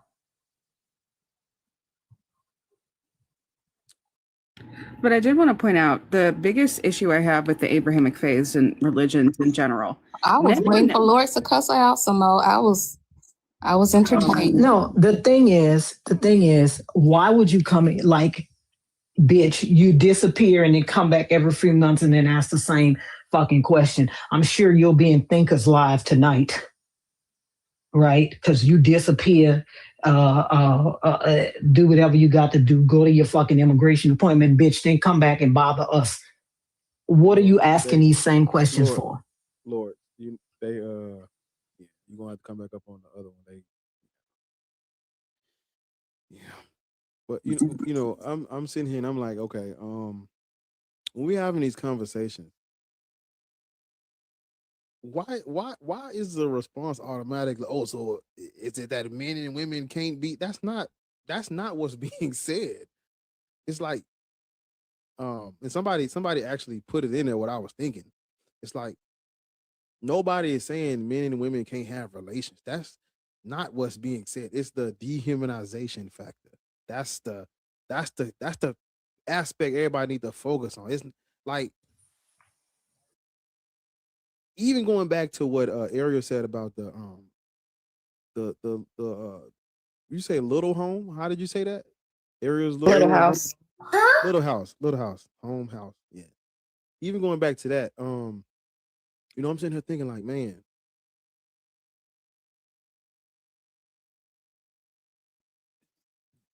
young men and young women, and all of this ties in together with what KGR was saying. It's like this religion has really did a number on all of us to the point where we need a little house, need a little home. We need someone doing things like that because we can't go back in time, but we can do our best to help the generations that's coming so they don't be like the people that came before us with all the misogyny and have a separated had a separated by 5, and a woman is a helpmeet maid, and like I try to tell people in my real life, like, there's no greater feeling than, man, cooking my own food, washing my own clothes and shit. Like, damn, like, why would you want to I need a woman for that? No, you don't. Who told you that? No, you don't. Like, learn how to cook for you. Do you know how to survive on your own? What would you do if you didn't have a woman? Would you be able to cook your own food? Can you? Do you know that do you know how to separate the darkies from the whites? You know, Exactly. you don't wash the But that's the whole you don't wash point. the red shirt. Now your socks. Yeah, Do you with the white towels. What are you doing? Why are you washing towels and clothes at the same time? Come on. No, but Come on, the man. worst part is it's the Hey, Bosh. infantilization. I just wanted to say thanks for having me. I gotta go, but thanks for having me up. I appreciate all of y'all. I appreciate all the knowledge, all the good information, everything. Thank y'all. Hey, Drea. Hey, how are you? Good. Oh, well, shit, I'm going back and forth to this office down the street. I don't really like them people. Like, oh, I can do this at home and skedaddle. But yeah, I have a couple of book recommendations for you. I'm going to put them in your inbox. Okay, I appreciate it. Thank you. Bye, you guys. Bye. Bye. Yeah, that's literally the whole point. Like, everybody gonna do everything. I want the girls and the boys washing dishes, washing clothes. I want the girls and the boys outside building the chicken coops and picking up the everything. We can gather the eggs, gather the food, feed the goats, feed the cows, whatever we got right there. But like, I want it to be self-sustaining humans. Like, I want you to learn how to take care of yourself. That's all. We don't have boy roles and girl roles and shit and all. Fuck around and have a guest mechanic. You just show us how to change. But it's daycare. You know what I mean? These are babies. But I just want to instill in them that you can learn things on your own. You can take care of things, not because you're a girl, not because you're a boy. No, learn how to do everything. Cause see, growing up, I'm the oldest of 5, and so I made it everybody's socks. I got everybody to school clothes out. I earned everybody clothes. I took the trash out, washed the dishes, fought off the bullies, walked my little sister to school, help my brothers with their homework. You gotta be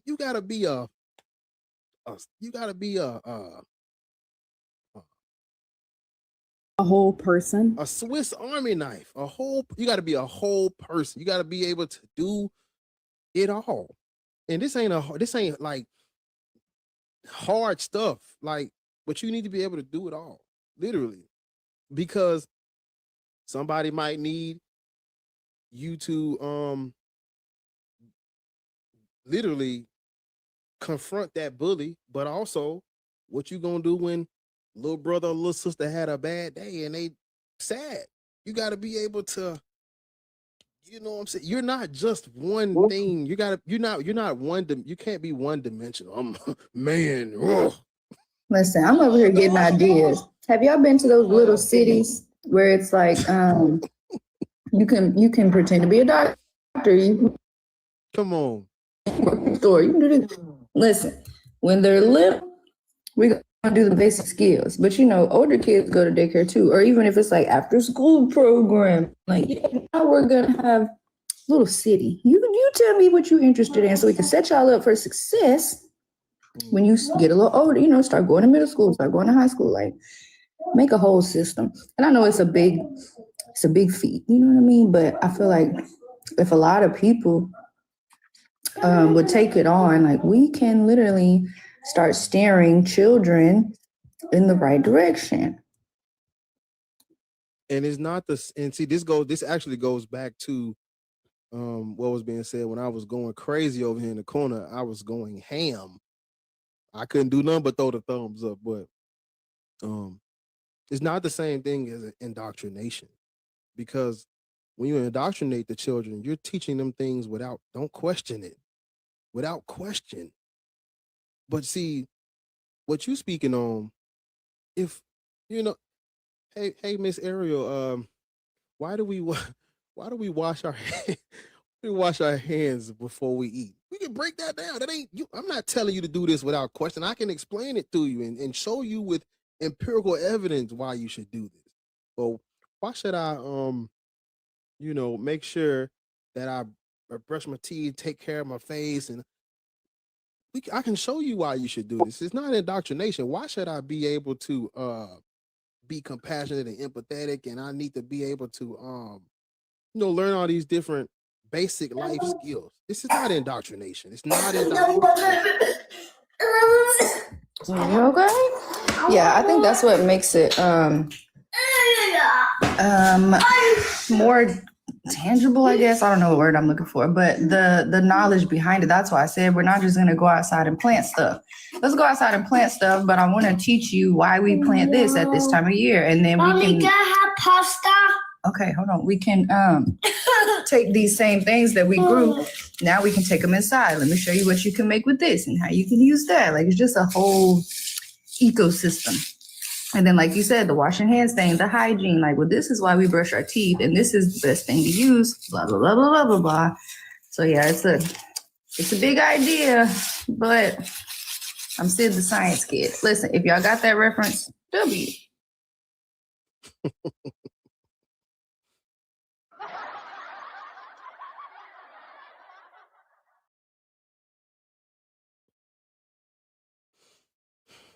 There was two people in the requesting. I don't know if they still there, but I thought I accepted. I don't know. But yeah, every journey begins with a single step. It starts with things like this. Just having, before we can do anything, we gotta at least say the shit out loud. And somebody tell me the truth. At least, damn, we gotta at least have the conversation, and then things build up, platforms grow, and we expand, and different things come about. Rome, I hate, the cliche, Rome wasn't built in a day, but it starts with it starts with just addressing that's why we really don't even have time to even entertain biblical stories, because it's not even truth.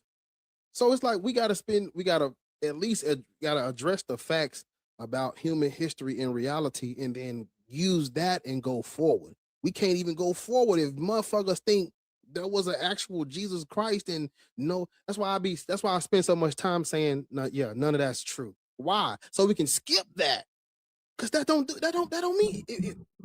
But we see it all the time. Like, even me talking about it, getting feedback from it, just kind of, throw some coals on that fire, keep it going. That's what I'm saying. And then I feel like this community, funny enough, because of what you're talking about, will be the first ones to help me put it into action. And any of us, we see it time and time again. Anytime anybody has anything going on, what do you need? How can we help? Blah, blah, not thoughts and prayers and shit. And I'm going to tell the congregation about it. So no, we need to do it now. We need some actual tangible help. I need ideas. I need resources and shit. Like, skip all it. Because can you imagine me wasting fucking time praying and singing about it when we could be setting up these systems to put in place to help push the society forward? Like, it just is a waste of energy and a waste of time.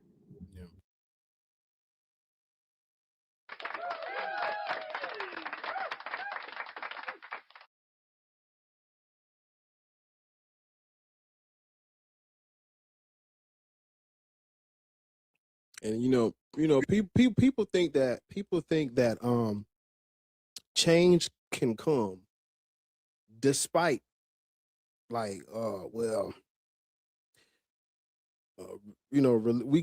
can put our differences aside. And I'm like, they can't. No, they can't. What these black folks are, these black people are saying they're Christian for they black. That's not a difference of opinion. You're putting the colonizers' imperial religion that he forced on you before the people you're trying to help.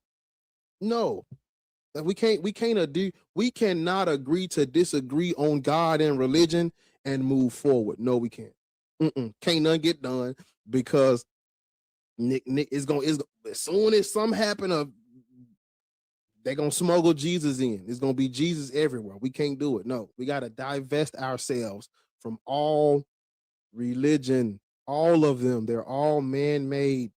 They're all man-made. Look, because it's gonna be your fault as soon as something go wrong. See, you done brought the devil in here. Exactly. Now we talking about the devil again. Cause see, there's denomination. Man, let me sit up in my mother. Hold up. Let me sit up in my goddamn chair. There's denominations of Christianity. It ain't even there isn't an universal dogma. The dogma ain't even universal. How the fuck is we gonna unite despite chaos? This weird ass. I mean, the Bible has stories about unaliving women who are not virgins on their wedding night. You want to agree to disagree on that? No. If we are trying to get rid of misogyny, how do we organize despite a religion built on misogyny? How do we? No, you can't. If we're trying to get rid of racism, how do we organize despite differences on a religion built on colonialism? The Old Testament is instructions for the Israelites to take land because they're the chosen people. That's colonialism. And you want to let's agree to disagree on this colonization over here. And we're gonna try to organize despite it. No, can't do it. Because what are you and I gonna do when it's time to address Deuteronomy 20? What are we going to do when it's time to address Exodus 21? What are we going to do when it's time to address the sick and twisted shit in the, what are we going to do? One of us is going to have to play backs. One of us is going to have to play the background and play the back seat so that somebody's feelings don't get hurt. No, we don't have time for that. We need to divest ourselves from all religions and move forward. Literally. I just want to know why Satan keeps catching strays. Like, I'm just going to point it out. Satan never did nothing. Technically speaking, Satan never did anything that God didn't tell him to do.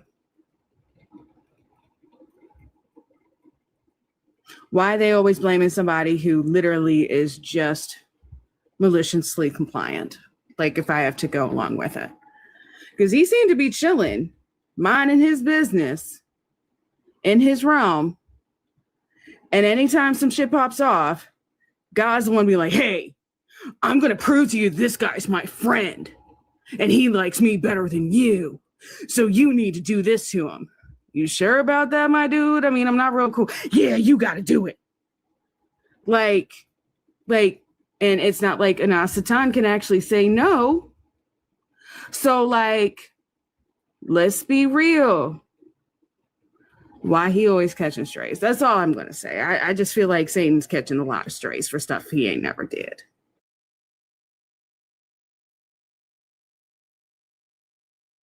Because I just think that God is like, if we're going to be real, if we're going to go by their religion, God's a sadist, and he's kind of a dick.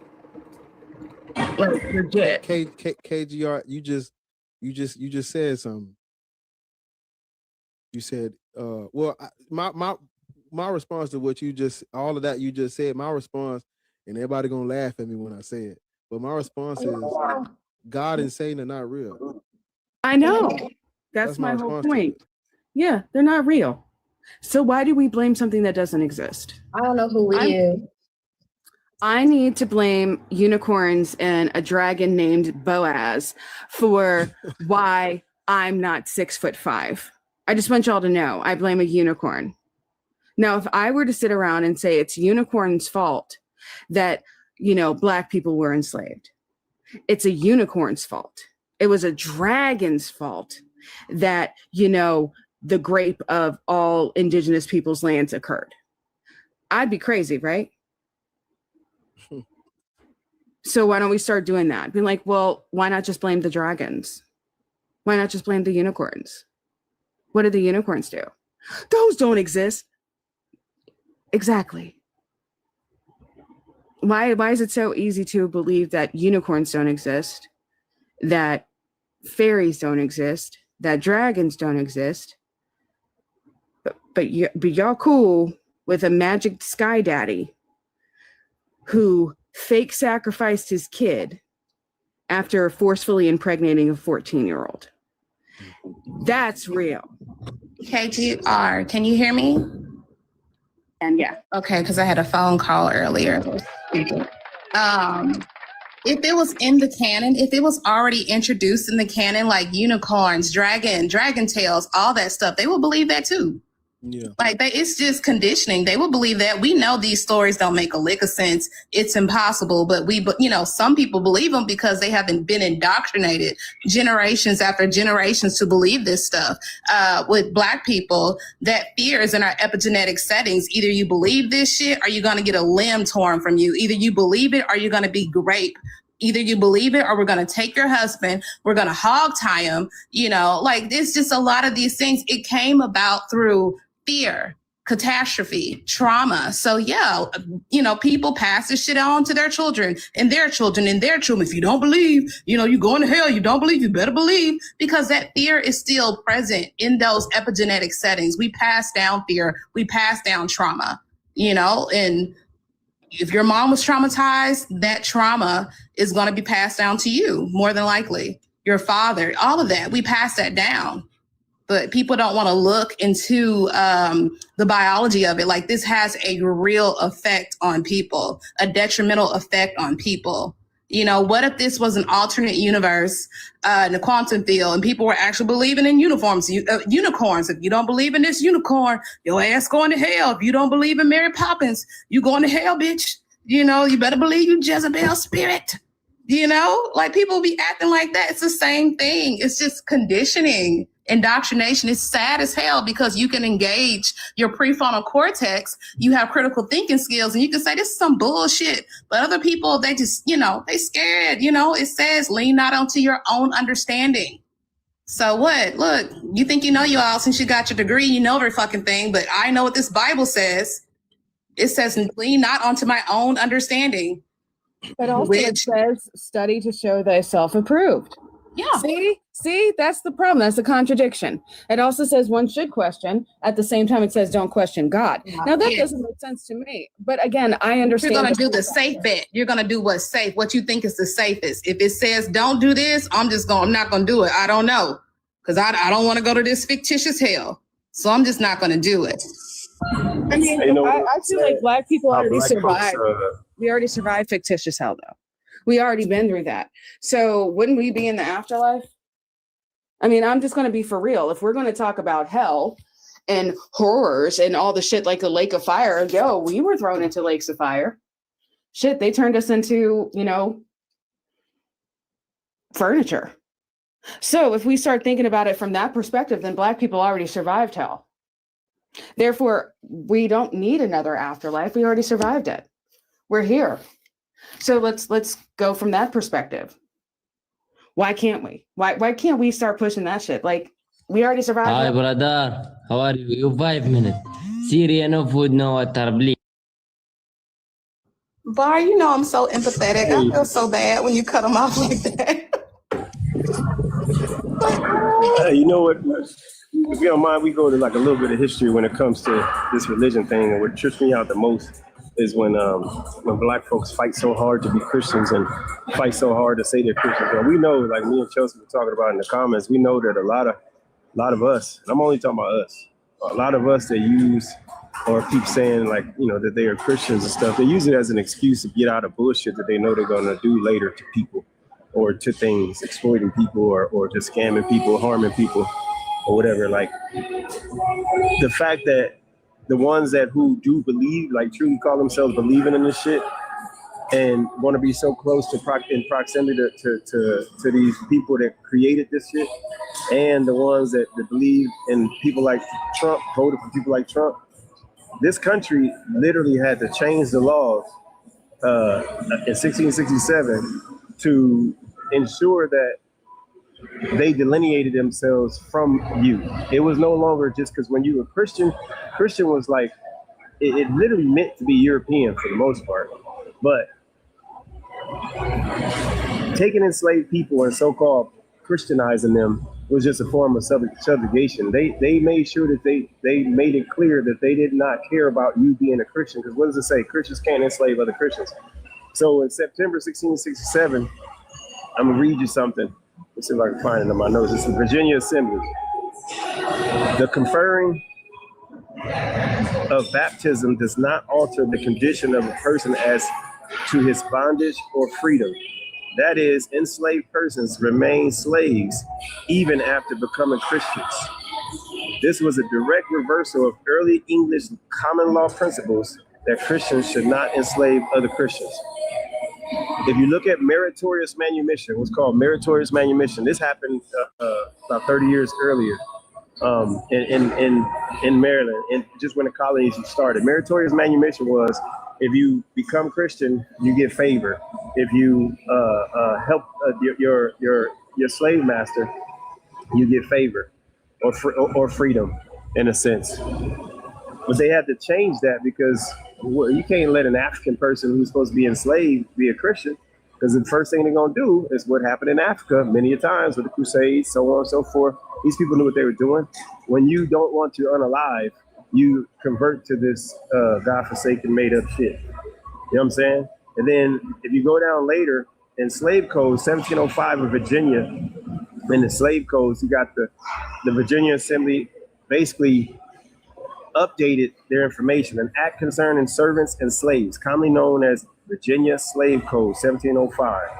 Here's a word from it. All servants imported and brought into this country who are not Christians in their native countries shall be accounted and be slaves, notwithstanding a conversion to Christianity afterward. This language like explicitly confirmed that statute in 1667, what it started with, being Christian did not change as an enslaved Africans, change the enslaved Africans' legal status, bro. And all this happened. Also, they doubled down on it with Baker's Rebellion, when they made sure that poor whites and enslaved Africans will never team up again. So all y'all that be saying you know history, black folks that be saying you know history, no, you don't. And the ones, your FBAs that be saying you love this country, that's why I don't trust you. Like, you can't love this country when this country was made off of Roman, Justinian code and Roman law to enslave you, and enslave you through oppressing your mind. The strongest weapon in the hands of the oppressor is the minds of the oppressed. That shit ain't just a rhyme. That shit is real.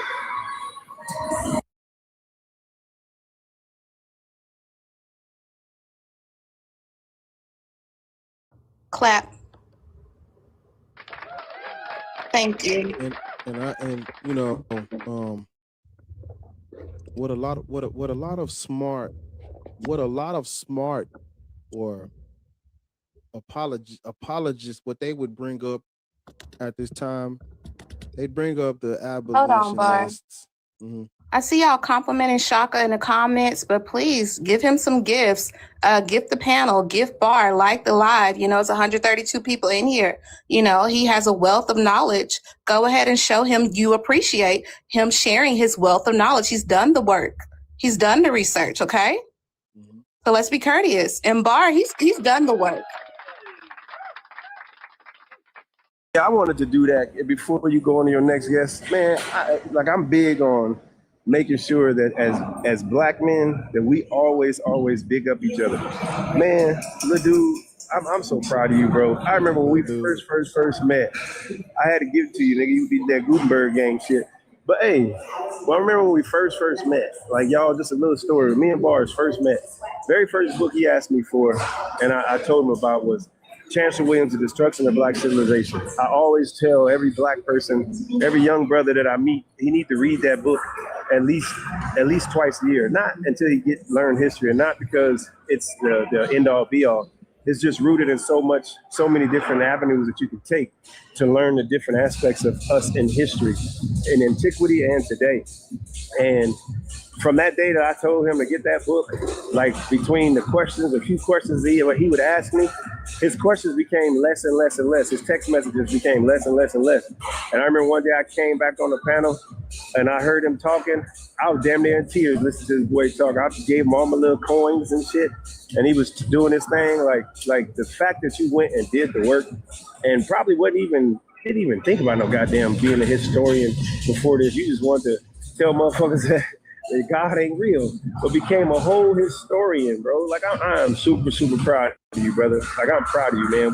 You give me hope that these youngins can be reached sometimes. You know what I'm saying? So I appreciate you, bro, and I'm proud of you. Keep on doing what you do.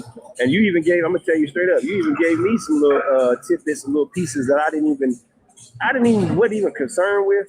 But you made it a concern because it ties so well and it helps me. You know how I get when I really go in. Like I be, sticking to these jokers. You know what I mean? When I really go in. But brother, I just want you to know I'm proud of you, and you can tell you've done the work, dog. Like you be teaching motherfuckers, and that it's a reflection on how consistent your page is and your live is. So good job, bro. I'm proud of you. Look at Bar blushing. Okay. That's beautiful. It's a little. That's healthy masculinity, y'all. That is some in my eye. But that's healthy masculinity. A man showing, look, I'm proud of you. You done well. And I'm proud of you also, Bar. You helped me come out the proverbial closet. Because when I was on your live last year, and I was actually coming from a DSM-TR5 class, and I would talk about how I would have to more so pretend to be Christian externally to avoid any sort of backlash, any sort of, people gossip about me, talking about me, anything like that. And it's hard because people not even want community, because I wasn't in that community, but people want safety. People want to feel like they're not going to be looked at weird. At some places, people they'll ask about you. They'll go do a deep dive on Google. They want to know, look, do you align with this company's values? I'm a Christian man. Like people pretend to avoid biases, so it's beautiful to see you walking boldly in your truth and, being that light for other people. So I appreciate you. And then you're younger than me. I appreciate you. And, I'm always going to support you. If you're going to invite me to a podcast to view you and watch you do your thing, I'm always going to be there.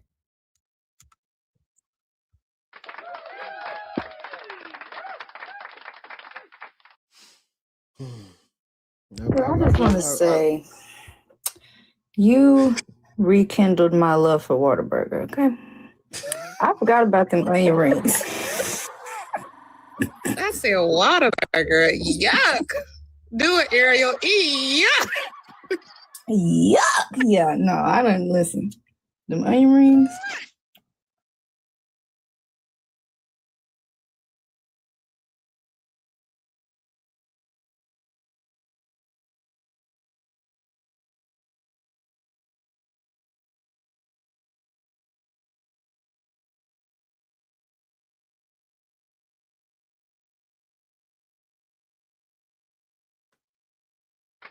Y'all gonna get mad at me, but my experience when I lived in Texas and I ate Whataburger.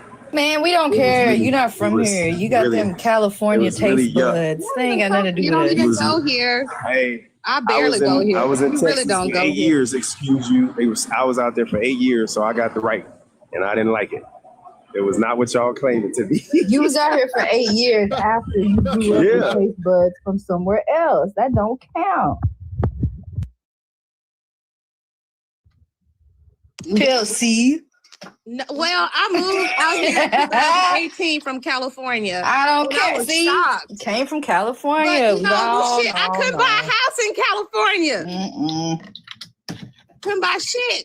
Y'all already got them sushi seaweed ass fucking taste buds that ain't got nothing to do with us. Did I send you my sushi bake? I was so proud. See what I'm talking about? Sushi bake. No, I'm serious. I gotta What the fuck show is you. I that? was so proud. I was like, look what I did. But no, when I came to Texas from Hold on, California, them big ass burgers, them big ass, like everything big here. And it's just like, some. it's just big. There you go. Remember when you dropped me the other night, Tommy?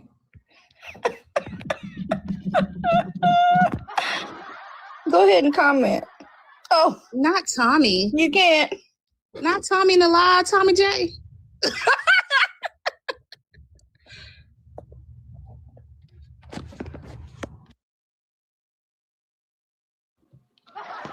Hey, Tommy. Damn. What happened, friend?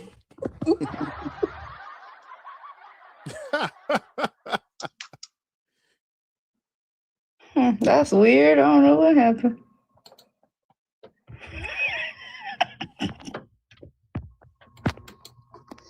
Correct.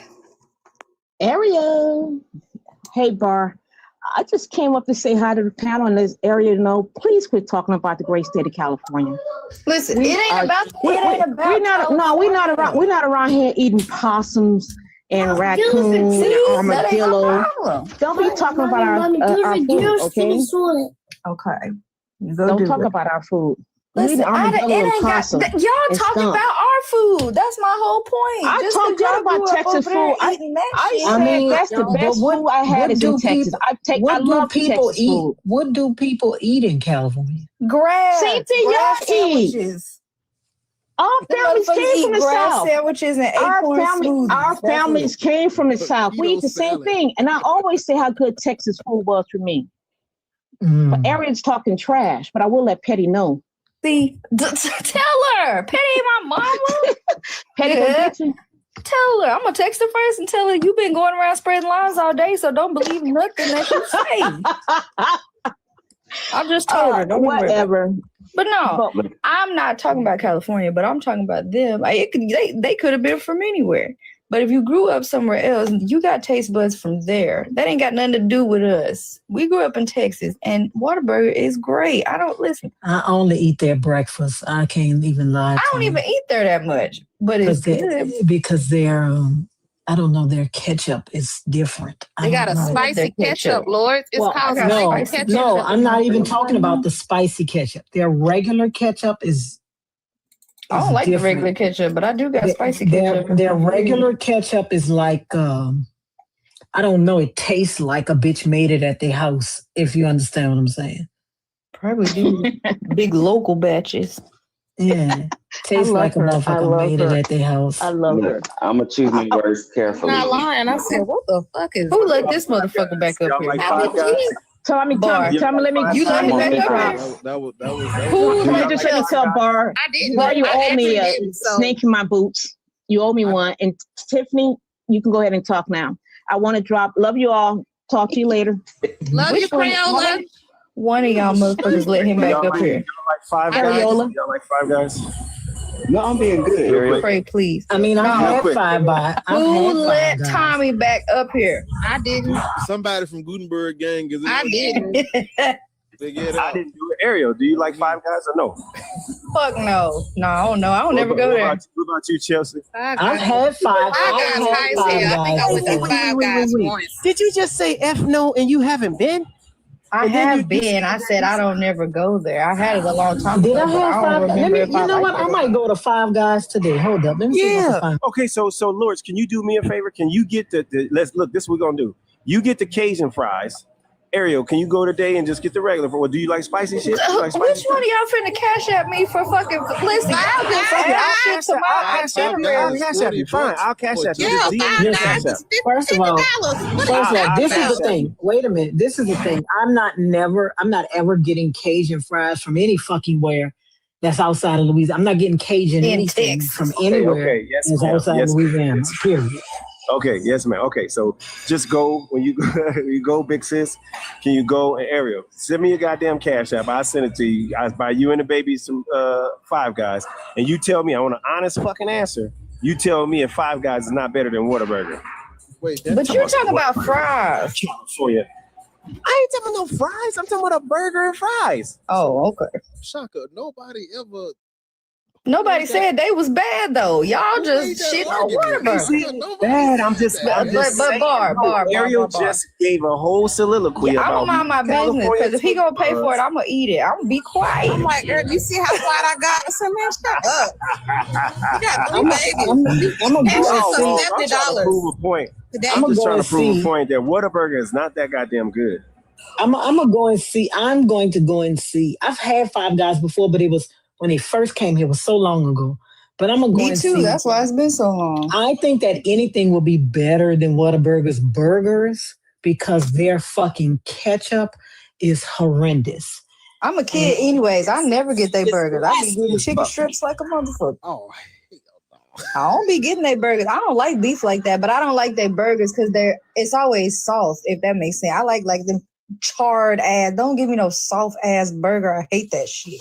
This wet ass tomato. I told you that the other day. Get this fucking wet ass tomato off of my shit. And if they sell milkshakes, they automatically better than Whataburger because I love a fucking strawberry milkshake. I'll never forget one time. So thick, Lord, it's so thick. You can just eat that one time I was at work. And I used to go to this store. They used to put, those little butter cookies that shaped like a flower with a hole in it. Mm-hmm. They used to make little bitty ones so they could drop it over your straw when you get a milkshake. Cute. And I was walking in a food court.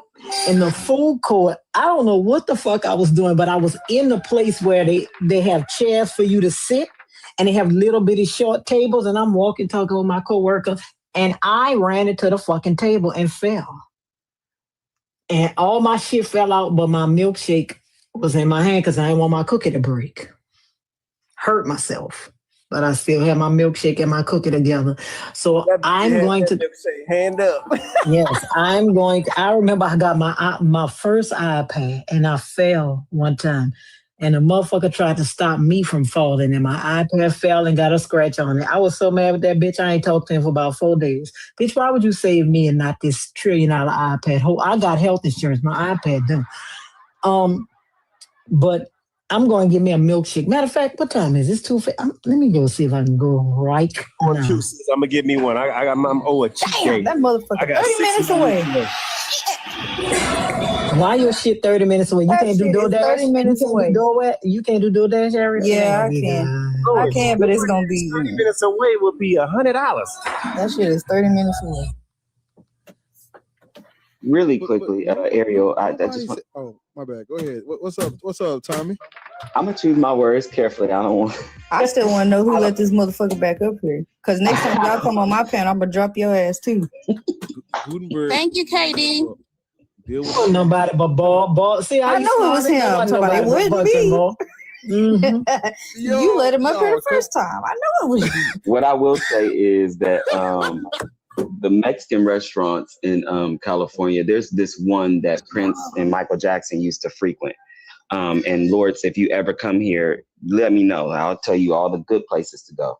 It's a lot of bad food out here. You ain't lying about that. But I want y'all to know this motherfucker. I'll tell you why he dropped me, because I'm half white and I was whooping their ass at Culture Tags, and he gonna drop me.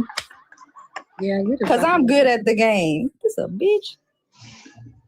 You could have let me have a win. I was down there on my desk. Hold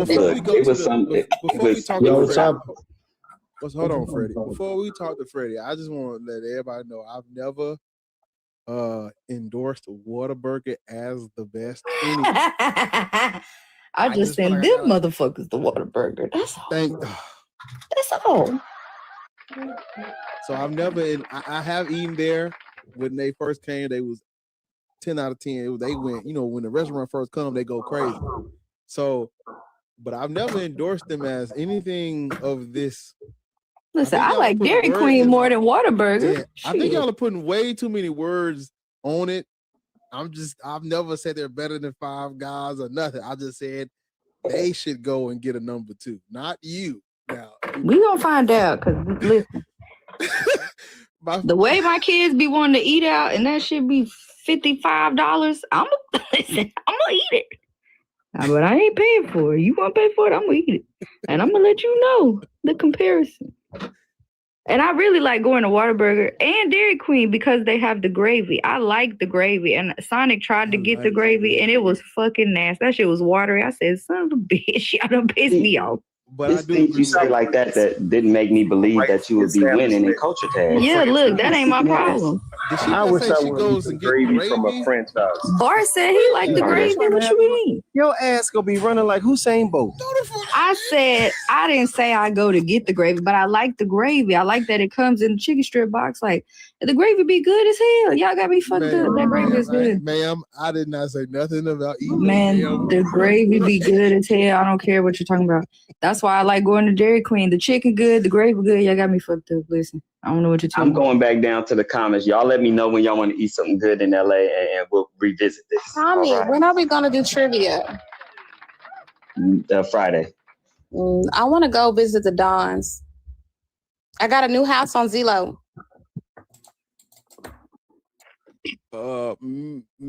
Mr. Freddie. Yo, what's up? How old? I'm on my way to Five Guys right now. 29. Lois, I do agree with somebody said gravy. Hold on, man. Are y'all telling me y'all never? No, hell no. Y'all finna piss me off. No, we are because why are you gravy? But hold on, listen, y'all acting like, hold on, y'all are acting like I request this shit. When you go to Whataburger, if you order the chicken strip, it comes with the gravy. Like I didn't make the shit up. That's how it comes. Yo, guys. Hold on, Freddie. Dairy Queen too. It comes with gravy. Like if You mean that white gravy? Yes, you have to ask. You have to ask if you want like barbecue and shit like that. Because if you don't, they will. It comes with gravy. Cool, Ariel. I'm gonna be. No, hell no. Fuck no, hell no. Because Because y'all acting like I went there and ordered off the special secret menu. Them bitches made it up, not me. I'm gonna win this lottery.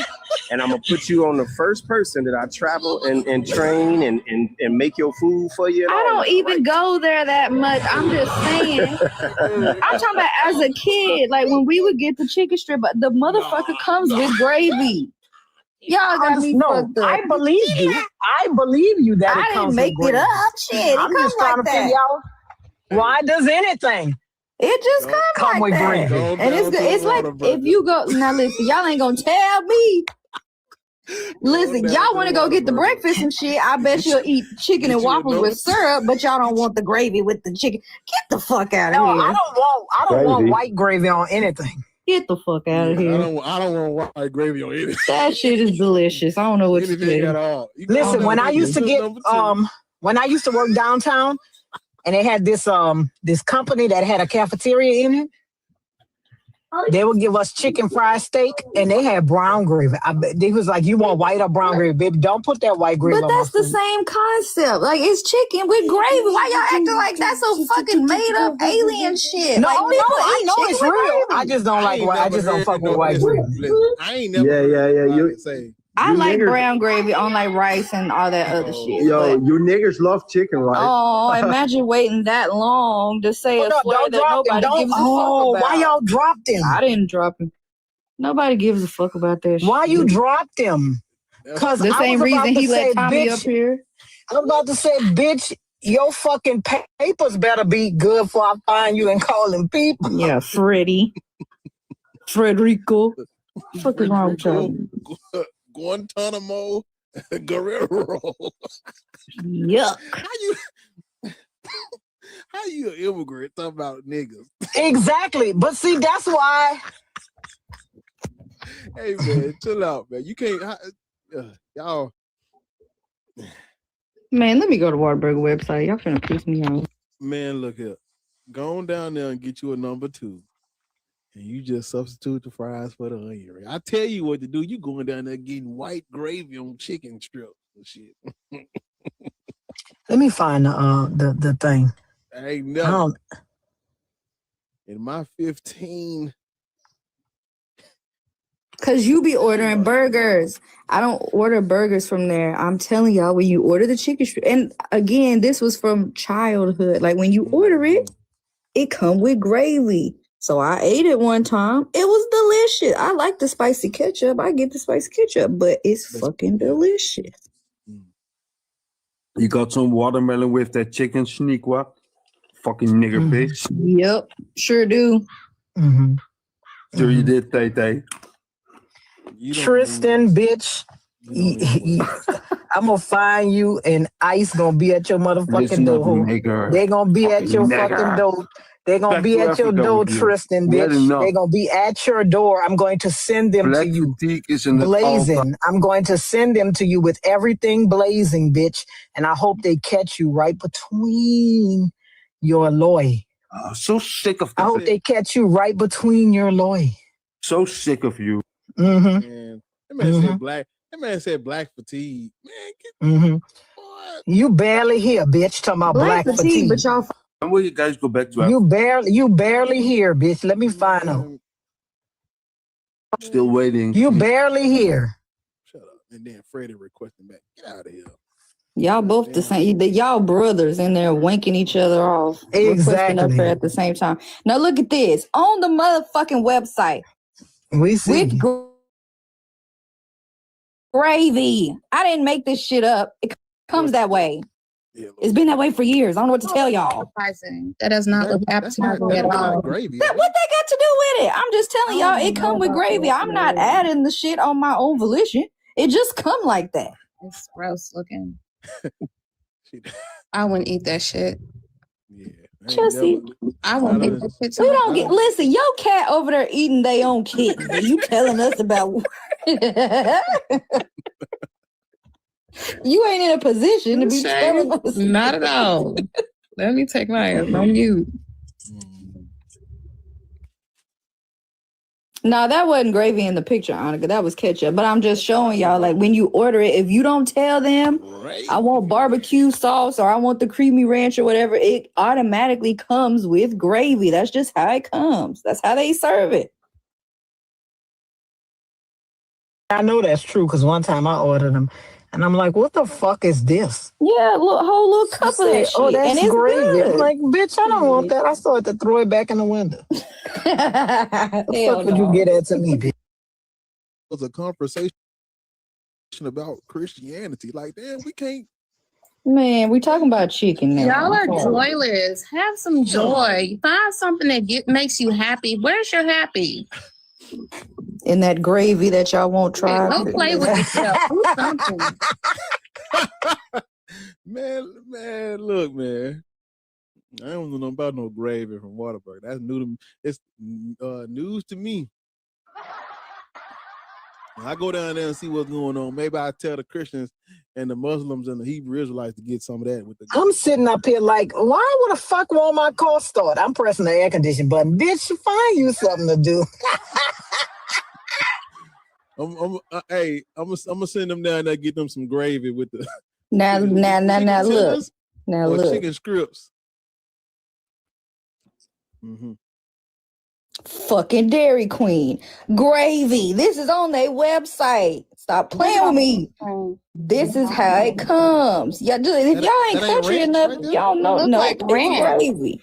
I don't know. I don't know about Ontario. Because that's what the toast is for. It's I'm not McDonald's, Whataburger, and Dairy Queen. Strip.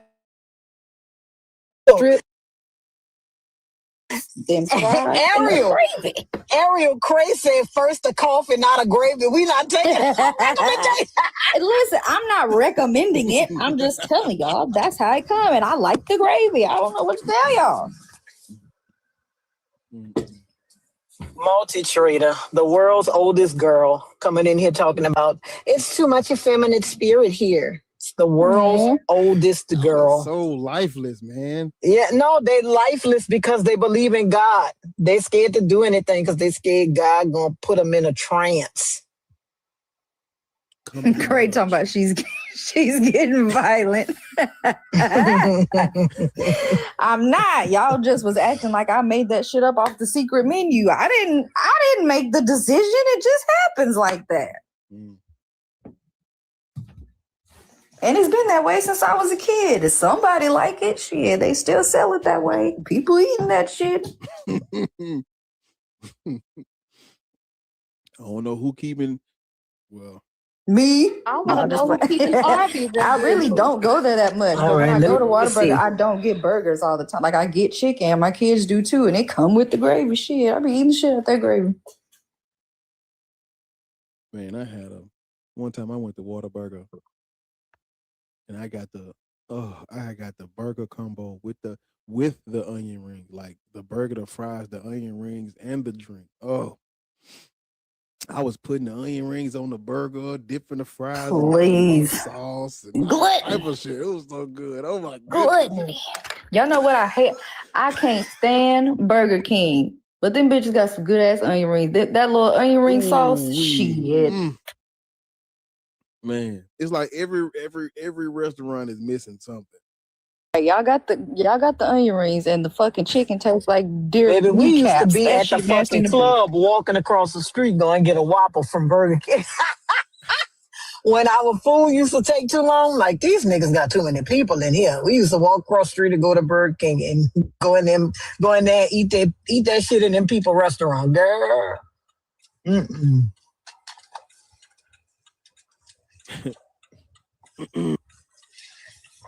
But God's not real, so yeah, somebody.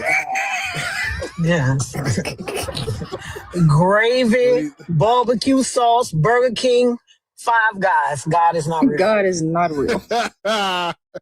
way to bring it on home. I'm just saying, like whatever you eat, just know that God is not real. Chicken strips with white gravy. Whether it's chicken strips and gravy or fucking whatever that coffee was, or chicken and waffles, just know that God ain't real. Yeah, there you go, Shaka. Don't threaten me with a good time. I ain't say I didn't believe you. I just say I didn't believe you put it in your stomach. No, I put my Cash App in the comments. Yeah. You need to go ahead, pass the collection plate around. That's what you said. Just DM it to me. I'm just saying. Shit, I want some whatever you eat.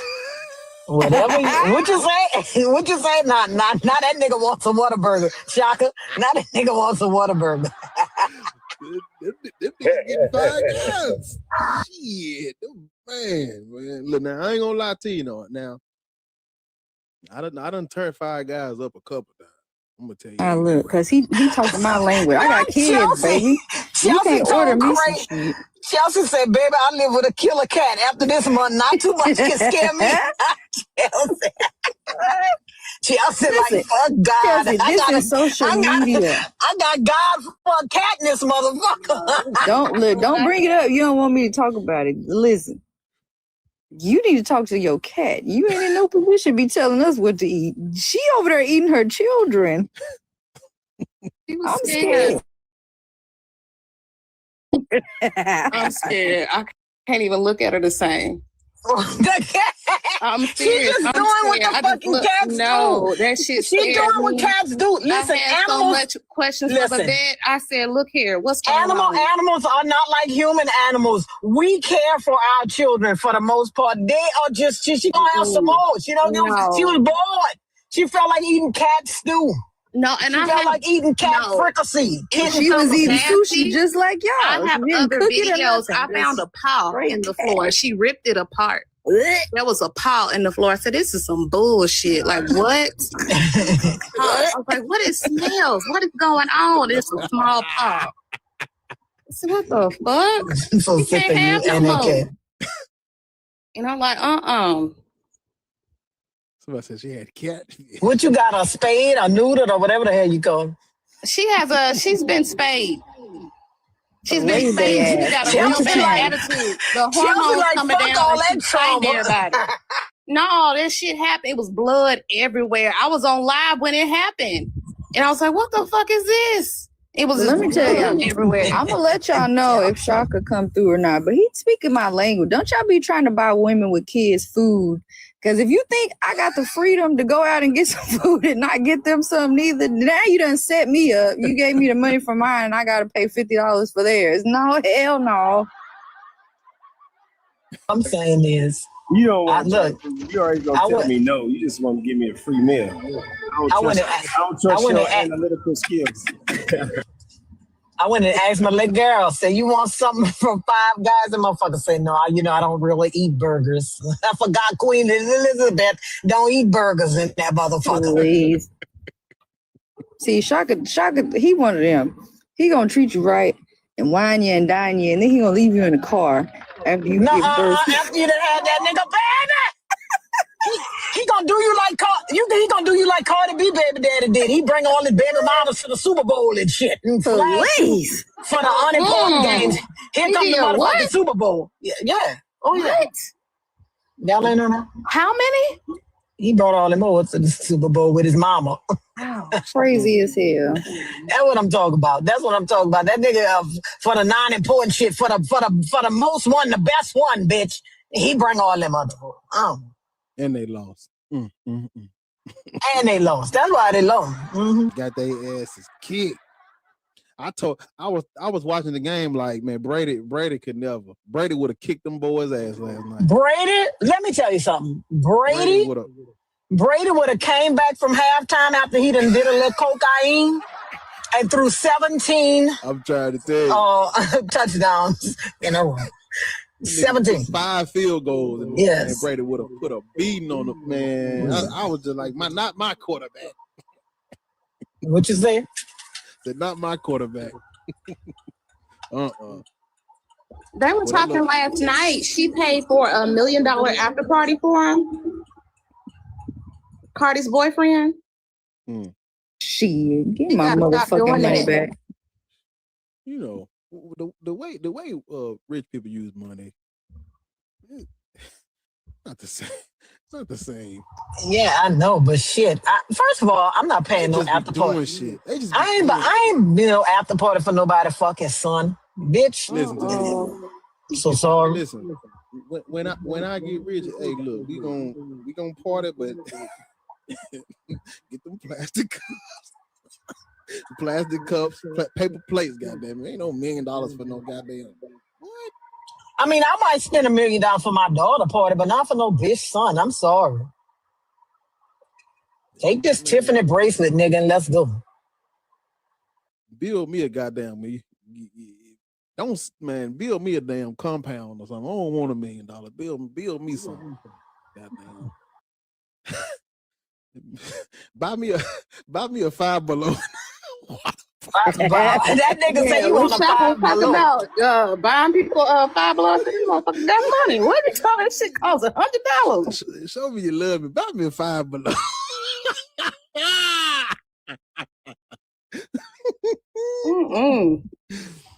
They got different kind of fries. What do they got in Five Below?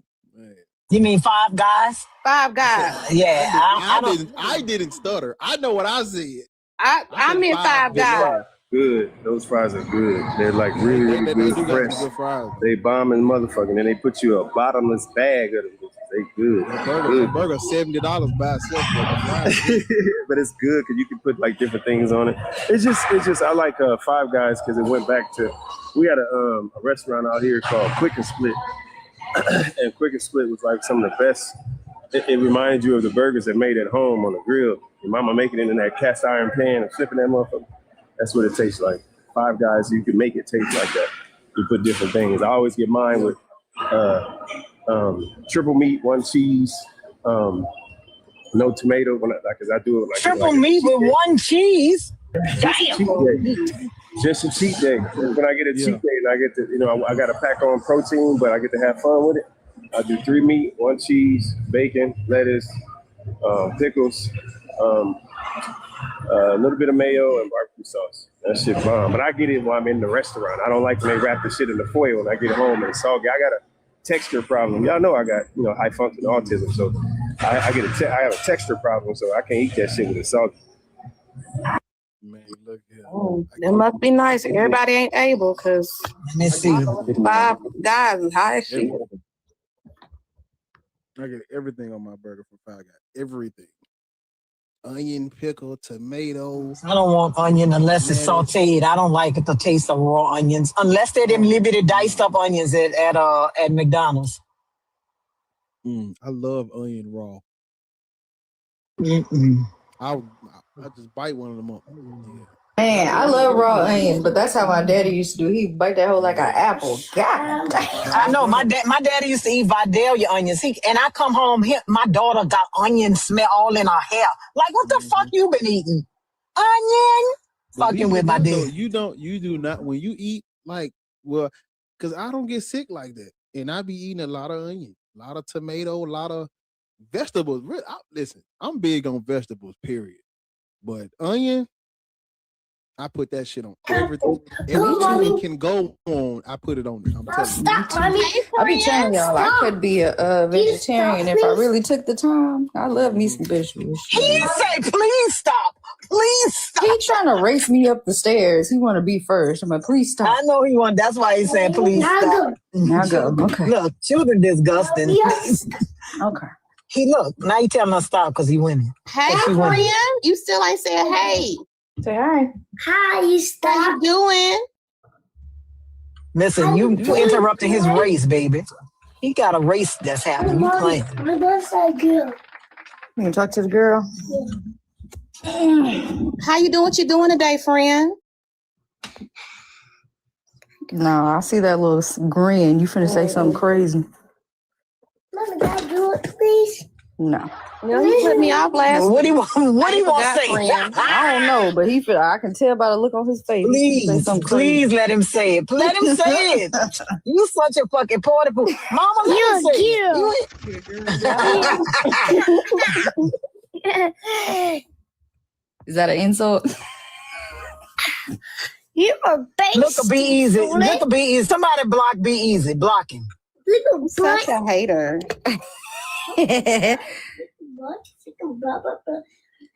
He mad because he got to go into that office. He said you a skibbity toilet, just so you know. That's not nice, friend. I thought we were cool.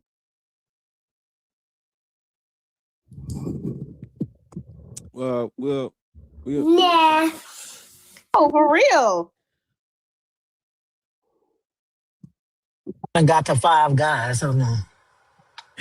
See what's happening. I gotta get out. These motherfuckers. Give no it. How you say it? Ain't no jive true. Ain't no jive true, Lords. Ain't no jive true. Ain't no jive true. Yeah, ain't no. I know. I'm looking at this old California shit. You got to get out. They couldn't afford their own buildings, so drop they it down, man. I'm up by accident. Okay, my bad. Give them to him. Give it to me raw. You better be talking about them onions. They in a little strip mall. They can't afford their own. They can't afford their own building, child. No, so I guess I gotta get them. They don't be having their own building though. Damn, most of the 5 Guys I done been to, they attached to something. One that's by me is attached to Panera. In the pocket, get you some shoes in a pocketbook, and go to the 5 Guys. That junk connects to all the thrift stores in the same. Man, listen, all the 5 Guys in Memphis. This bitch next to a FedEx office around this motherfucker. Let me go ship something. Give me a.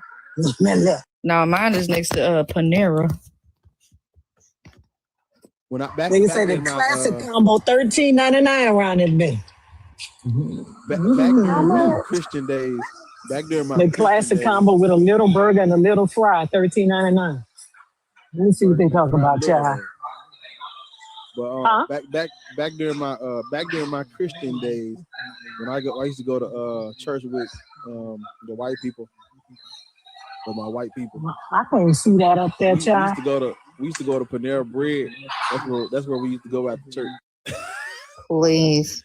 Go over there. I used to get the mac and cheese in the bread bowl. With the what you know about a bread bowl? It's broccoli cheddar. Man, I used to fuck that Panera Bread up. I ain't gonna lie to you. Taylor down there coming for Be Easy. But yeah. We might be getting off in a minute. I gotta somebody just requested up. This nigga took on my whole shift. I was gonna go live. How the fuck is we not at 200? Yo. Cause y'all was hating on the gravy. I sent everybody a message on the back end. Stop tapping his screen. Cause they playing in my face. Man, y'all come on, get the rest of these likes to 200K. Come on, man. Before we get off of here, let's do it. But I'm gonna give y'all a little break. Damn, when we get off of here, y'all got a little break. Go get you a snack, get you something to drink, wrap up whatever you got to do at the house, and then come over there to the podcast. It better be at least 100 people in there. Or next time y'all see me, y'all ain't gonna see me for long because I'm gonna start blocking everybody. She's gonna start throwing gravy on y'all. Exactly. Coffee flavored gravy. White gravy. White gravy. It's white gravy. Real peppery. Watch your eyes. Colonial gravy. that doomed them.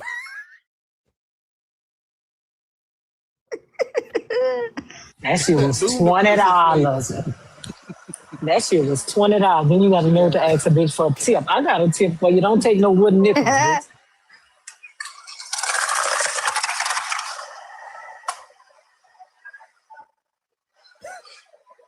Exactly. Inverted. Exactly. I type represent likes and I don't like all of this gravy stuff. Man, y'all need to stop. People say I got a tip. Don't take no wooden nickels. Yo, yeah, yeah, man, we that's what my daddy used to say. We out here in these streets. Somebody on YouTube said, sounds fun up here. Yeah, man, we listen.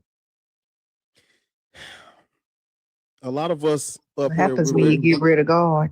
Yeah, we're very knowledgeable, very intellectual, highly educated, well-versed people, but we kick shit too. You know, we're still humans. We have a great time up here because we're black atheists. We normal. We actually normal. I like to go skating. Man, you know what I'm saying? I like going to the movies. Skateboard.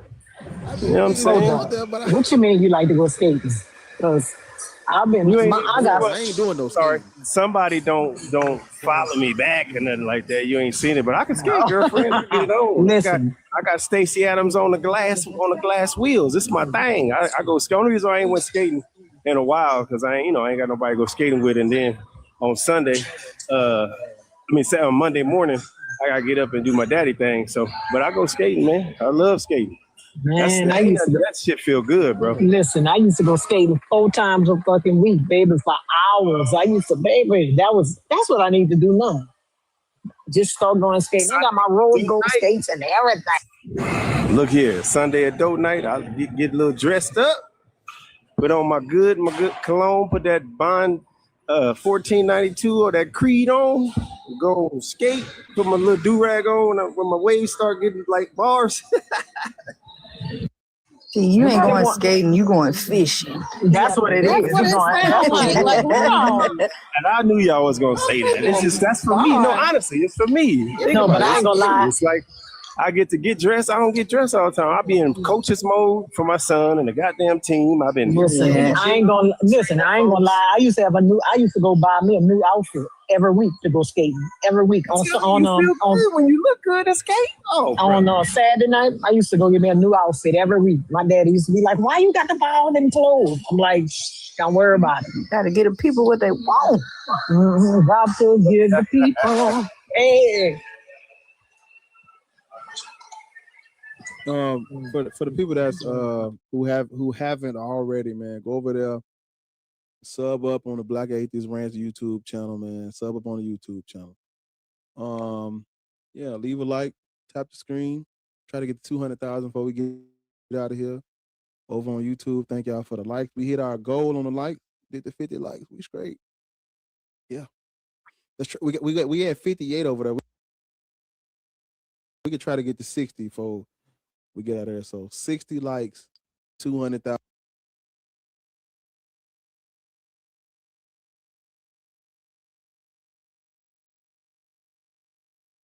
No, that's gonna be the goal every day. We're gonna have a goal of 60 likes on YouTube and J10. Life coach was here first. Oh, is it Hassan? Life Yeah, I'm good. How is everybody doing? Yeah. What's up, man? Glad to have you back over here with the fam, man.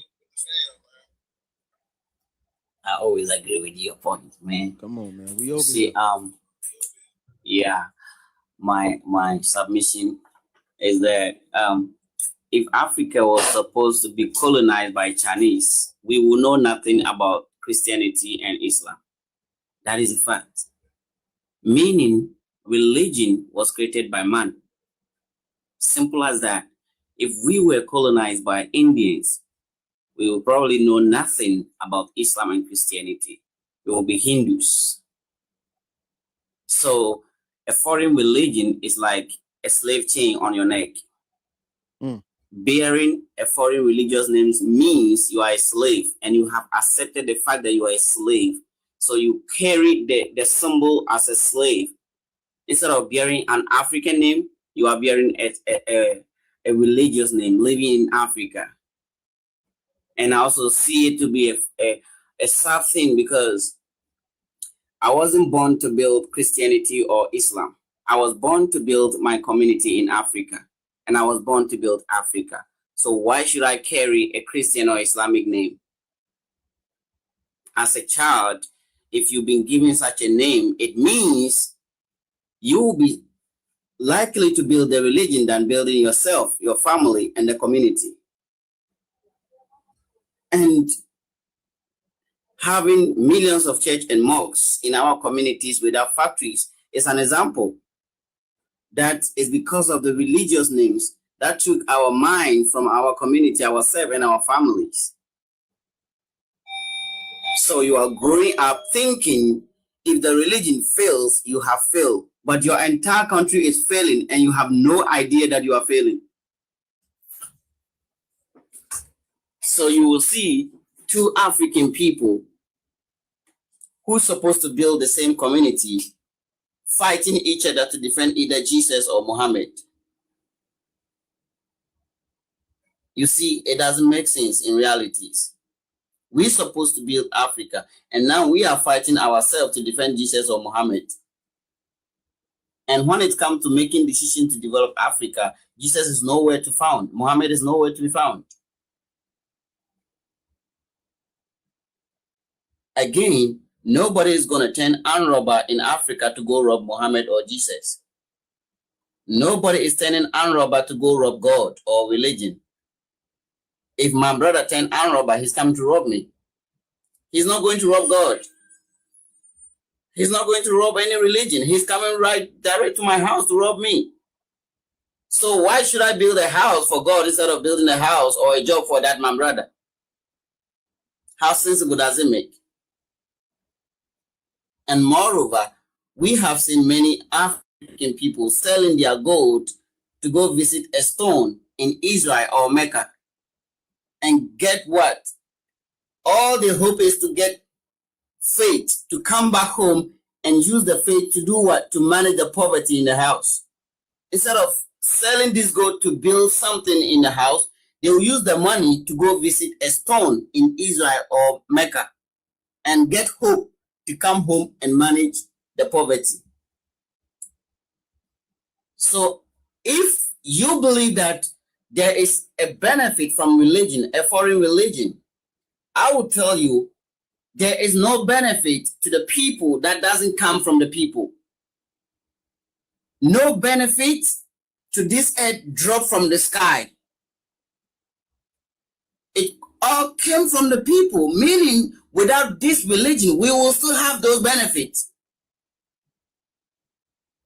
So I don't know what proof people want to prove that if I see an African man trying to convert another African into a foreign religion, I just say that you are enslaving your own brothers.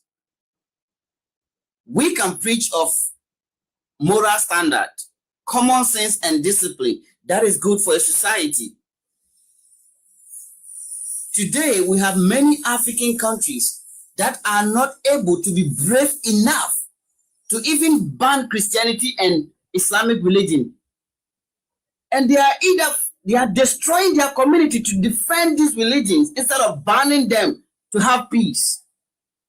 What is so difficult of banning a religion that is destroying your community?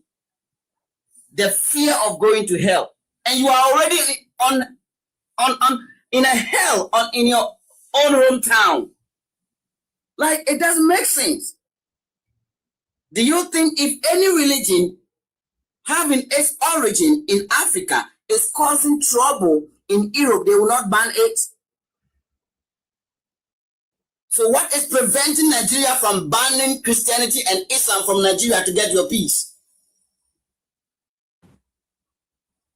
What actually is preventing you guys?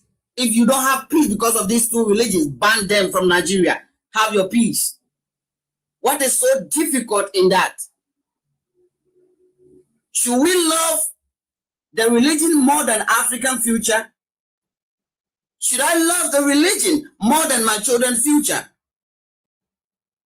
So you see, the problem is the people.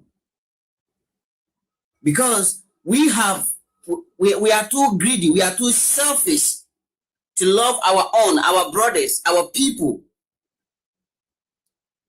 We are so eager to enslave our own people just for a little power. What is so difficult as a chief to ban a religion that is causing trouble in your community? Why are you a leader? Why do you allow your people unalive themselves to defend a certain religion? It doesn't make sense. You can stick to your own culture and then keep on making changes because culture is dynamic. Keep your own. We know certain practice may be outmoded, may be primitive. Keep changing until you get to the best. Stop adopting somebody's culture. Be you so you can love yourself. Just imagine somebody from Africa fighting another African brother to defend Jesus or Muhammad.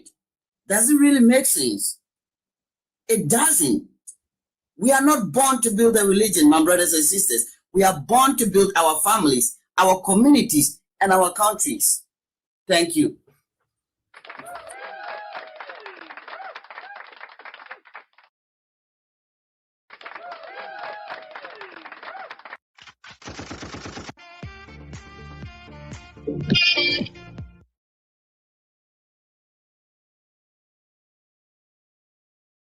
It's a powerful, powerful word, my brother. Powerful words, man. He said, I mean, Hassan said something that I need to, I just took me a minute to think about it. It's like, if there was a African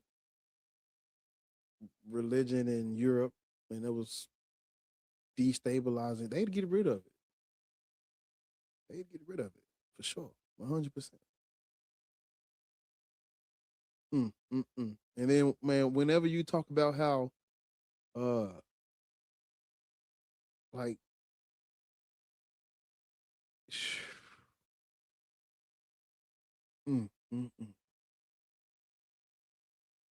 that's deep. It's always a pleasure to have you come up and talk because we need repetition. People need to hear this stuff. It just it needs to be on replay as much as possible. And I encourage y'all to, man, go back, go on YouTube and rewatch the lives, and come here often, regularly.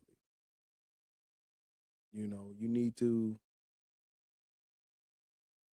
just be around the truth, hear the truth, listen to people talk about actual human history more. That's what you need. So.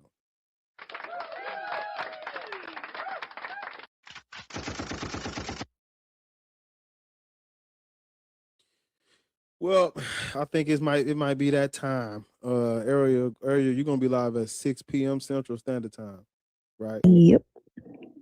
Y'all know what I'm finna do? I'm finna start a Baytheist beauty pageant. I be seeing them lives where they were like most beautiful, but I want it to be like beautiful inside and out.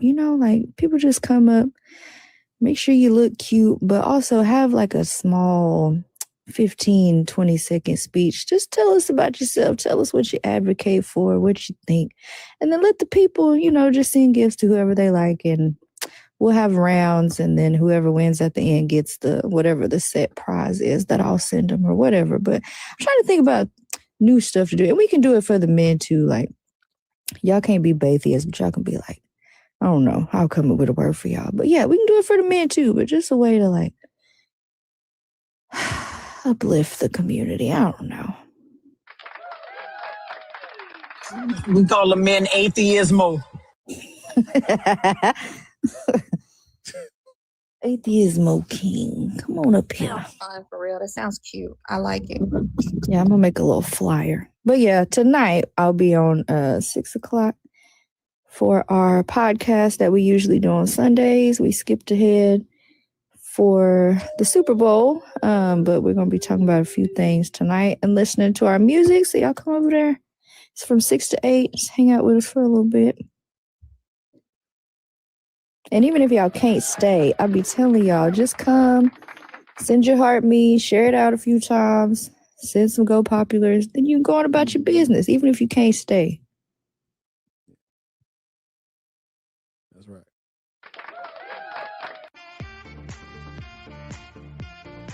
Boy, you were doing good. You was doing so good. You was doing so good. I knew you was about to say something. But yeah, good people. It might be that time for us to call it a show, man. Call it a show. So tomorrow, I think I'm going to do Black People Should Not Be Christian again, and then Thursday. Wait, what's today? Today is Monday, ain't it? That's right. It is. So yeah, Wednesday I'm gonna do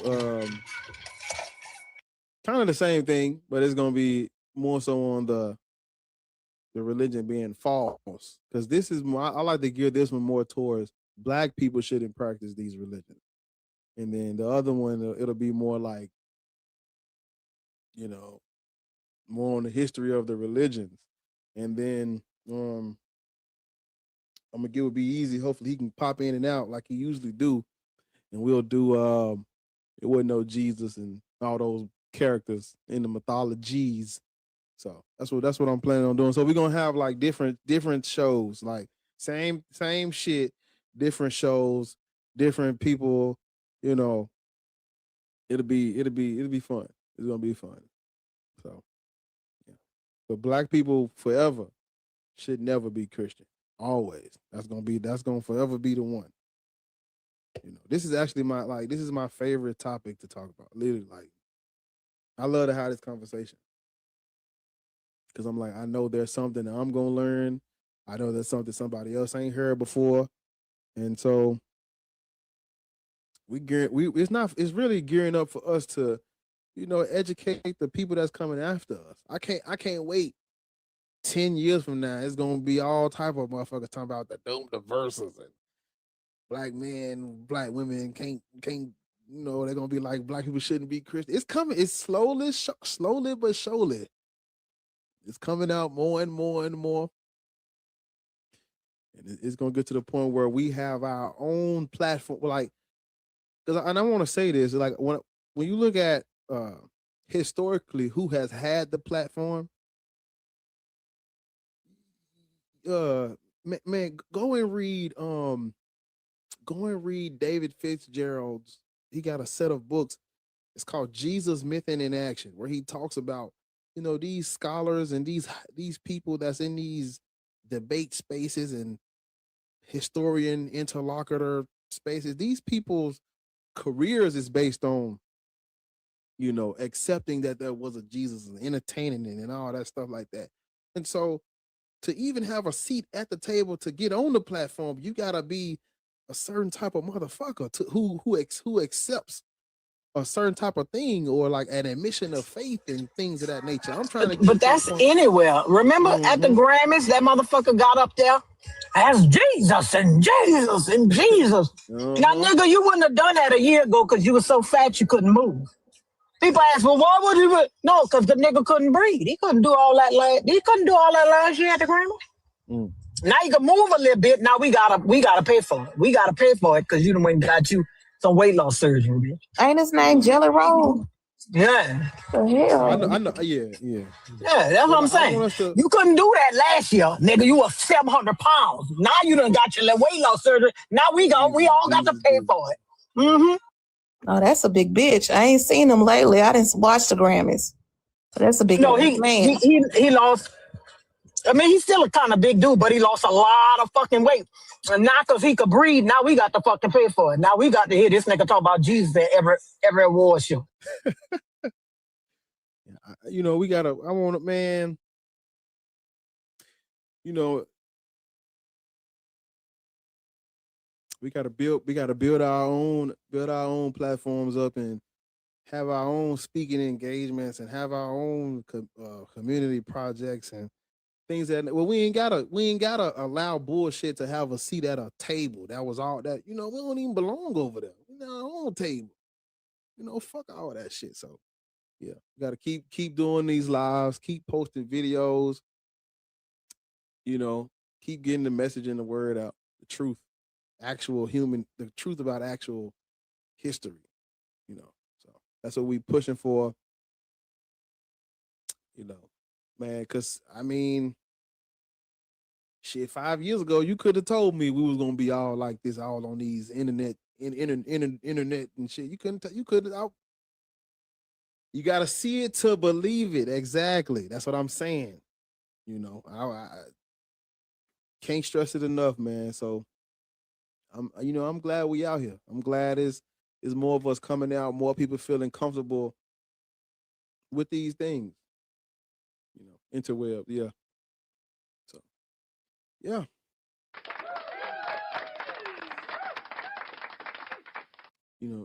This is so I'm so passionate about this thing, man. Black people, education, man. This, education is the key.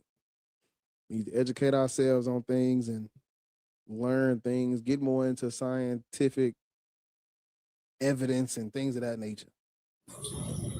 Bro, can I ask a question? Mm-hmm.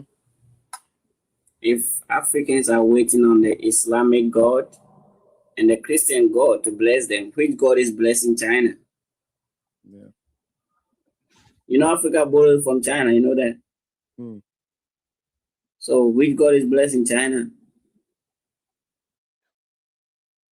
Man, you look at what they done did with this religion to Africa and how all these, man, all these destabilized countries and corrupt governments in place. Yeah, it's fucked up. Sometimes it's very sad because our parents force us to learn the religious books instead of forcing us to learn a skill. Yeah. In Africa, it's very sad because our parents never had any knowledge about the future. And they did it just so they can do what the Bible says not to do, which is steal. Yeah, because they did it so they can do what the Bible says not to do, steal. Yeah, because they tell us, oh, it's not by force, it's by choice, but it's never by choice. If you look at it critically, every child was born as an atheist. I didn't tell my parents I want to be a Muslim or a Christian. They forced me into it, and I have the power, I have the right to sue them at court because I can't believe in Africa I'm bearing an Arabic name. I wasn't born for Arab man. I was born for African land, and we have so many African names. So why should they give me Arab name? Because they took bribe from the Arab, and I'll sue them based on that. How are they going to prove themselves?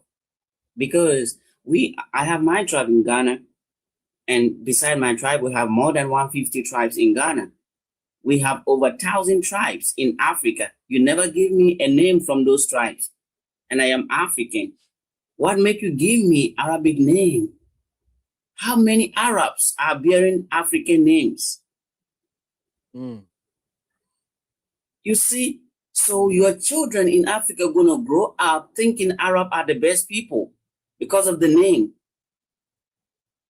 Instead of respecting their fellow Africans around them, they'll respect an Arab man more than their fellow Africans. That is why Africa still look like the way it look like. We don't care.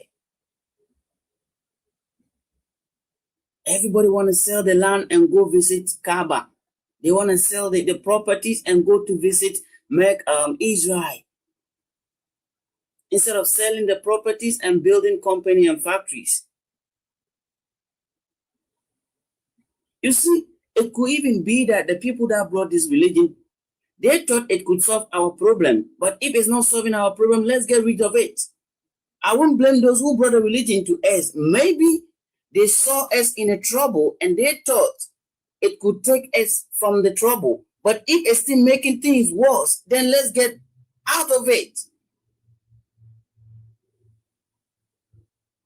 Do you think if an African is holding Arabian passport and is committing crime, they won't take that citizenship from him or her?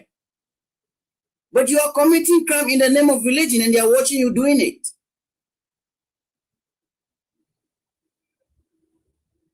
Look at it critically. What do you think Jesus or Muhammad play a role in my life than my ancestors? There's no proof. So why should I believe that? My ancestors were able to identify all the poisonous trees and the medicinal trees in the forest to sustain my population before the arrival of Jesus and Muhammad. And Jesus and Muhammad never had a physical contact with my homeland.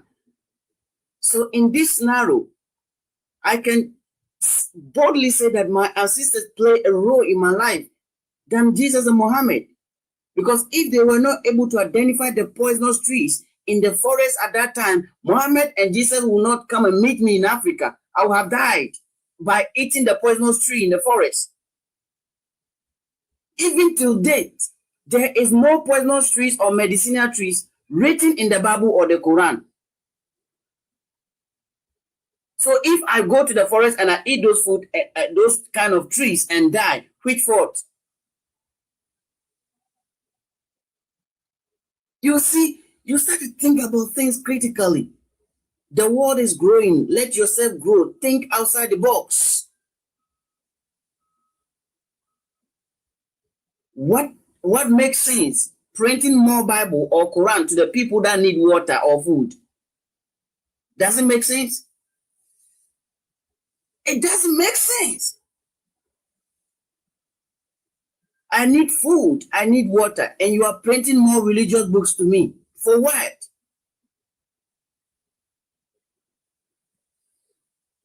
And most of the time, people want to show you love only if you agree to their religion. They are not going to love you because you are a human being. No, they are going to love you because you are part of their religion, which doesn't make sense. You wake up, even in Africa here, when you wake up, see your brother or sister, you greet them good morning, good afternoon, or good evening. The next question is, are you a Christian or a Muslim? You see a full human being and you still asking for some shit. I'm a human. Which part of it, like, you can't understand? You don't have to ask me whether I'm a Muslim, I'm a Christian. So far as I'm doing the right thing, I'm not disturbing the community, I'm not disturbing your peace, you see me to be okay. We can collect money, contribute money to build a mosque or a church, but we are not contributing money to build a market. So when you go to Africa today, you see people selling fruit in the dust under the sun, but they have empty warehouses serving God or Allah. At the end of the day, sitting in the dust, you're going to get sick. Sitting in the sun for 12 hours, you're going to get sick. Then you go to the mosque or the church to pray for healing. Where are we? And our leaders don't even see it as a problem. Because politicians are now playing their cards with the pastors and the chief. So they are actually happy to enslave the ordinary Africans. If you go to Africa today, you see a 6-year-old boy selling water, banana on the street just to survive. They don't even have a common law that will safeguard the future of these children. What kind of community are we living in? What kind of leadership? A leadership that doesn't give hope to the future. People are dying in the Mediterranean Sea trying to cross to Europe just to be safe. Most parts of Africa, they don't even have common water to drink. So I wonder, when our president, our leaders, when they go to the United Nations Security Council meeting, what actually are they discussing?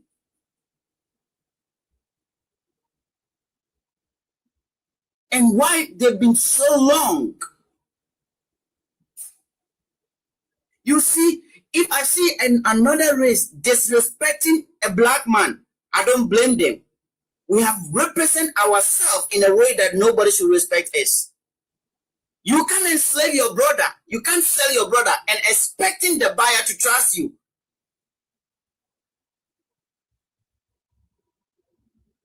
There's no way. You can't sell your brother and expecting the buyer to show you respect.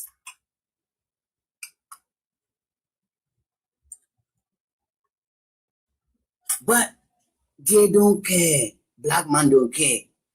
An African man don't care.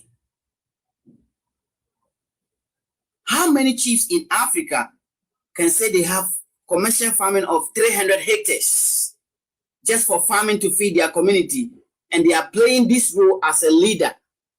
None. But they own the lands. No African chief own like 300 hectares of farming, and they own the land. So what make you what make you a leader?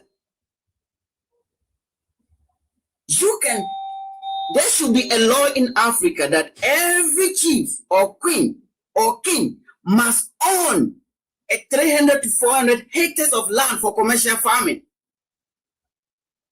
We have prisoners that are dying in Africa out of, starving. If you have 300 hectares of commercial farming, the government will give you maybe 300 prisoners to farm, to work in your farm just to feed the people.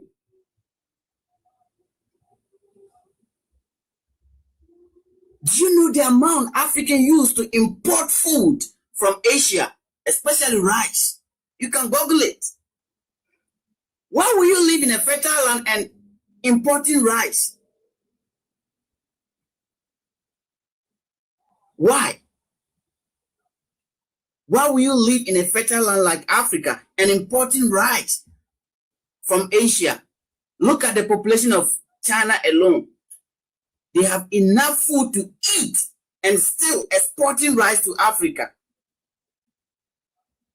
We must be careful as Africans, and we must be careful as Black people. We can also help to build this world. Look at the Black leadership countries in the world. Which of them will you be proud of? None. Even Jamaica is close to America. When it comes to leadership, they can do copy and paste. They are dying. Crime rate is high. I'm sorry, if you are a Jamaican listening to me, this is not a matter of hiding the truth. It's a matter of fact, finding out the solutions. You cannot even do copy and paste because somebody is greedy. They want to amass all the properties and give it to only their families. They want to rule a country. You go to Africa, you see a 95 years man still want to rule a new generation. What do you know about this generation?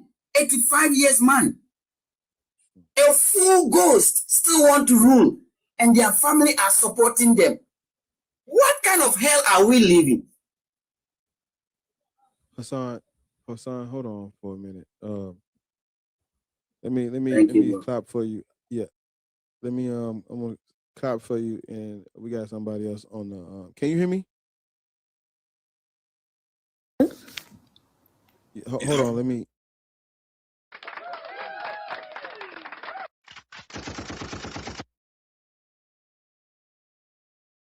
Okay. Yeah. Is it Atel? E-T. Yeah, Atel. Atel. Yeah, Atel. How old are you? I'm 22. What is your religious indoctrination? I am not religious. I was raised Catholic though. And where do you live?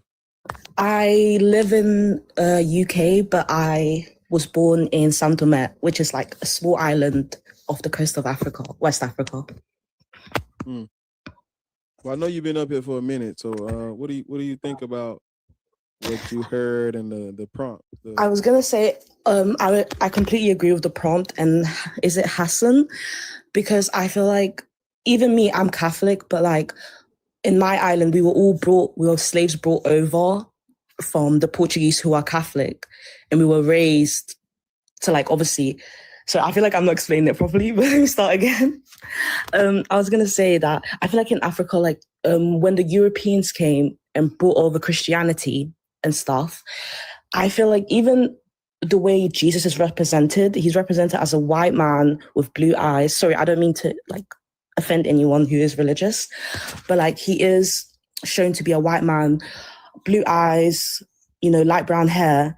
And I feel like that was so that white people were seen to be superior to us Black people in that they could control us better. Because I feel like even on the Bible, it talks about how like, voodoo, black magic is demonic and like it's wrong. But I feel like before they came, we had so many different religions. Every part of Africa is such a big continent. We had so many different like African traditional religions. And then they came over and brought their own religions that like demonized us and made us seem, like we were, sorry, I don't mean to be offensive, like animals, like and stuff. And I feel like they use their religions to control us. Because I feel like if you go to Africa, we're so like giving. We're always trying to help people. We're just trying to help. And I feel like they took advantage of that. And yeah, that's all I wanted to say. I just wanted to agree with you guys. So you say you were raised Catholic? Yeah, my parents are Catholic, but like they're not practicing. Like they just believe. Yeah. And you're not Catholic anymore? No. I don't think I ever was. Like I was baptized, but I never claimed to be Catholic. It's just my parents. So, yeah, I see what you're saying.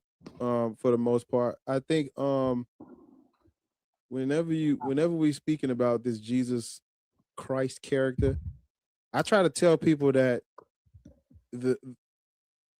ever since the Hellenistic period, the Christos was a white dude. It's always been a white man. Yeah. Christ, the Christos, they didn't portray the image like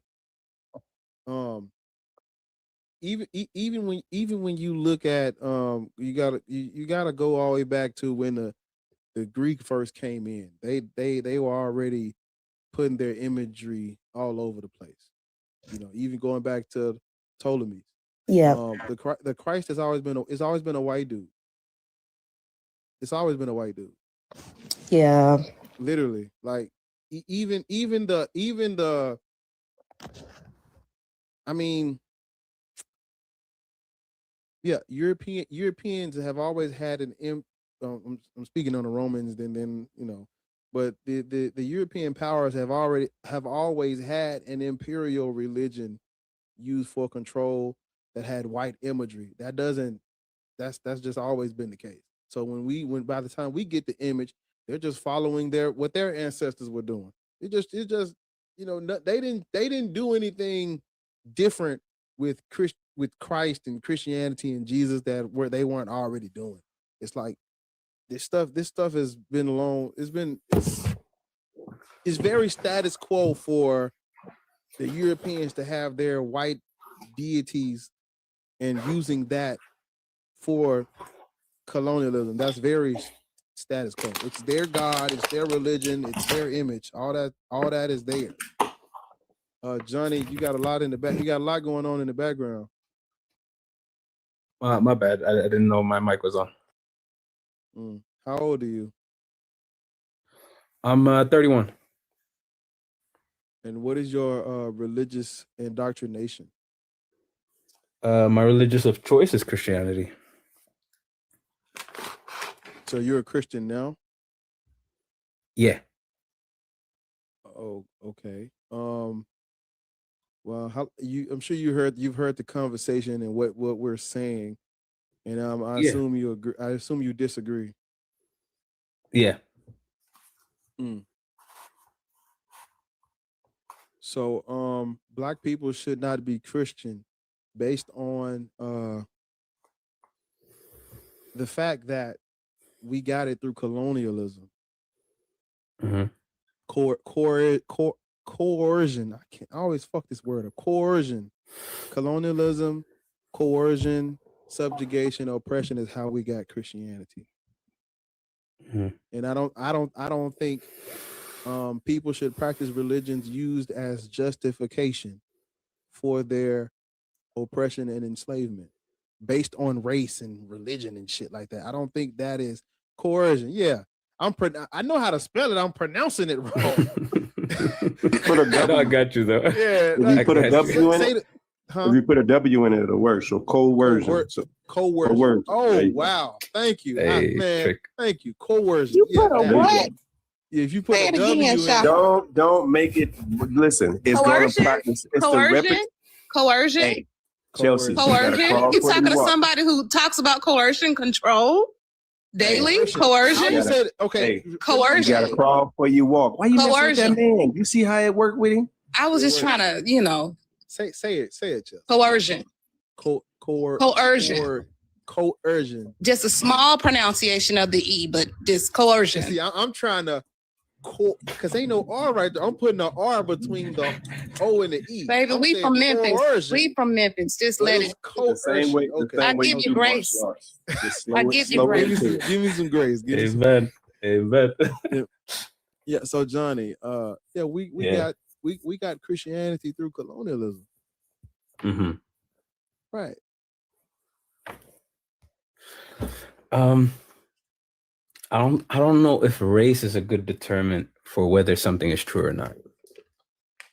I can perhaps give an example. Yeah, I know what you mean. Okay. Okay. So you're saying that none of that has anything to do with whether or not it's true or not. No, I think you can definitely judge something morally. So you can definitely make moral assessments about a certain religion. But whether your race is black shouldn't be a determinant of whether something is true or not. Oh, this conversation isn't about whether or not it's true. That's a separate conversation that we're going to have Wednesday. So this isn't about this is not about whether or not it's true. This is black people should not be Christian. With the risk that you might be throwing the baby out with the bathwater. Yeah. So it doesn't matter if it's true, but just because of the history, we should throw it out. Yeah, it's not true, but that is a separate conversation. But I'm saying, yes, throw the baby and the bathwater out. Yes. Oof. Yeah. Because religions, do you understand that imperial religions are used to control the populace? Do you understand that? Yeah, people can do that. Right. Do you understand that there is an agenda behind gods and deities being forced on people? You know that, don't you? Yeah, no, 100%. But the people do have to be deceived in order to. When we look at the Hellenistic period, when the Greek come in, yeah, prior to any Jesus. Prior to any Jewish messianic movement during first century Judea, prior to any of that, Greek people were already forcing white gods on black people, literally. Mm-hmm. So we're talking about when they, as soon as they step foot, that's the first thing that's the very first thing you do. Why? But this wasn't unique. This wasn't unique to Greek and black people, right? No, wait, but you're acting like it was unique from Greek people to black people. Wasn't slavery their rule? We're talking about black people, so we're being very specific here. This conversation is not just about slavery, because prior to any transatlantic slave trade, they already viewed us as lesser than. They already were kidnapping, raiding, colonizing. It's the slave trade is the transatlantic slave trade is not just about the slavery. It's about everything Hassan was just saying and everything that I'm saying. It's not just about, because like what you said, everybody has, everybody practiced slavery. That's not just it. Yeah, no, but here's my point, if I may speak for a second. If somebody claims to wear a jersey, but the jersey has conditions as to what it entails, so Christianity does state that slavery is punishable by death. So if you kidnap somebody, oh, it does, and you take him, show us where. No, we're not even. Exodus 21 verse 16. Sir, let me ask you a question. Hold on, wait, no, because I don't want him to. No, Bar, I understand, but I'm sorry. I just want to ask him one question. I just want to ask you one question. Yeah. If I buy a slave from a slave market, am I kidnapping him? If you buy someone that was no, I'm not talking about someone that was kidnapped, right? You brought that in. We're not talking. Are you saying that all slaves were kidnapped? What about the people who, the slaves who had babies, right? There are people like Jacob who, oh yeah, go ahead. Okay, if I buy a slave from a slave market, would I be put to death? The people who are selling the slave. Sir, answer my question, because you brought up something very specific. Yeah. If I bought a slave from a slave market, would I be put to death? I would not know the exact detail of that. No, sir. No. Listen, Johnny, stop interrupting me. You're talking about if you kidnap a person, you will be put to death. If I live in Judea and I go to a slave market, hey, I need somebody to help me clean my house. And I go to a slave market and I buy a slave, will I be put to death? I was muted. Was that on purpose?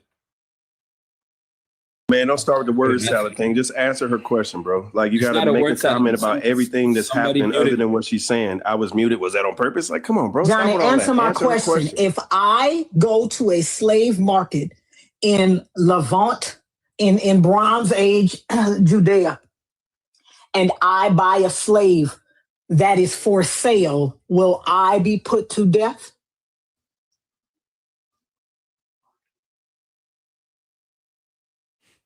Can I unmute myself? I don't know what's going on. Yes, sir, Johnny, just answer my question.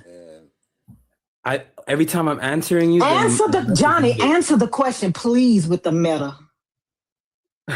If I am in Judea, I'm going to answer you, but I want to buy a slave, and I buy one from a slave market, will I be put to death?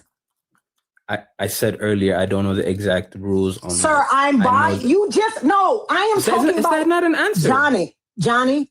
I am talking about what you said about kidnapping people. Have I kidnapped someone if I bought the slave from the slave market? Have I kidnapped them?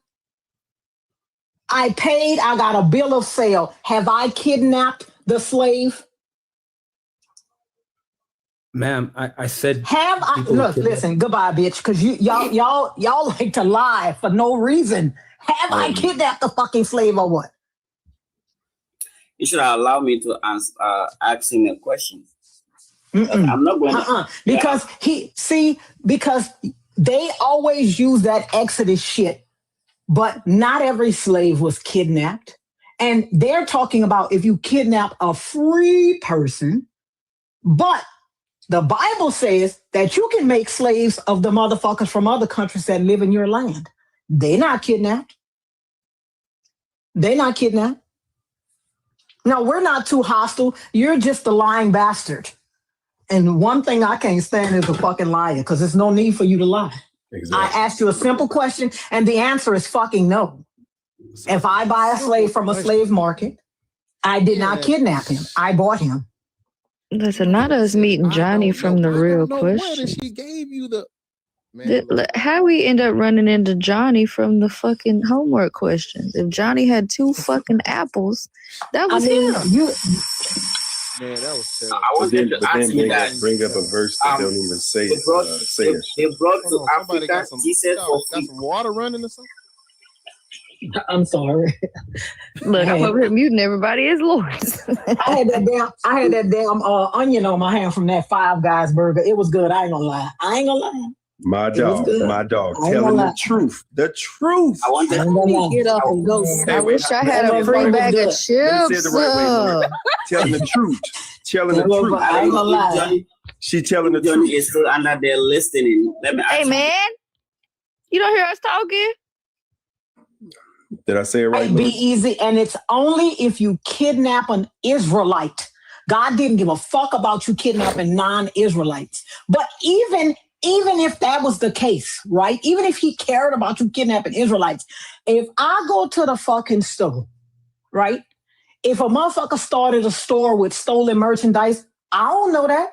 He got a store, I'm going to it. Oh, I like that vacuum cleaner. Did I steal the motherfucking vacuum cleaner, bitch? I did not. I bought it from the man who had it in his store. Whether the vacuum cleaner is stolen or not, I don't know. It was in there. It had a price tag on it. I liked it. I bought it. I paid my money. I got a bill of sale. I didn't kidnap the fucking vacuum cleaner. I didn't steal it. I bought it from the man who owned it. Hey, y'all gotta go. Hassan, don't act like a Christian. If we ask you to hold on, just hold on. Don't go type it in the comment. Why do y'all do that? Y'all don't got no fucking patience. Then you spam in the comments with the same shit. Anyways, y'all gotta go look at that video. It was a man loading up the vending machine. You know how they gotta refill the vending machines. And that man said, I wish I had a free bag of chips. I think it was at a high school. He said, what, you want a free bag of chips? Yeah. Here you go. Right? You could also make slaves of the foreigners in your land. That's not kidnapping. The God says these motherfuckers that's from Michigan, if they in Nevada and they originally from Michigan, you can make these bitches slaves. That's no kidnapping involved. No kidnapping involved at all. Why they always giving the one verse that don't really talk about slavery? You talking about some kidnapping when it's like it's about what 13 of them that talk about slavery. 13 of them, like no, but the reason is I knew that the bitch wasn't going to be able to answer that. Exactly. I knew that he was not going to be able to answer that, right? Because like Barr said, in exchange for guns, they got people. Even some of those people were not kidnapped. You understand what I'm saying, Barr? Even some of those were not kidnapped, right? Even some of those were like, in exchange for what I am giving you, I need people. Even those people would not have been kidnapped if you, by the definition of the word kidnapped. Is it wrong? Yes. Is it kidnapping? No. Because I've exchanged something for something. That's not kidnapping. All slaves were not They didn't just run up in Africa and just kidnap them. Not all of them.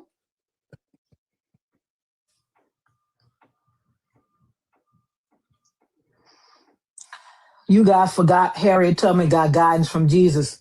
She may have been, she got hit with a fucking thing and had a big old cut in her head. She was concussed half the time. She was concussed. Yes, she probably got guidance from anybody.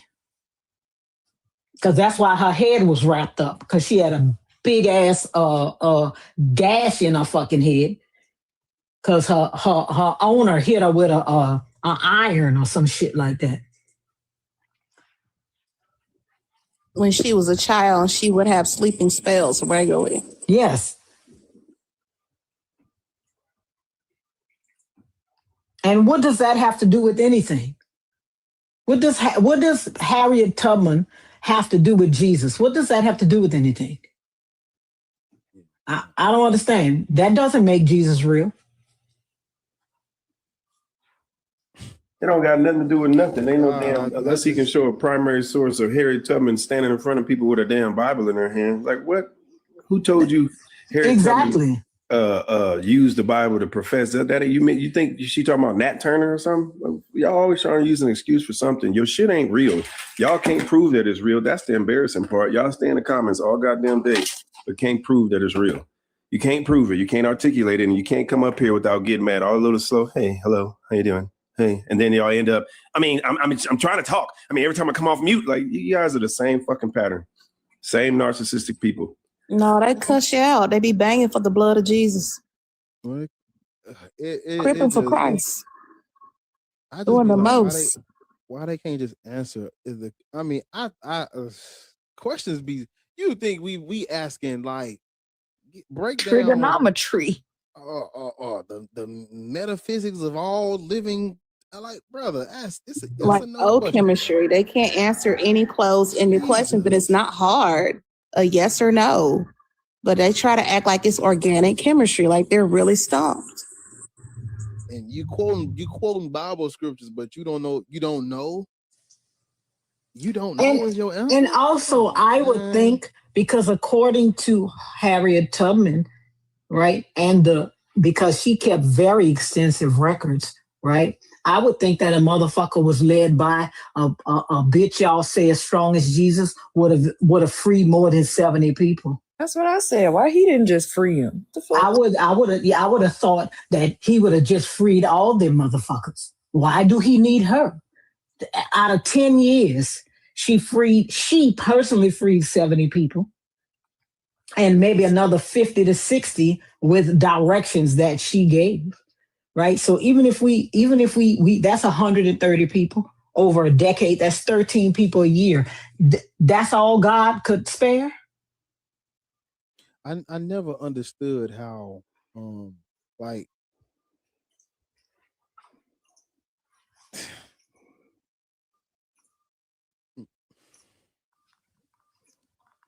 can't get over him not being able to answer that question. I'm sorry. My brain is still stuck on. I'm still there. Like no, but I can't move. I can't. But listen, but this is what we say.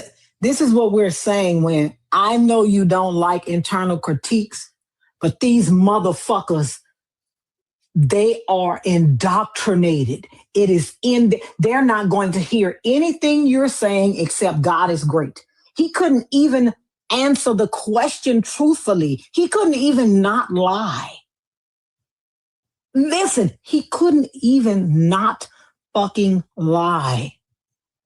He couldn't even just say, no, you know what? You are correct. Because if I buy something from a slave market, I'm not kidnapping him. I'm buying him.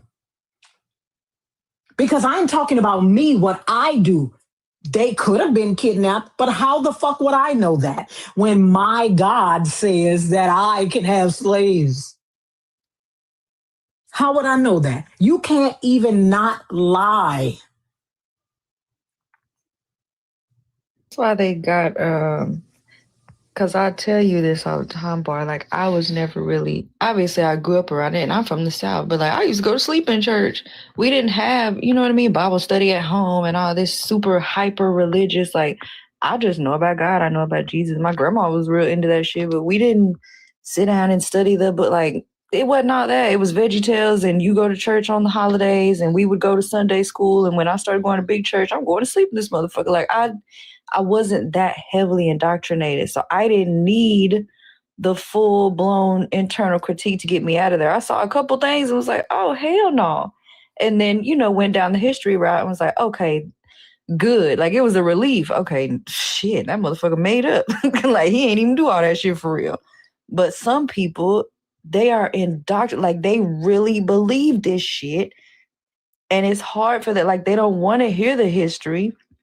Because you hear it all the time. Like, oh, that's just some shit man made up. Bitch, man made up the Bible. What the fuck? But some of them you have to like, okay, since you believe it so bad, let's do it inside the book then. Let me show you why this shit don't make no sense. And if it did, he's a liar. He's evil. Like, you're worshiping the devil. You're worshiping the evil one. Like, that man is a maniac. And then maybe you can, you know what I mean, soften him up a little bit. And then like, yeah, now that you're horrified, let me give you the good news. All of this shit is made up, my friend. Like, let me walk you back through cultural anthropology. But some of them, they just not gonna get. Like, you have to be like, all right, listen, bitch, turn with me to Deuteronomy since you so fucking hard up on this shit. That's the only reason why I refrain, because I know you don't like doing internal critique. And I was like, well, shit, he brung up that punk ass kidnapping part. But let's hit him with 13 of them hoes. Well, actually, Loris actually she did what I was gonna try to do, but she just did it where that nigga couldn't even answer the question. Went to his throat. That's what I'm saying. Listen, I was about to say, was in the headlock.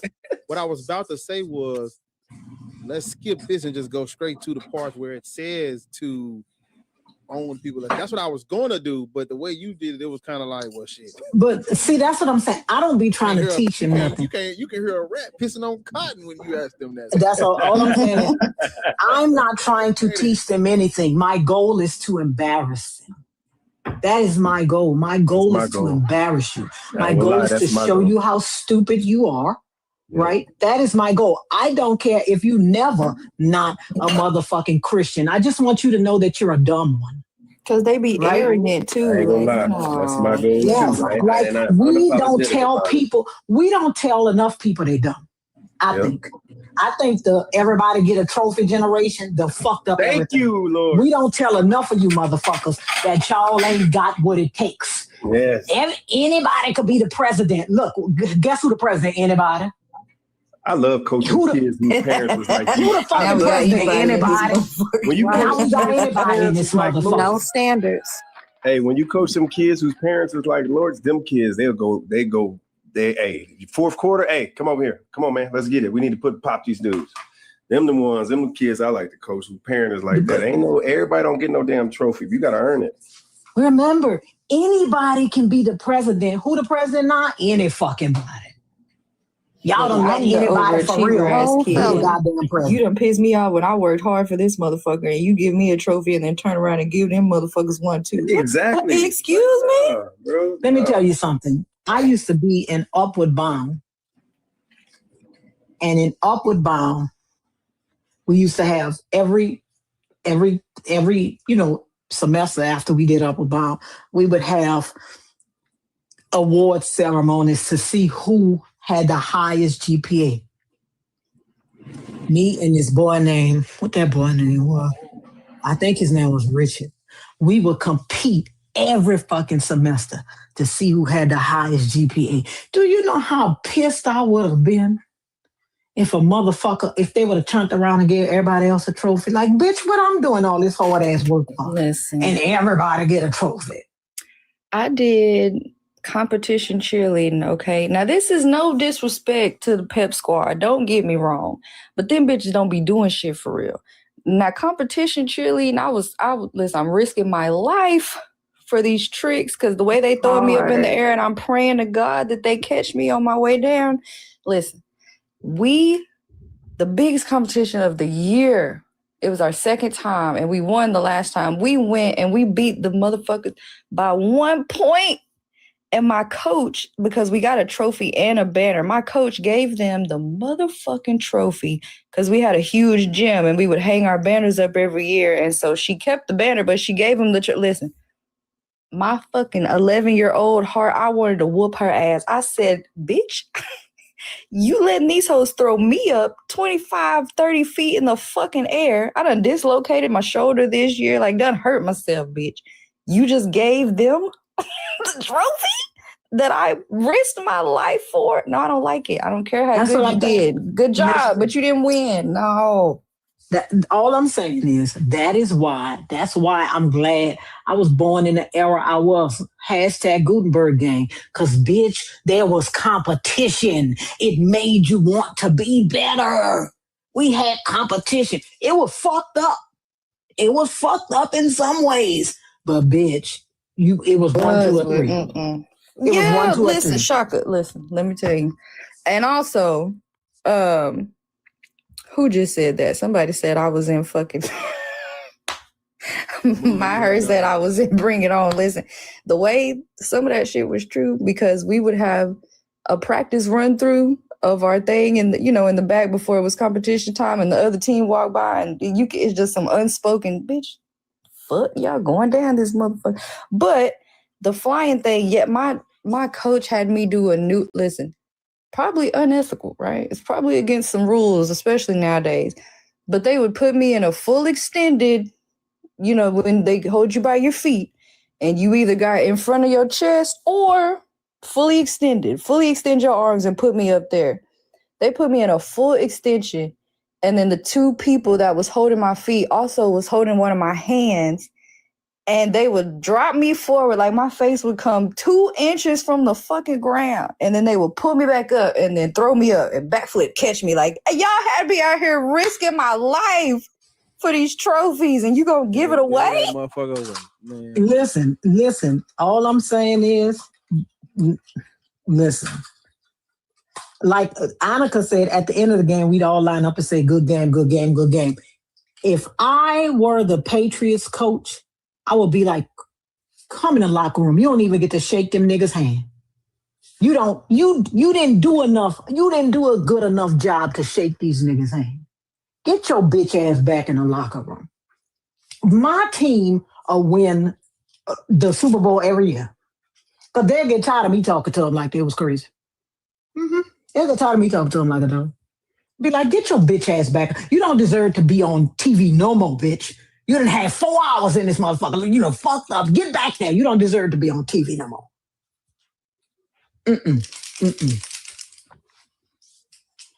I'll be mad. I'll be like, you over here dressing in Chanel with Cardi B, bitch, and look, you done made a fool out of us. They'll be like, that coach disgusting. She too hard on it. No. Listen, I wouldn't be hard on a cheering up to a certain age. You won't be the best. We don't do participation trophies on my team, bitch. You won't be number one. See, that's why I couldn't be a teacher, because I'll be calling the people cheering bitches.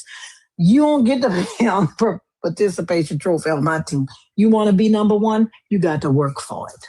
Y'all see Lawrence with a little girl get disrespectful in class? Hold on. It detracts from the actual purpose of trophies if everybody fucking get one.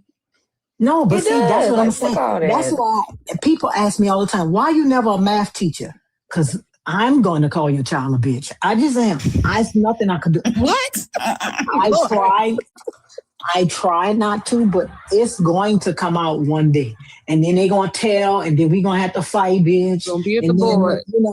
But that's literally why I want the little one, like the kindergarten, because I have more, like compassion and patience for little kids. But I'm also young. Like, I can imagine. I'm going to think I'm 18 years old. I'm going to cuss you slap up and down. Bitch. Ariel, my friend was a teacher. And one time, she got into it with this little girl, and the little girl said, I'm going to go call my mama. And before she knew it, that motherfucker said, go call that bitch. She going to know I might lose, but she going to know she been in a motherfucking fight. And the lady pack your things up. And her mama came up there, and they had it out. They had it out. Oh, kid. That girl, matter of fact, she was telling me this story about 2 weeks ago. And she said, and you know, I saw that girl and you know, the child. She said, you know, I saw that girl and she a drug addict now.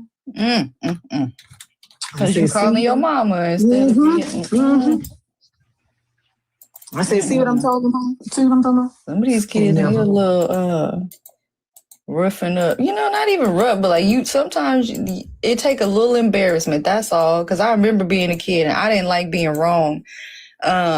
But sometimes like you just need a little, okay, well, let me do better. And that's the same thing with the trophies. Like we would come to practice, we had huge glass case just full of trophy. And this is when I first joined the team. Like, okay, I saw it when I went to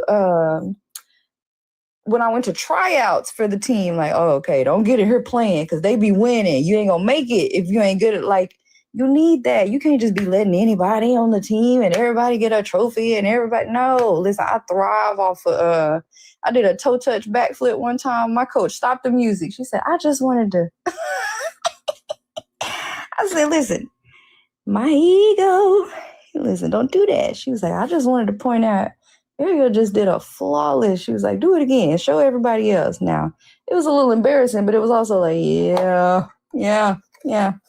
Do your stretches at home. Y'all bitch, you don't be practicing, do you? No, everybody can't get a trophy. I don't like that. I'm over here getting upset. I don't like that. If you're not in kindergarten, everybody ain't getting one. Even in kindergarten. My son just, listen, I'll be at field day acting a plum. Yeah! Pull it! Run! Shit, we finna win. I want them ribbons and them trophies. If y'all give everybody else one too, my son won't be here next year. Y'all won't win Especially again. when I was young. When I played the piano, baby, they were replacing the Yamaha. I didn't like to let nobody beat me playing the piano. I didn't. I'm sorry. Like, bitch, I'm sorry. I'll put honey on the fucking keys. I ain't like bitch and beat me playing the fucking piano. Please. I'm sabotaging some shit before I lose. I don't care.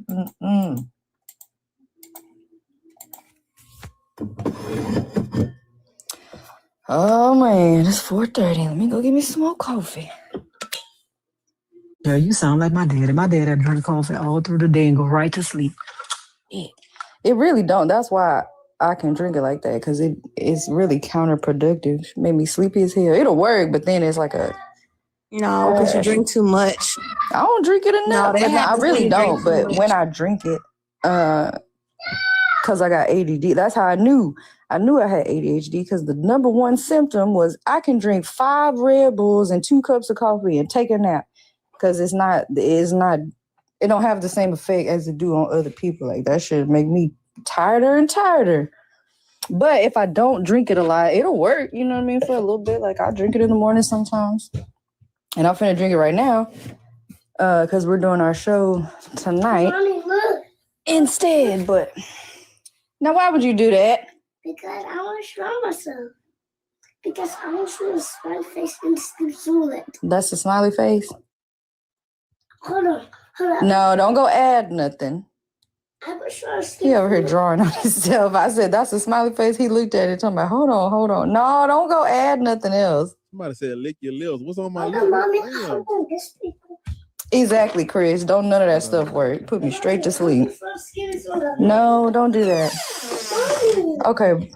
The thing is, he sound like a young old man. He is. And then he done picked up on he a manipulator, okay? The way I talk to him, you know, and I'll be like, that you don't talk to mommy like that, you know, or like you don't say that to people. And now he'll turn around and when I get on to him, he's like, mommy, you don't talk to me like that. You don't I'm like, shut your listen. Don't try to gentle parent me. That's not nice, mommy. But now, so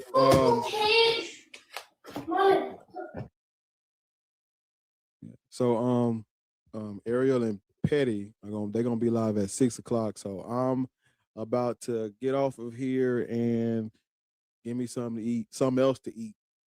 Cause I was going ham over here in the corner earlier. I'm gonna give me something else to eat. I'm gonna relax, read me a book or two, right? Read you a book or two, find you something else to do. Yeah, but follow Ariel, go support the live at 6, which is like an hour from now. Y'all go over there and support the live. Black Atheist is about to get out of here. All right, y'all. See you in a little bit. Hasta mañana.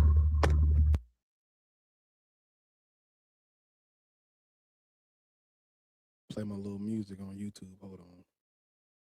Let me do like a little outro thingy. Yeah. So YouTube, man, we've been on this motherfucker for 7 hours. I appreciate y'all. Leave a like, sub up over there. We hit the like goal on TikTok and YouTube. So No, Annika, we're just doing it today because Super Bowl was yesterday and it started right when the show was starting. So we moved it to today. But we'll go back to Sundays next week. but yeah, we hit the like goal on YouTube and TikTok. So win for us in the chat. Win for us. Yeah. Follow me. Follow these. Damn, Shaka gone. Follow these great people up here as they do lives, and you might catch them on another live. That's got a good topic, good panel. So everybody, thank y'all. Black Atheist, I'm gone.